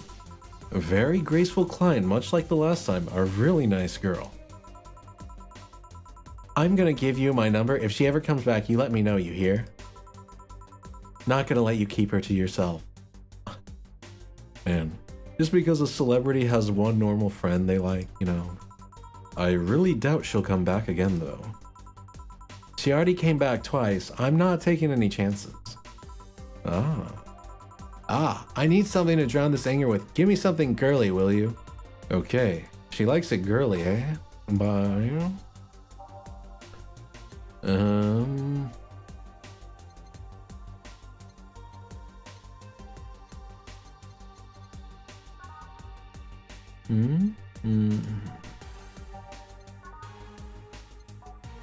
Let's get her the same drink that Miku asks for.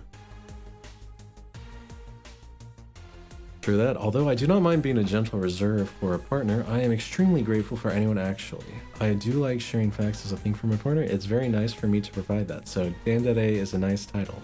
Either that or a Sun, like my friend calls me. I don't know, I feel like Sun, they're very cute as a character archetype in person, or I say in anime and things like that. But in person, a tsundere kind of just comes off as like a little bit catty and a little bit bitchy. Because like, if they're just like, you try to be nice to them and then they're like, what are you doing? You think I can't open the door for myself? Like if they're doing that stuff, then it can be a little off-putting. So I'd say you're probably more Dan today. All right, we'll go with the Sparkle Star. And we'll make it a big one because it's streaming chant and we want a good Yelp review.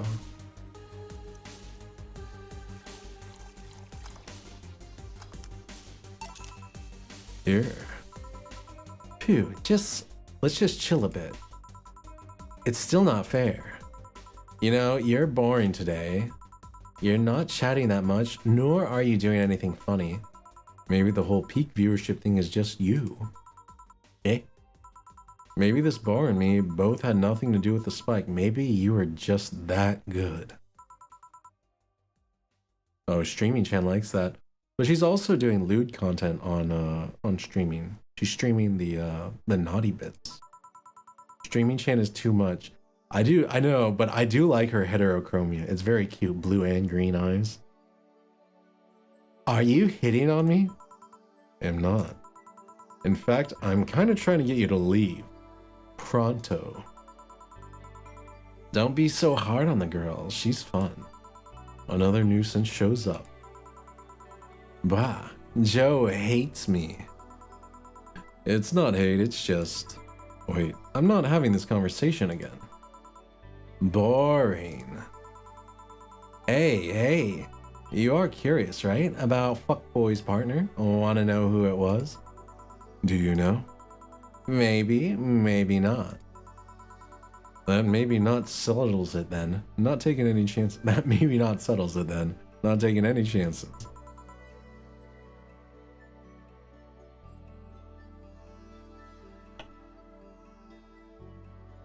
Oh, come on. Bartender, you're making lots of faces there. It's nothing really. Did the two bartenders break or something? Should I call the manager tech support? Hey Joe, inner and outer voice, remember? Fuck. What? Who fucked? Aside from that guy, I mean, man, I guess it's really easy to see a guy who just fucked. Say, you're oddly calm today. Well, I've been getting more sleep lately. That way, I don't feel like if I stop speaking, I'll die. Crash is one hell of a drug. And wouldn't you know, I can actually make it premium time if I go commando. Oh my gosh, she's... Wait. Is she just saying that she's not wearing underwear? Streaming Chan, why would you do that? Why would you say something so bold, yet what is it? You're so bold, yet so controversial. I will just walk away. I know. She's, I know. Yeah, I can't say that. I have had a homie once say that he goes commando. And I was like, wait, bro, are you going commando? And he's like, 24/7, yo. And I was like, okay, man.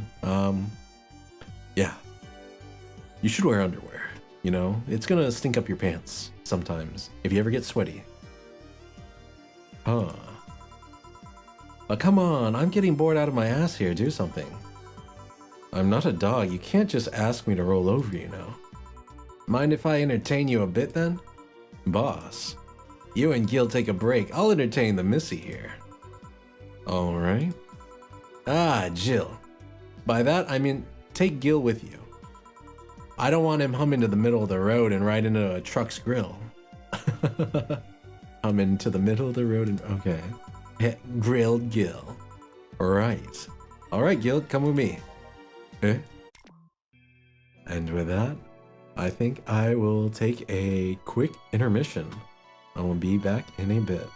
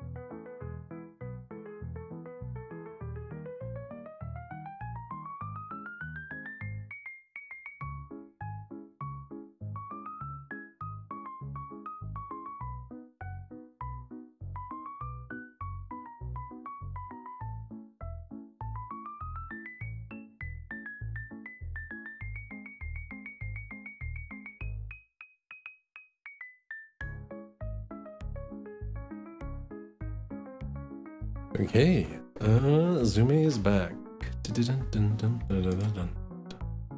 Me. Okay. Oh yes, save.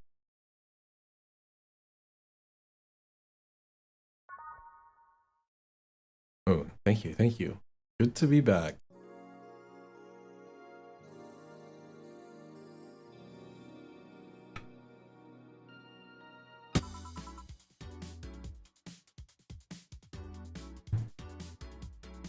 You want to buy some death sticks?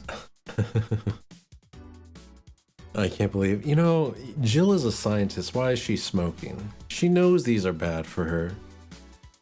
I can't harp on her. I've met a lot of scientists who smoke cigarettes, so yeah, that's pretty normal. Want one? No thanks, I don't smoke. Alright, I got a text from Alma. Boss, Alma and Gil didn't fuck. Well, that's a bummer. She's sending congratulations your way, though. Tell her I said thanks, I guess? So, who was the lucky girl? So was it a guy? I never thought you swung that way. Okay, Jill, okay, Jill. It wasn't a guy. So it was a girl, and you did fuck. I don't feel comfortable talking about that, you know? You don't make things easy for me, though. How so? I mean, you're pretty hard to get close to, you know? You never talk about yourself. You're talkative so long as it doesn't involve you directly. Teasing you is literally the only way I know to get to... Teasing you is literally the only way I know to get through to you. You make me sound like some weird loner. You are a weird loner. At least tell me if you enjoyed the night you spent with whoever it was. I did. What is the durée for, like, the loner durée? Isn't there a durée where it's like, they're like a loner, but they happen to, you know, they try to act like they're not really into it, but they are secretly. Good for you. Why are you humming Sunshine Stone? Why are you humming Sunshine Stone so much, though? Well, after that idol girl came yesterday again. Wait, did he hook up with the idol girl? I looked her up. I looked up her discography, and I can't stop humming or listening to them. Right. Oh god, you didn't fuck the idol girl, did you? No? Why would that be a problem, though? I don't know. I just feel... It just feel weird. Well, that's that for the break. Let's go back. I wonder who Gil fucked. Right. Oh, and Gil? Keep in mind what I said about opening up more. I mean it. That way we won't tease you so often. Listening to you say that has to be the weirdest thing I've heard this year. I'm back with results, and it's not what I expected. Faith. Were you a... Dede by chance? Dede's... Hey, we got the same one. We are both Dedeitsun. Zume and Faith. Both the, you know, lovey, chilly ones over here. We're mostly lovey, with a little bit of chilly. I know, didn't even try, just happened to happen. Shut up. Not you, of course, that was just Jill telling Jill to shut up. I wonder if Alma finds Gil attractive. I'm just a dandere. Hey, a dandere is not just a dandere. You know who is a dandere? Hinata from Naruto, and she literally marries the Hokage and has Boruto and everything. So, yeah. Basically, a dandere is a Hinata, and Hinata is very cute. See, I thought I would get tsundere. I mean, tsundere and dereitsun are basically like two spectrums of or two sides of the same coin, right? Like one is more chilly and then they can be sweet, and the other one is more sweet and then they could be chilly. So I like it. Oh, by the way, let me put what is that girl's name? Streamer Chan's theme song. Go Streaming Chan. Oh my gosh.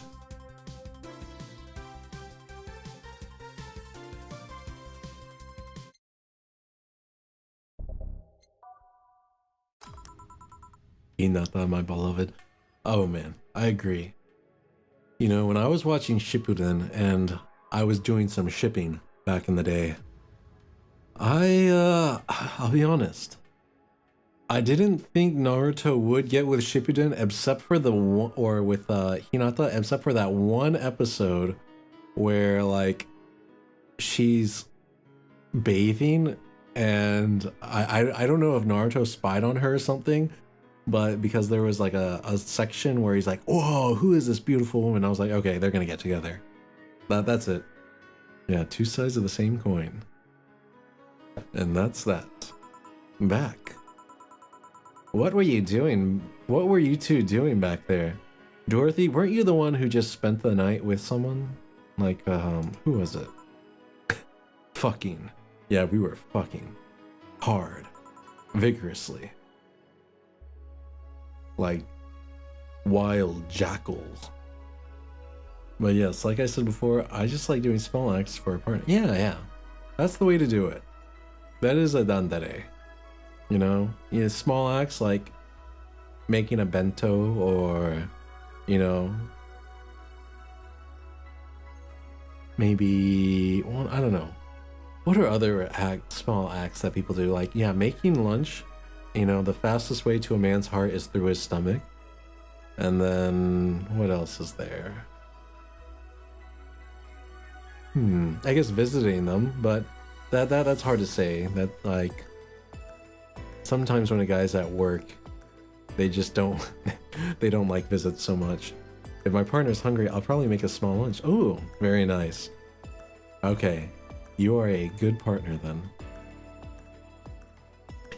I don't know, I'm thinking back, in Zume's past relationships, I typically did most of the cooking and a lot of the cleaning, and I don't know, I was kind of more of a house husband, without being an actual husband.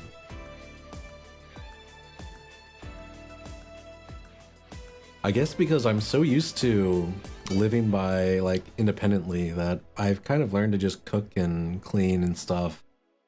And I usually cook kind of large meals, like meal prep. So I end up cooking for whoever I'm dating for as well. And they usually end up eating like really good food. Like, you know, curry and rice and, you know, fish and rice or spaghetti. Yeah, things like that. No, I'm emotionally detached or emotionally constipated. What is emotionally constipated? And I have to ask, if there's emotional constipation, is there emotional diarrhea? sorry. But I had to ask. It made me curious.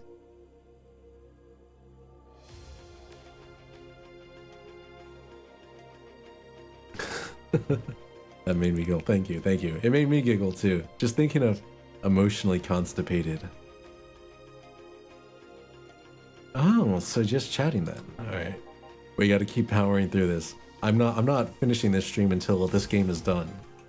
I promise it.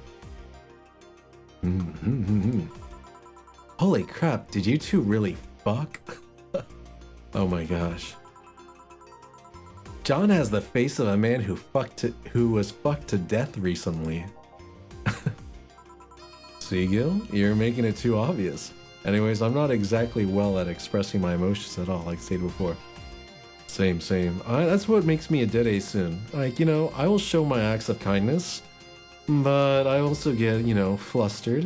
Yeah, and I don't know, in my past history, I tend to be pretty direct. And like, if I like you, I'm gonna be very direct and say that I like you.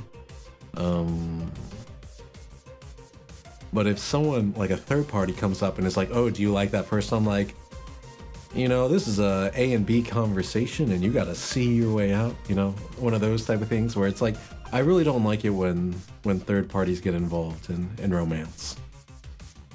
It's, I don't know, I feel like it creates too many unpredictable circumstances. Wow, it's your face, Gil. It just says like, I just got laid face. Apparently that's a thing. I didn't know it was a thing. But I guess men have a certain je ne sais quoi expression after they've gotten some. What will you have today? I'll have a gut punch. She literally changes drinks every single... What? Nothing. Betsuni. Dorothy wants a gut punch? Is the world... Yeah, that's what I'm saying. She literally changes drinks every single day. It's a manly drink.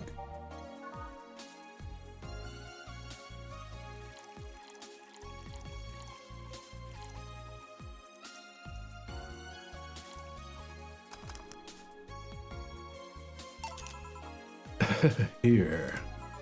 Stop looking at me like that. Sorry. Are you okay? It's weird for you to order something like that. Yeah, I'm just trying out stuff. Did you know Lilim tongues are designed to identify food using the chemical components? Our tongues are designed with the human ones in mind. For example, the first flavors that we detect are sour and bitter, just like you guys. I checked my personal specs and apparently my sensitivity is set to 1.2235x. What does that mean? So I will not exactly express my vulnerabilities. I won't exactly express why I'm mad or why I won't be able to make exactly tell what's on my mind. It takes me like 3 hours or 3 days. Okay, yeah, then I think the done today was accurate. I can imagine Hinata and Naruto, you know, having these like, will she, won't they, you know, yeah, you know what I mean. You know, especially when, you know, they got married and had kids. 3 kids. Oh my gosh. I just realized Boruto has like multiple sisters.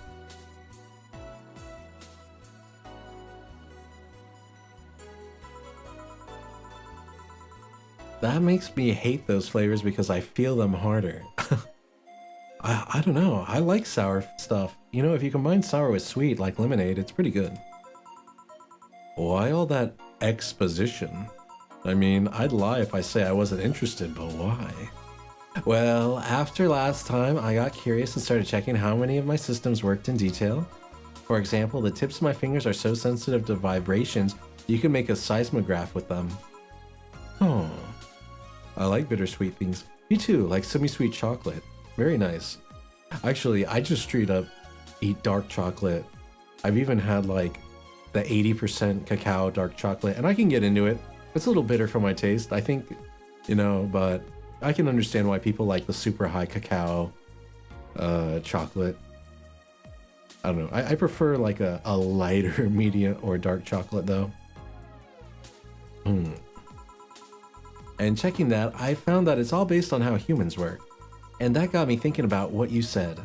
I mean, for my systems to work, humans had to understand how they work. And after all those discoveries, they're not any more or less artificial. Why should I be? I don't know, looking up all of that suddenly made me feel real. It was the opposite of what I felt last time. I felt like I'm here right now. Yeah, you're in the moment. Glad to hear that. That's nothing compared to one of my friend's tastes. I bought her 91% dark chocolate. She ate the whole thing up entirely. I bet she just, you know, she likes that chocolate high. Because I feel like the more chocolate or cacao percentage, the more you get that chocolate rush. You know what I mean? Like when you eat a chocolate bar and you're like, ooh, I feel pretty nice. She loves and yearns for it. She yearns for the dark cacao. And that reminds me when I bought cacao nibs. And I was like, ooh, this is just roasted like cacao seeds, right? It should be pretty good. But then I learned cacao nibs are so mild, like compared to real like cacao powder and chocolate, man, cacao nibs are mid. They're so mild. All right then. All right then. Let's try something sweet now. Something sweet. That's more like it. That's what she likes. Wait, she got angry when I gave her a moon blast. I don't know why. Let's give her a piano woman. She's a classy girl. She a courtesan. Okay, and 2 of these, 3 of these. 3. Is it? All aged and mixed. Wait, 5, 5, 2, 3, 3. Yes. Here. Ah, nice. To be honest, it's a bit surreal for me. What? I'm here talking to you and you're answering like any human would. You're even expressing happiness. I remember when I was a kid, I usually try to strike conversations with AIs. Ah, you know, Jill, she was into talking to Ani and Grok. Yeah. I just like milk chocolate and white chocolate. Oh, I love white chocolate. White chocolate is great. Milk chocolate is also good. Like, I guess they're different chocolates for different things. Like, white chocolate is super good combined with anything. It's just like, it's just good with everything. Milk chocolate is more versatile, while dark chocolate is like, there's only certain things you want to combine it with. Like, dark chocolate and cotton candy would be nasty, but white chocolate and cotton candy, that would be okay. It's very sweet, but it's extreme. Exactly. It's just like creamy and buttery goodness. I got some messages.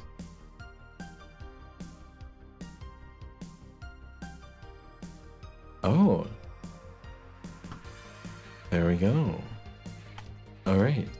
But after a bit, they just start looping through their built-in answers, repeating the same things over and over. Yes, AI can be disappointing sometimes like that. That always made me crash back into reality. When I think back to that, having such advanced AIs like you here right now, it's amazing. I don't know, it makes my inner child happy to see something she's always dreamt of. Grok is my goat, Loki.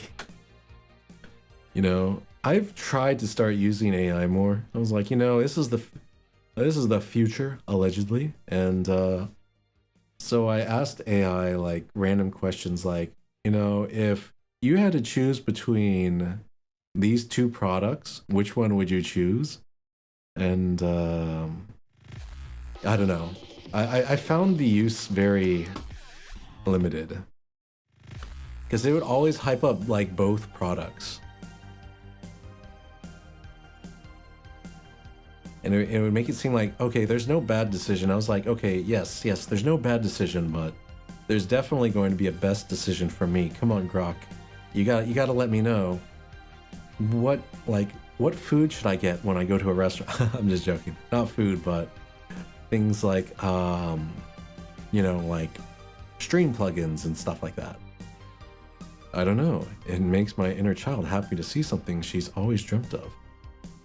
Oh, Jill is using inner child. That is some therapy speech. It helps when I feel particularly cynical. Okay, Jill, I'm very cynic. Ah, you flatter me. Besides, I've always thought about humans like nature's golem.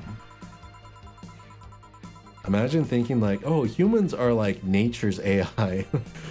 The method might have been different, but we too evolved from a more simple form ages ago. If Lila managed to create biological life years from now, it will all have come full circle. So what I should take from this is, you love me. Yeah, you love me. Don't overdo it. Anything else?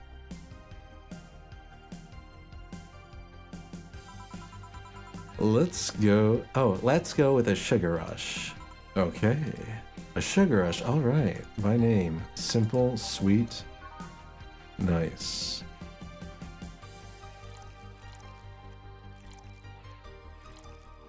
I just realized it doesn't matter how many of these alcohols I add when it's optional. Like one, it's just gonna be the same no matter what. I thought if I add more, they would get more drunk, but sadly not. Grok gives you statistics though, low-key. I mean, it can. I usually don't ask for statistics. So usually I'm just like, all right, I'm looking to achieve this. I have these two options. I know this is the pros and cons of this option. This is the pros and cons of that option. What do you think, Grok? What's your opinion? And then it usually ends up kind of like reflecting what I told it. And I'm like, okay, I'm basically in the same spot. F it, I'm just gonna go with my gut feeling. Here. I need to find hair products that use sodium. Ah. Like, what is it? There's a spray that I've used before. I think it's like a salt spray, like a sea salt spray that makes your hair look very surfery. As a guy, I have used that before, and it works very well. Even in doubt, my love for these is real. How romantic. Okay, no streaming Chan.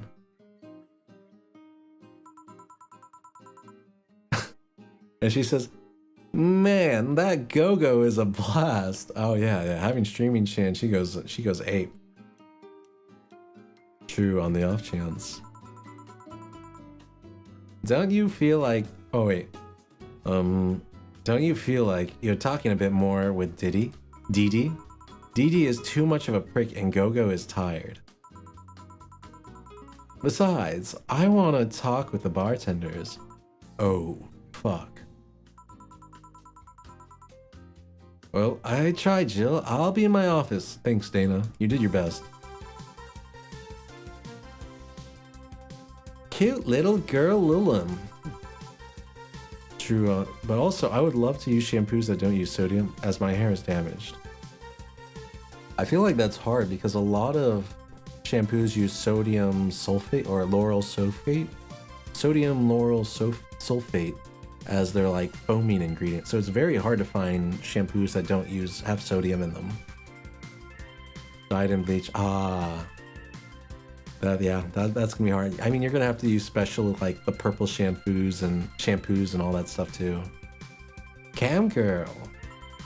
Oh, fiddlesticks.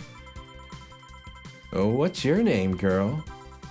I'm Dorothy Hayes, at your service. Do you come here often? Are you hitting on me? Gosh, Dorothy. Hey, Dorothy, I'm in the middle of a live stream. Do you want to participate? Sure, sounds fun. Oh my gosh. Streaming Chan and Dorothy are a perfect couple. Look at those eyes. Man, that guy wanted bath type really bad. Too much clothing. Okay, let's take a recommendation from you. What should I drink next? Try the Sugar Rush. Bartender, a Sugar Rush over here. Okay. Bartender. Sorry, what? Sugar Rush, please. Right. Sugar Rush. Again, alright, we're gonna make it a big one. Anime was a mistake. Yes, it was. But I love it, despite that.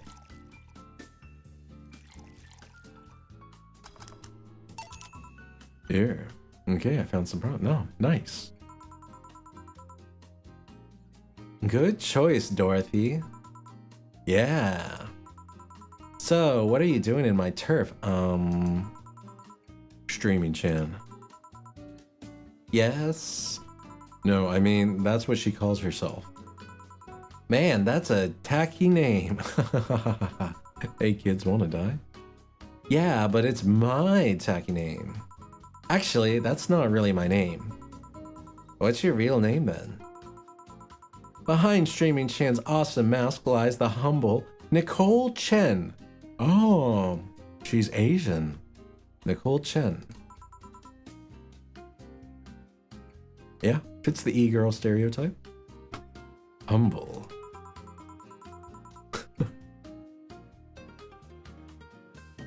Why not call yourself Streaming Chen? Streaming Chen, oh my gosh.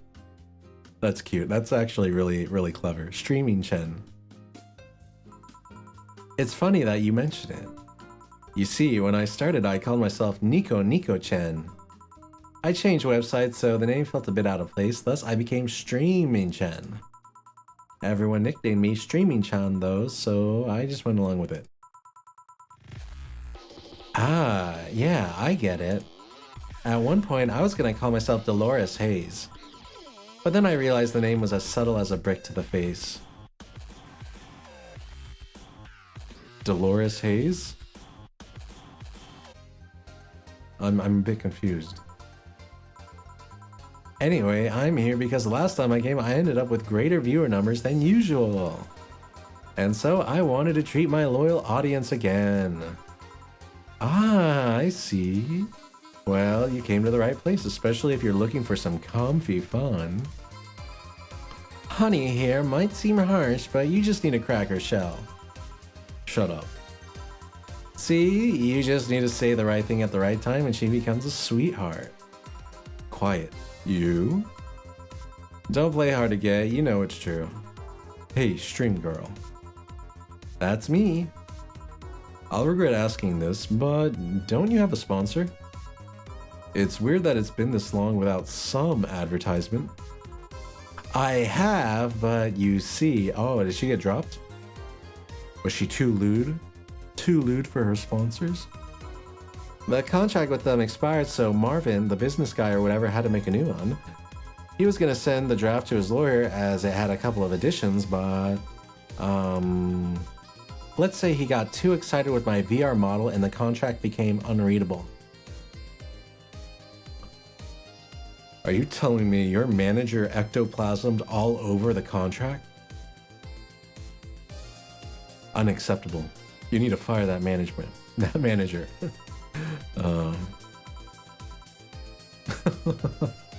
Oh my gosh, these two girls are perfect for each other. They're so lewd. So she used the contract to... Yep, he cut it into a pair of panties and rubbed it vigorously on his penis.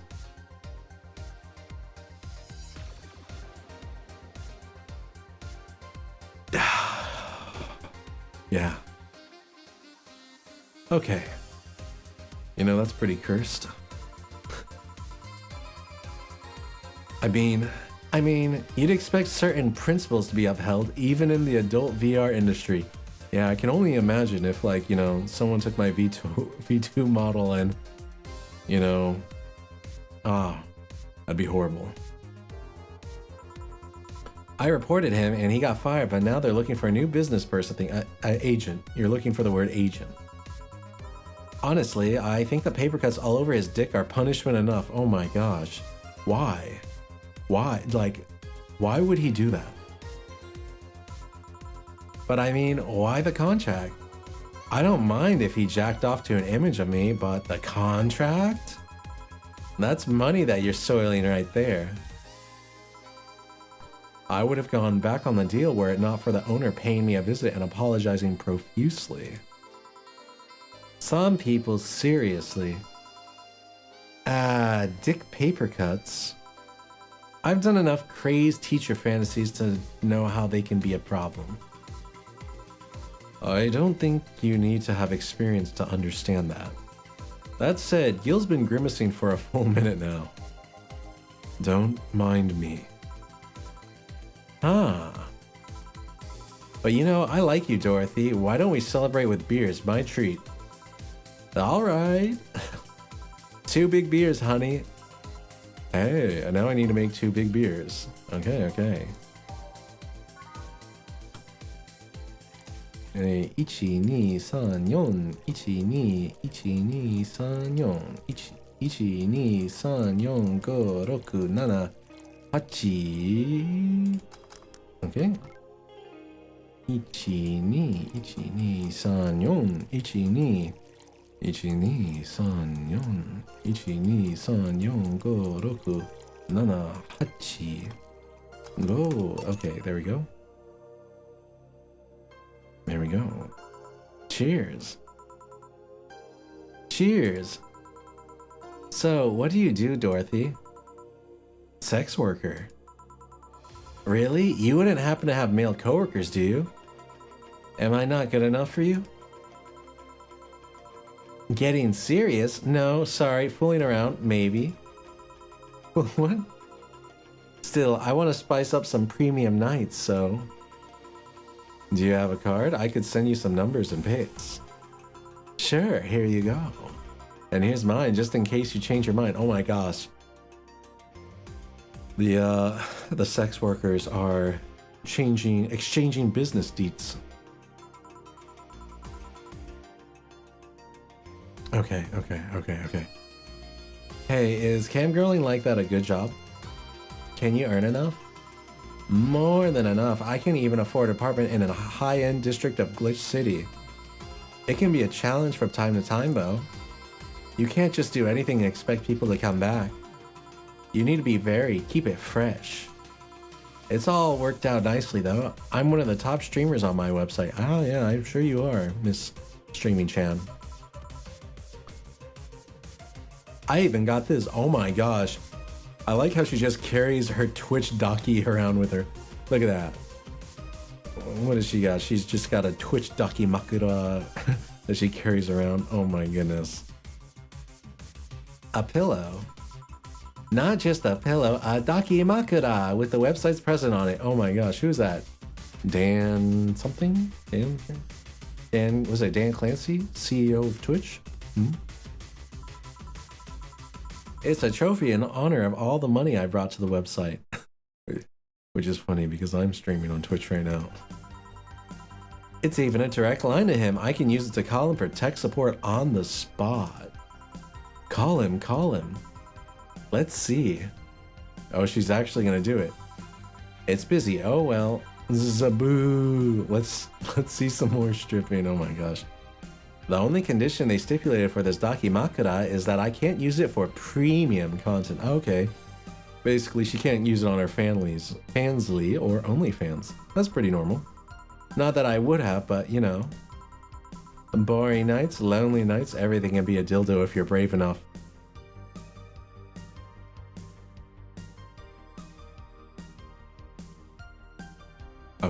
Okay. That was a facepalm.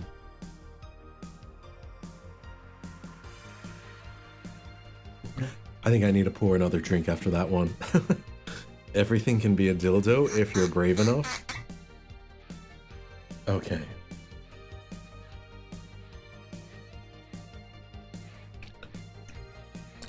I wonder, Miss Streaming Chan, would a pineapple require enough bravery?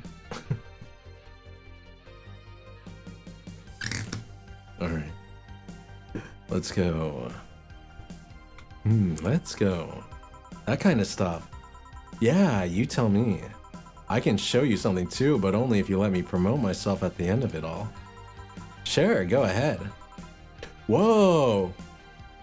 Dorothy has cat ears? That's new. Ta-chan!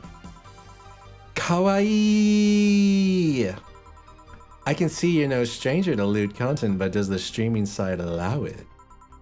Well, first they gave me the means to stream, but my website was different from theirs.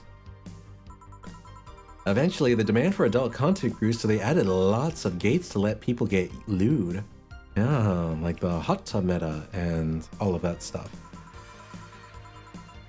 They created an age gate because of you. Yep. Oh my gosh.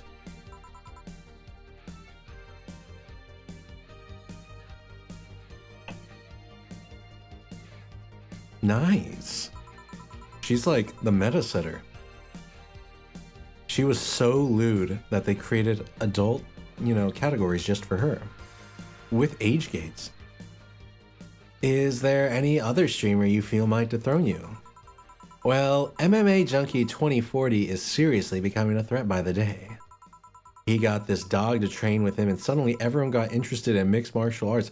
That's pretty based. You get a dog that can do like MMA, you teach it karate doggo. That's pretty cool. I wish him all the best, but he's crazy if he thinks he'll take away my spot. Sorry, Streaming Chan, but I would sub to, karate doggo over you any day. It's like, how many karate doggos are there? Oh yeah, that guy. He was better when he was fatter. He was better when he was fatter. Not only was it all the more funny, it was also more inspiring. And I'm not exactly a fan of dogs either. You know, Dorothy, you're 10 times cuter with the little cat, the robot cat ears. I gotta say, good upgrade. Well, it's been fun, Dorothy, but I gotta go. Mind if I stick with you for a bit? Oh, by all means, let's continue the escapade then. Sure. Bye, honey. See ya, honey. Honey, okay. Should I remind Dorothy that those ears of her are signal jammers? Ooh. Nah. I wonder if the stream looks distorted though. We're done, boss. Man, don't you feel oh my god, Mr. Fuckboy. Man, don't you just feel great? Were we in the same place? Here, Jill. What's this? A bonus. Today I got a taste of the kind of clients you deal with and keep it up. Yeah, I love you, Dana. Well, tomorrow is the big day, so get ready. That goes for both of you. Oh gosh. Either I'm getting old or that girl was too much even for me. Hey.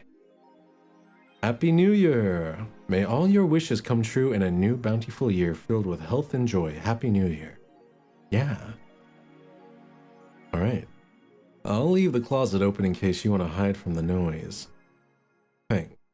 Yeah, but, you know, 4 is always just kind of lurking right here. We're still in the dark. And then, yeah, Jill's just on her iPad. Of course she is. She's addicted to that thing. Is there anything new? Thank you. Admin Chris. We wanted to stop the epic memeing for a while just to say thank you. Big thanks to each and every one of you who bought this game. Thank you for reaching up to this point into the game. Thank you for all your tweeting, all your questioning through Tumblr, all the emails, etc, etc. Even though we couldn't answer every single thing, we can't stress how much we appreciate all the messages we got. Thank you very much. The road was rocky, things weren't as smooth as we had hoped around the end of the development. We even had some people actively trying to sabotage our work, but like Big Match John, we beat the odds and kicked out at 2. Admin Fur. Okay, well thank you, Zume Games. I enjoyed playing your game. Admin Furfur. Thanks for reading through all of my nonsense. I hope it wasn't too heavy-handed. Hey, Furfur, if you're the one who's been writing, the Danger You post, good job, man. Tsukaban. Let's fill the world with badass cuties. Amen. Amen, brother. Thank you.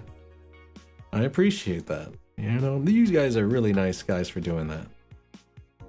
The augmented eye is down for main. Sorry for the inconvenience. Oh.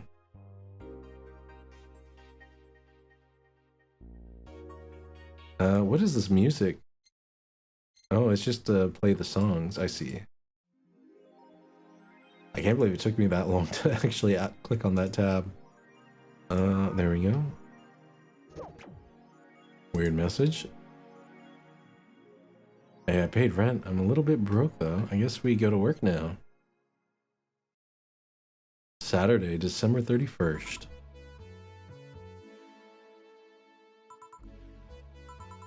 Well, let's see. Gil is in the back getting everything ready. I'll go grab some food I've ordered. They only agree to work on New Year's if I went to pick it up myself. Nice, Dana. Nice. Are you alright? I'm scared. Gabby will show up at any minute. Relax, everything will be alright, I can assure you of that. Drink something, maybe that will cheer you up. Maybe.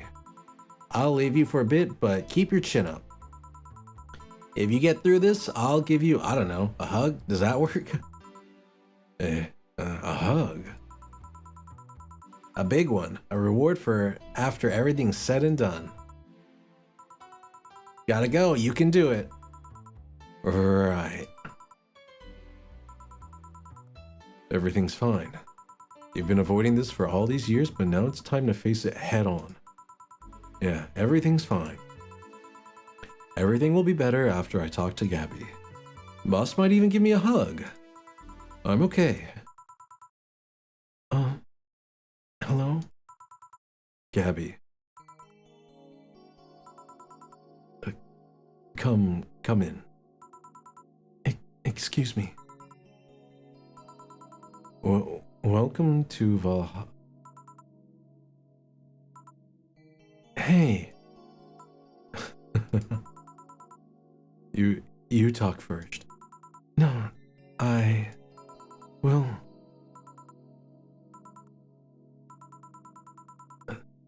Some days ago, I got a letter. And even odder than getting a letter is the fact that it was from your sister. Oh, what? My sister sent you a letter? That's the first I've heard of it. What did it say? I don't know. I never opened it. At least not until now. Huh? I figured I should read it with you. Yeah, let's do it. Let's read it. Alright then. Sorry. Just that?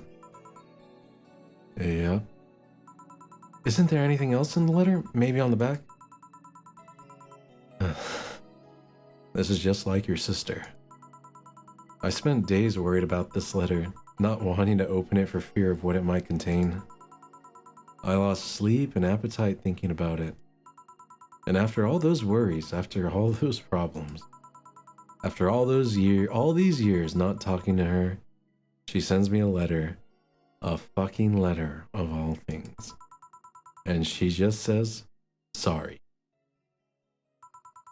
Sorry for what? For our fight? For not talking all these years? Yeah, Gabby's eyes kind of open. It's like, you're getting a little too uppity, Jill. Ugh. Now I'm fucking pissed. Are you laughing? Sorry, I just remembered all the times my sister provoked you that way. Like that time where she gave you chocolates labeled 1, 2, and 4 during Valentine's Day. And you were pissed about the lack of a 3. Or that time when you left an unopened beer bottle on the table and she sneakily opened it and took a sip. Devious. Devious. She didn't tell you she did it and you were confused all day long.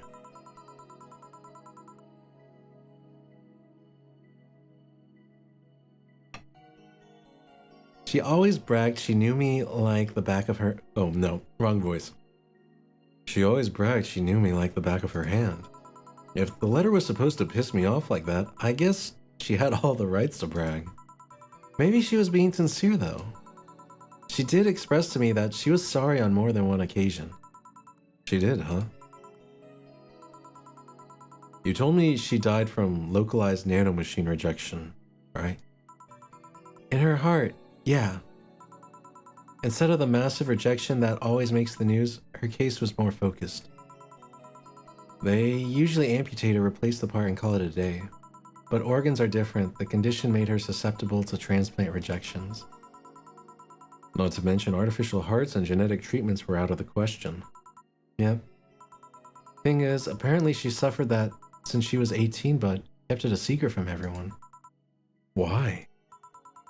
Hell if I know. I was angry to learn that she hid it. Why didn't she tell me? Was it to avoid worrying me? Was she ashamed? What was it? Wait, how did she live so normally then? She had to use a serum, shots near her heart every 3 days. Apparently the serum burns like hell. The shot even left her a nasty mark where she had to apply them. So the thing near her left breast wasn't a birthmark? Oh, saucy. And the rejection was what ended up killing her? The nanomachine rejection was what ended up killing her, but they couldn't find what made her so vulnerable. Doctor said she might have missed a shot, or the shots made her other defenses grow weaker. The condition could have just gone nuts out of nowhere, or maybe it was blood pressure. Oh, anything? Maybe it was a regular heart attack and the rejection acted afterwards. They don't know. She kept it a secret from everyone, so nobody knows. Maybe if she had told me about it, I could have helped her. Maybe she'd still be alive. You know, you gotta let go of that guilt. That survivor's guilt is gonna haunt you for the rest of your life, but you just gotta learn to live with it. Maybe she wouldn't have faced it alone instead of just dying in her sleep.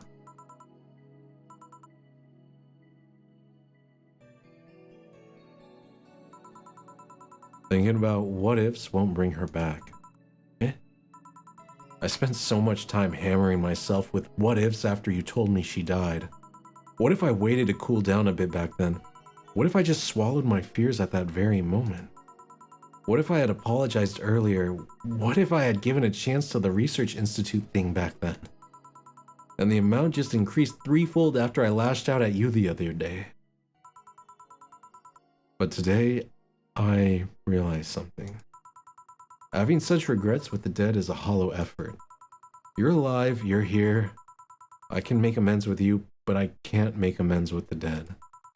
I can't apologize to her like I can apologize to you right now. Jill. Lenore, she's resting now. She's just resting after having that heart condition all these years. She didn't have to face it alone though. If she only... So let's celebrate her life and achievements. If we are to mourn, let's mourn her together. If we are to honor her, we'll do it together. Together. Lenore was a fun-loving person. The best we can do right now is try to lighten up, even if it's only for a moment. I need to ask though, did she really start to complain about chest pains shortly after I left? No. She didn't get visibly worse after you left or anything. Everything was actually too sudden. She did complain about chest pains from time to time, but that actually goes way back before you left. Back then, we thought it was just acid reflux or something. Oh my gosh. Gods, I even blamed her death on you. I was just too angry back then, and part of me just wanted to put the blame on someone or something. And you didn't deserve that. Sorry. Hey, I'm sorry too, you know. We both have things to apologize for. Don't think too much about it. I should have been mature and not shouted at you either, so... Let's just call all that water under the bridge, shall we? Are you sure? Of course I am. So, how did you find me exactly? Eh? Well, have you heard of a message board called Danger You? I have, yeah. Well, truth is that I visit it from time to time. And the other day I read a thread that discussed the bar. And the description of the bartender sounded just like you. Oh my gosh. Are you mad? No, not mad. More like dumbfounded. Hey Jill, can you tell me what the problem was back then? What sparked that fight? Weren't you happy with my sister? Well, back then, I didn't know what to do with myself after I graduated college. I went in and pretty much hated my last couple of years there. Preach, girl, preach. I feel you there. It's not far-fetched to think that I only tolerated being there because your sister was with me. Had she stopped supporting my studies, I would have quit right then and there. And then after graduating, I got a very good job offer that she accepted on my behalf in no time.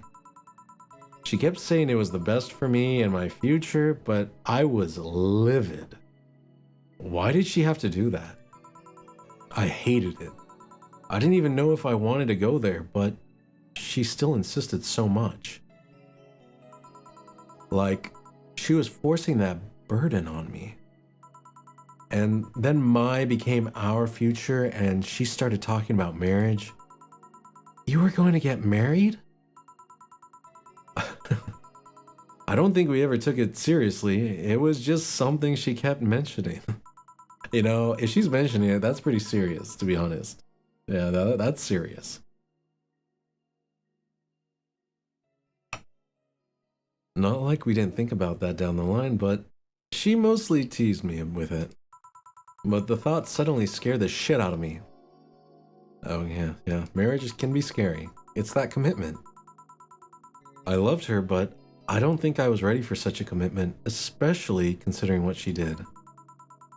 I didn't know what I wanted to do, but I wasn't going to let her decide such a big thing for me. I understand. You feel like someone's pressuring you to do these things and you're not sure if you're ready for it. Jill, you made the right choice. You stood up for yourself. You gotta, if you're going into a commitment like that, it needs to be wholehearted. I mean, she could be really pushy from time to time. Like I said, I pretty much passed college thanks to being with her, and that was partly because she was so pushy. Even if she had the best intentions, she could be abrasive from time to time, and it rained down on me at that moment. She took it upon herself to make that choice for me. What would have stopped her once we'd gotten married? Oh man, yeah, that's true. What if she suddenly decided to craft my life to her needs after marriage? I knew her. She would do it thinking it was the best for me, but what about my freedom? My say on the matter? So that's where you stopped loving Lenore. No. No. I never stopped loving her, which is why it hurts so much, but you have to understand. I didn't want to wake up 40 years old and working a job I hate. Preach. Preach, woman. I mean, I'm in the same boat. Now I'm a VTuber. Just out of routine, getting used to it. I wanted a break from everything for a while to put my thoughts in order. Regroup myself, think carefully about what to do next. I can understand. I've sometimes felt the same, although I'm not even in college. Honey, once you get to college, things are gonna change. You're gonna realize life feels kind of out of control sometimes. So that's what led you to fighting, huh? The word fight makes it sound like we exchanged blows or something. It's all silly when I think back to it. Tragically silly. Maybe I was the one who started the fight, getting all defensive about not wanting to take that offer. Perhaps if I didn't overreact to her arguments about wasting this huge opportunity, maybe she wouldn't have lashed out at me this bad. It could have been avoided if I had just kept a cool head and talked about that with her. My sister said something like that. Eh? I told you she mentioned on more than one occasion how sorry she was about the whole thing, right? Should have listened to her to the end, but instead I kept pushing her. I should have kept a cool head instead of letting my jealousy take the best of me. It was her offer, not mine. Should have stopped projecting myself so much into her. Something like that. Lenore. We are quite the hotheads, you, me, my sis. You're supposed to be the mature one, you know? Play your role correctly. But why didn't you come back, Jill? Didn't you end up hating us? Did you end up hating us that much? Did the break include us too? No, it's just that. Remember when your sister was giving a class and you broke a window? How you didn't want to see her for fear of being scolded? But my sister wouldn't have scolded you. But I was afraid. Dead afraid. I couldn't bring myself to face your sister. But I faced her back then and I was like 7 at the time. Why couldn't you do it? It's not quite the same. And in perspective, no matter what reason I come up with, it will never make sense. Everything sounds very stupid when I look back, not that it makes things easier. I won't ever get to speak to her ever again, and it feels bad because it's stupid. I swear, you and my sis were meant for one another. Oh my gosh. This is getting to me. I guess investing all this time has gotten to me. You both moved on after all that, but neither had the courage to go back and say you're sorry. And like I said, berating myself over those past mistakes won't bring her back. I miss her so much, though. We were together all the time, always talking about dumb stuff. I wouldn't call my parents useless, but she was the one I could always talk to. I feel her absence every day. Everything is just so quiet now. She was an amazing person. Yeah, she was an amazing person. Eh? Mourning is fine and all, but we should be celebrating her life. If she was here, she would tell us that there's no fun in sulking for so long. She told you that all the time. The same way she's told you to stop rubbing things into people's faces. Both figuratively and literally. Hey, I was 8 back then. So, let's have a toast in her honor, shall we? A toast? Yeah. Let me get you a drink. A drink? Don't worry, trust me. Let's make something to toast Gabby with, preferably something sweet. Alright, we're gonna do sweet and soft. Non-alcoholic. Yeah, we're gonna give her a sugar rush.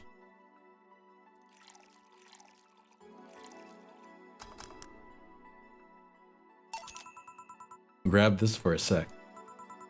Okay. Lenore, I know you're watching from the beyond right now as I give a drink to your little sister. It's obvious to me now that we both meant to make amends at some point, but we never got around to it. I can't apologize to you anymore, but I can at the very least make your arrest easier. So, know that I'll look out for Gabby in your absence. I'll make sure Gabby grows into a fine woman, just like you were. I'll always be there for her. I'll be sure the little brat doesn't face the same problem you and I had. Hey. Want to add anything? I'll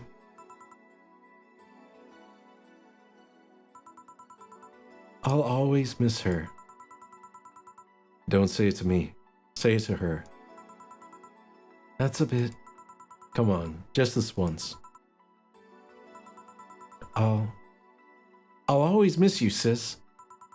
Sis, you idiot. Why did you keep that secret for so long? Idiot. Baka. I always told you everything. Wasn't I enough? You idiotic idiot. Oh my gosh. Ah.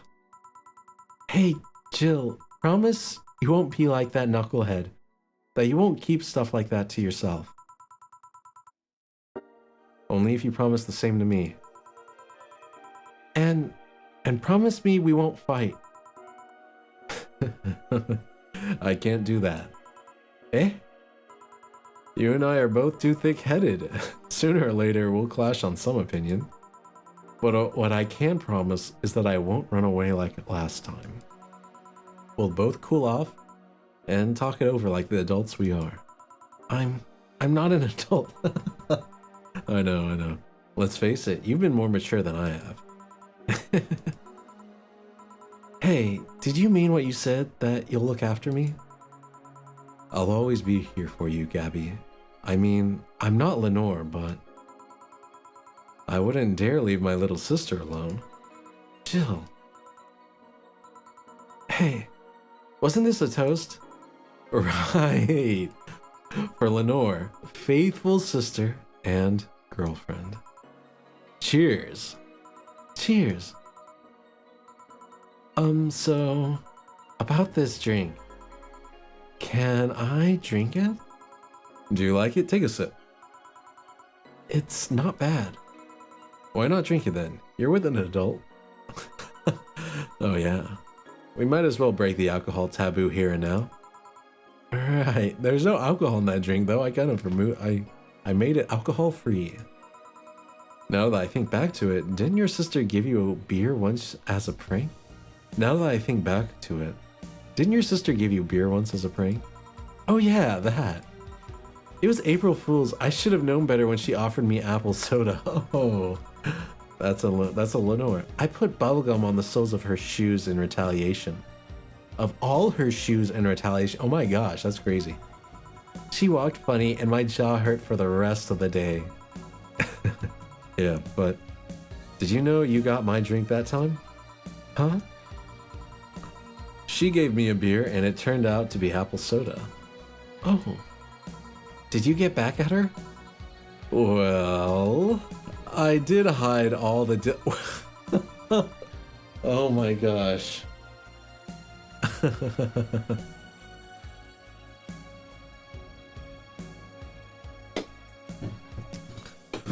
All right. I gotta deliver this with a straight face.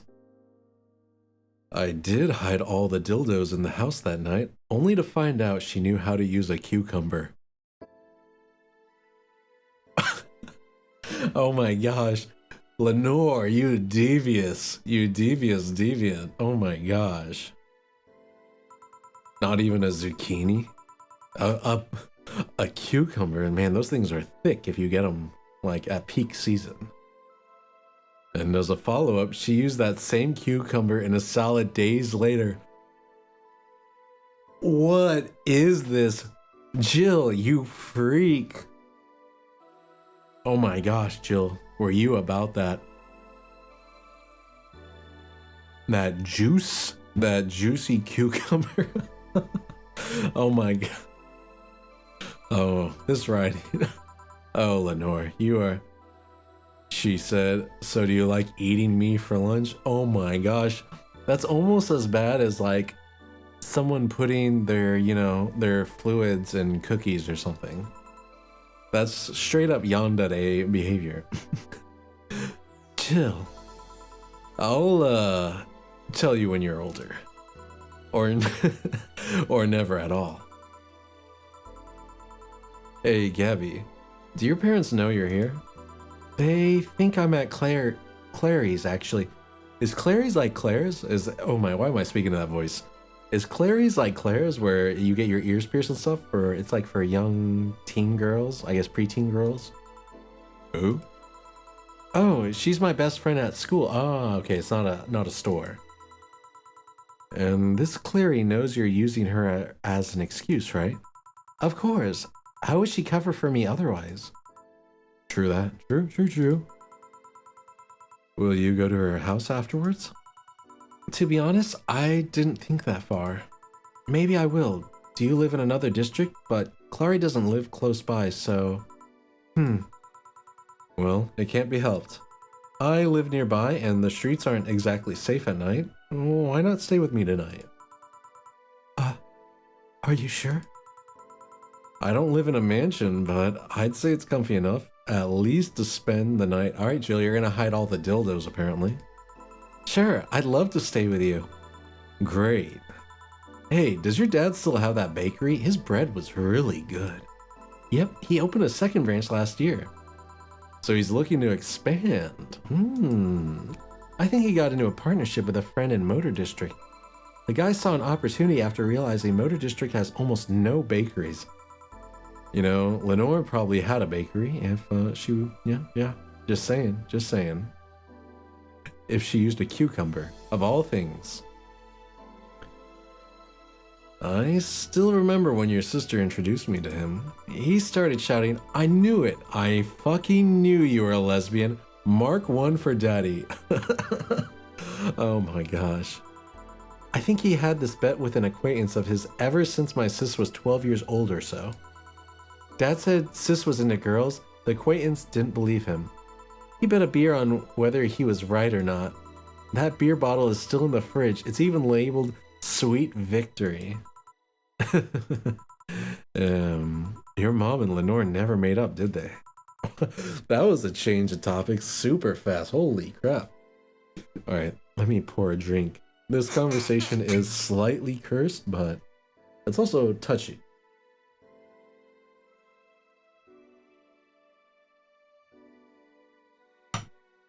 Alright, I poured one out for Lenore. For Jill's former ex-girlfriend, Gampai.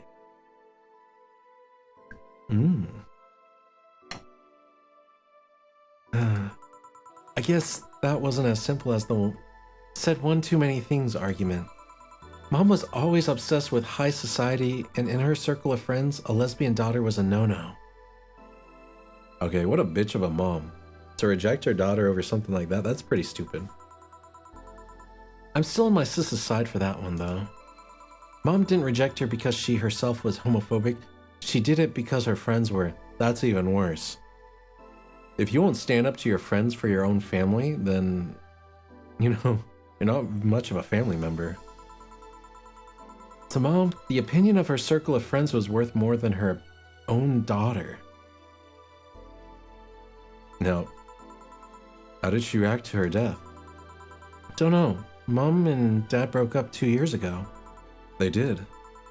They never got married, so there was no proper divorce. I haven't seen her since August, I think. Did you two fight too? No, she just hasn't showed up. Oh man, poor Gabby. You must have felt alone. I've been there. A bit, but I'm not alone anymore thanks to you. Oh my gosh, big sis Jill for the win. Huh, I thought there was going to be a party here. Alma, over here. Party? A small New Year's celebration. Want to stay for it? I don't want a kid to burden. Don't worry, you won't. You'll only get cola for the night though. No alcohol. It'll give us time to catch up even more. I can introduce you to some friends. Are you in? If you don't mind me. Great. Hey Alma, come here. There's someone I want to introduce to you. Is that the end of the game? Oh my gosh.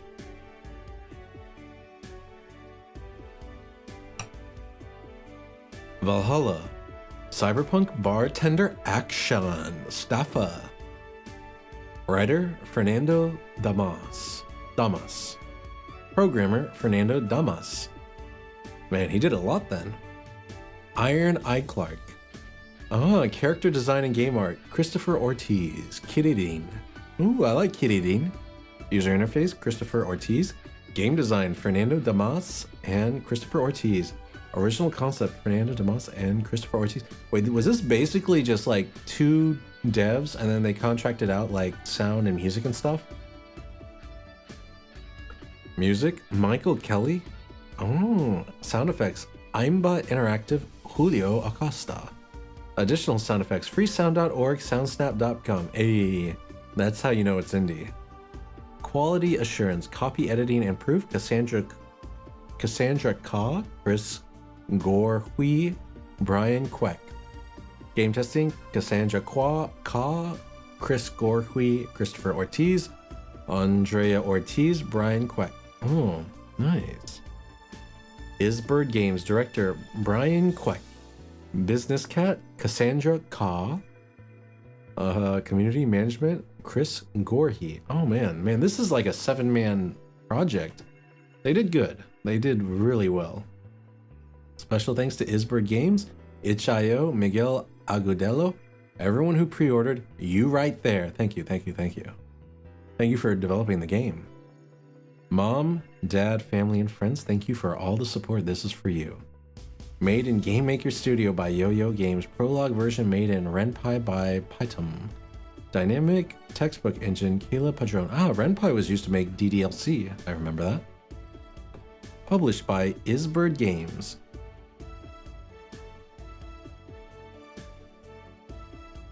That was so wholesome. I guess, what ending did I get?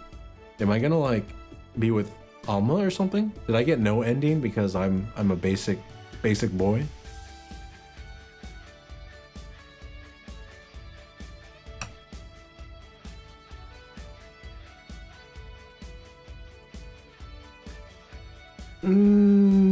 Big cat stretch. Ugh. Did I have fun?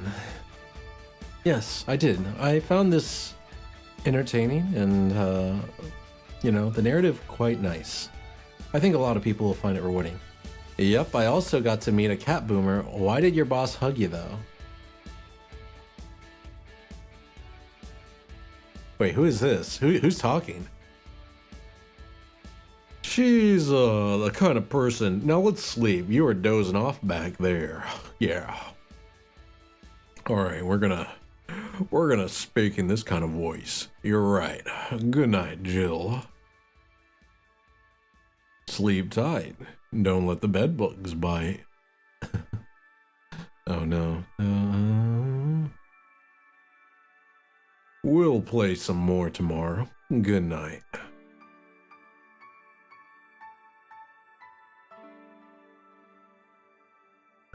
This game is so wholesome.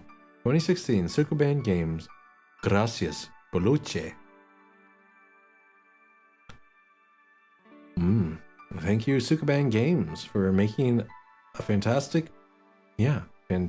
narrative experience.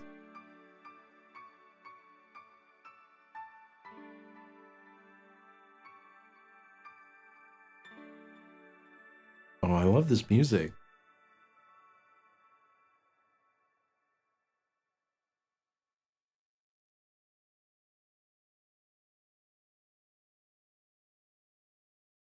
Is this gonna move? Do I need to click? Okay, there we go.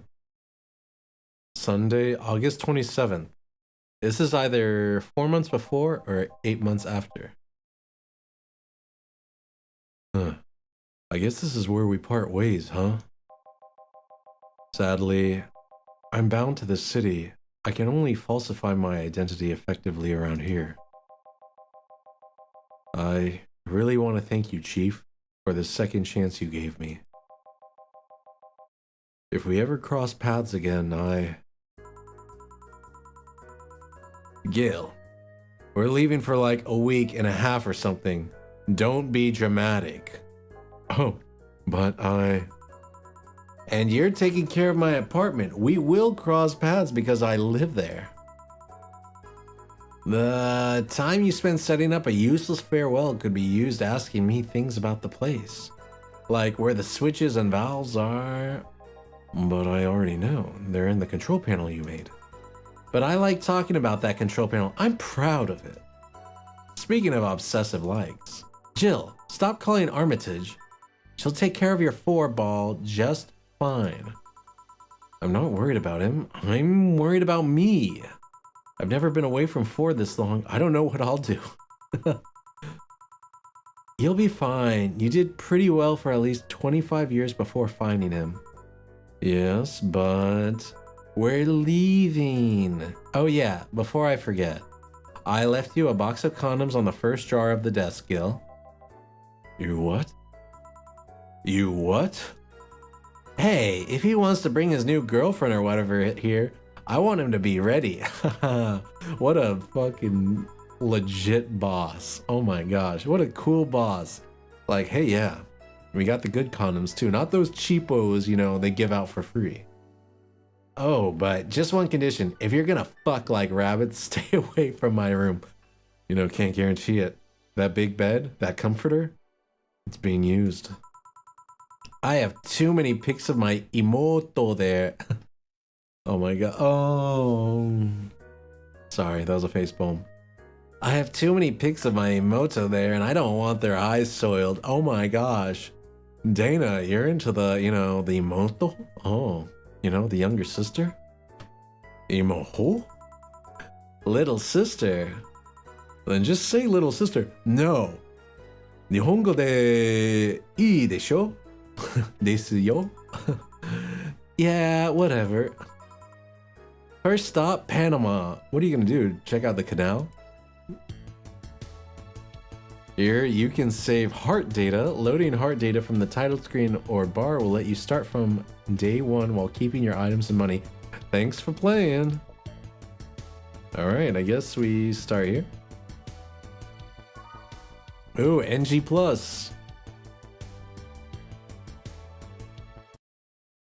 Sukeban Games. This bird. Alright.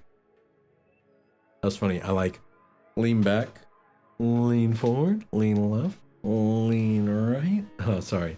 Tracking messes up. They say infected with nano machines, but it's more like we have them, you know, Oh, I just realized, is that Dana or is that Gabby? Because they're really short. I guess that's Gabby. Yeah, she's really short. Leaning Lee. Yeah. Well, thank you for sticking around, Bambi. I know it's quite late. It's like 1:35 in the morning over here. Let me take a look at... Yeah.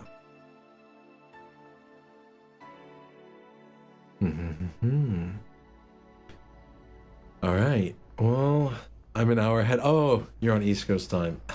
I'm on the Central. Dang. All right. So you stayed up for a while. Well, in that case, I want to tell you good night. And I know Monday is not a stream day, but because I'm not going to be doing anything on Tuesday because of traveling, I'm going to stream tomorrow and yeah, just do like just chatting or something relaxed, not too crazy.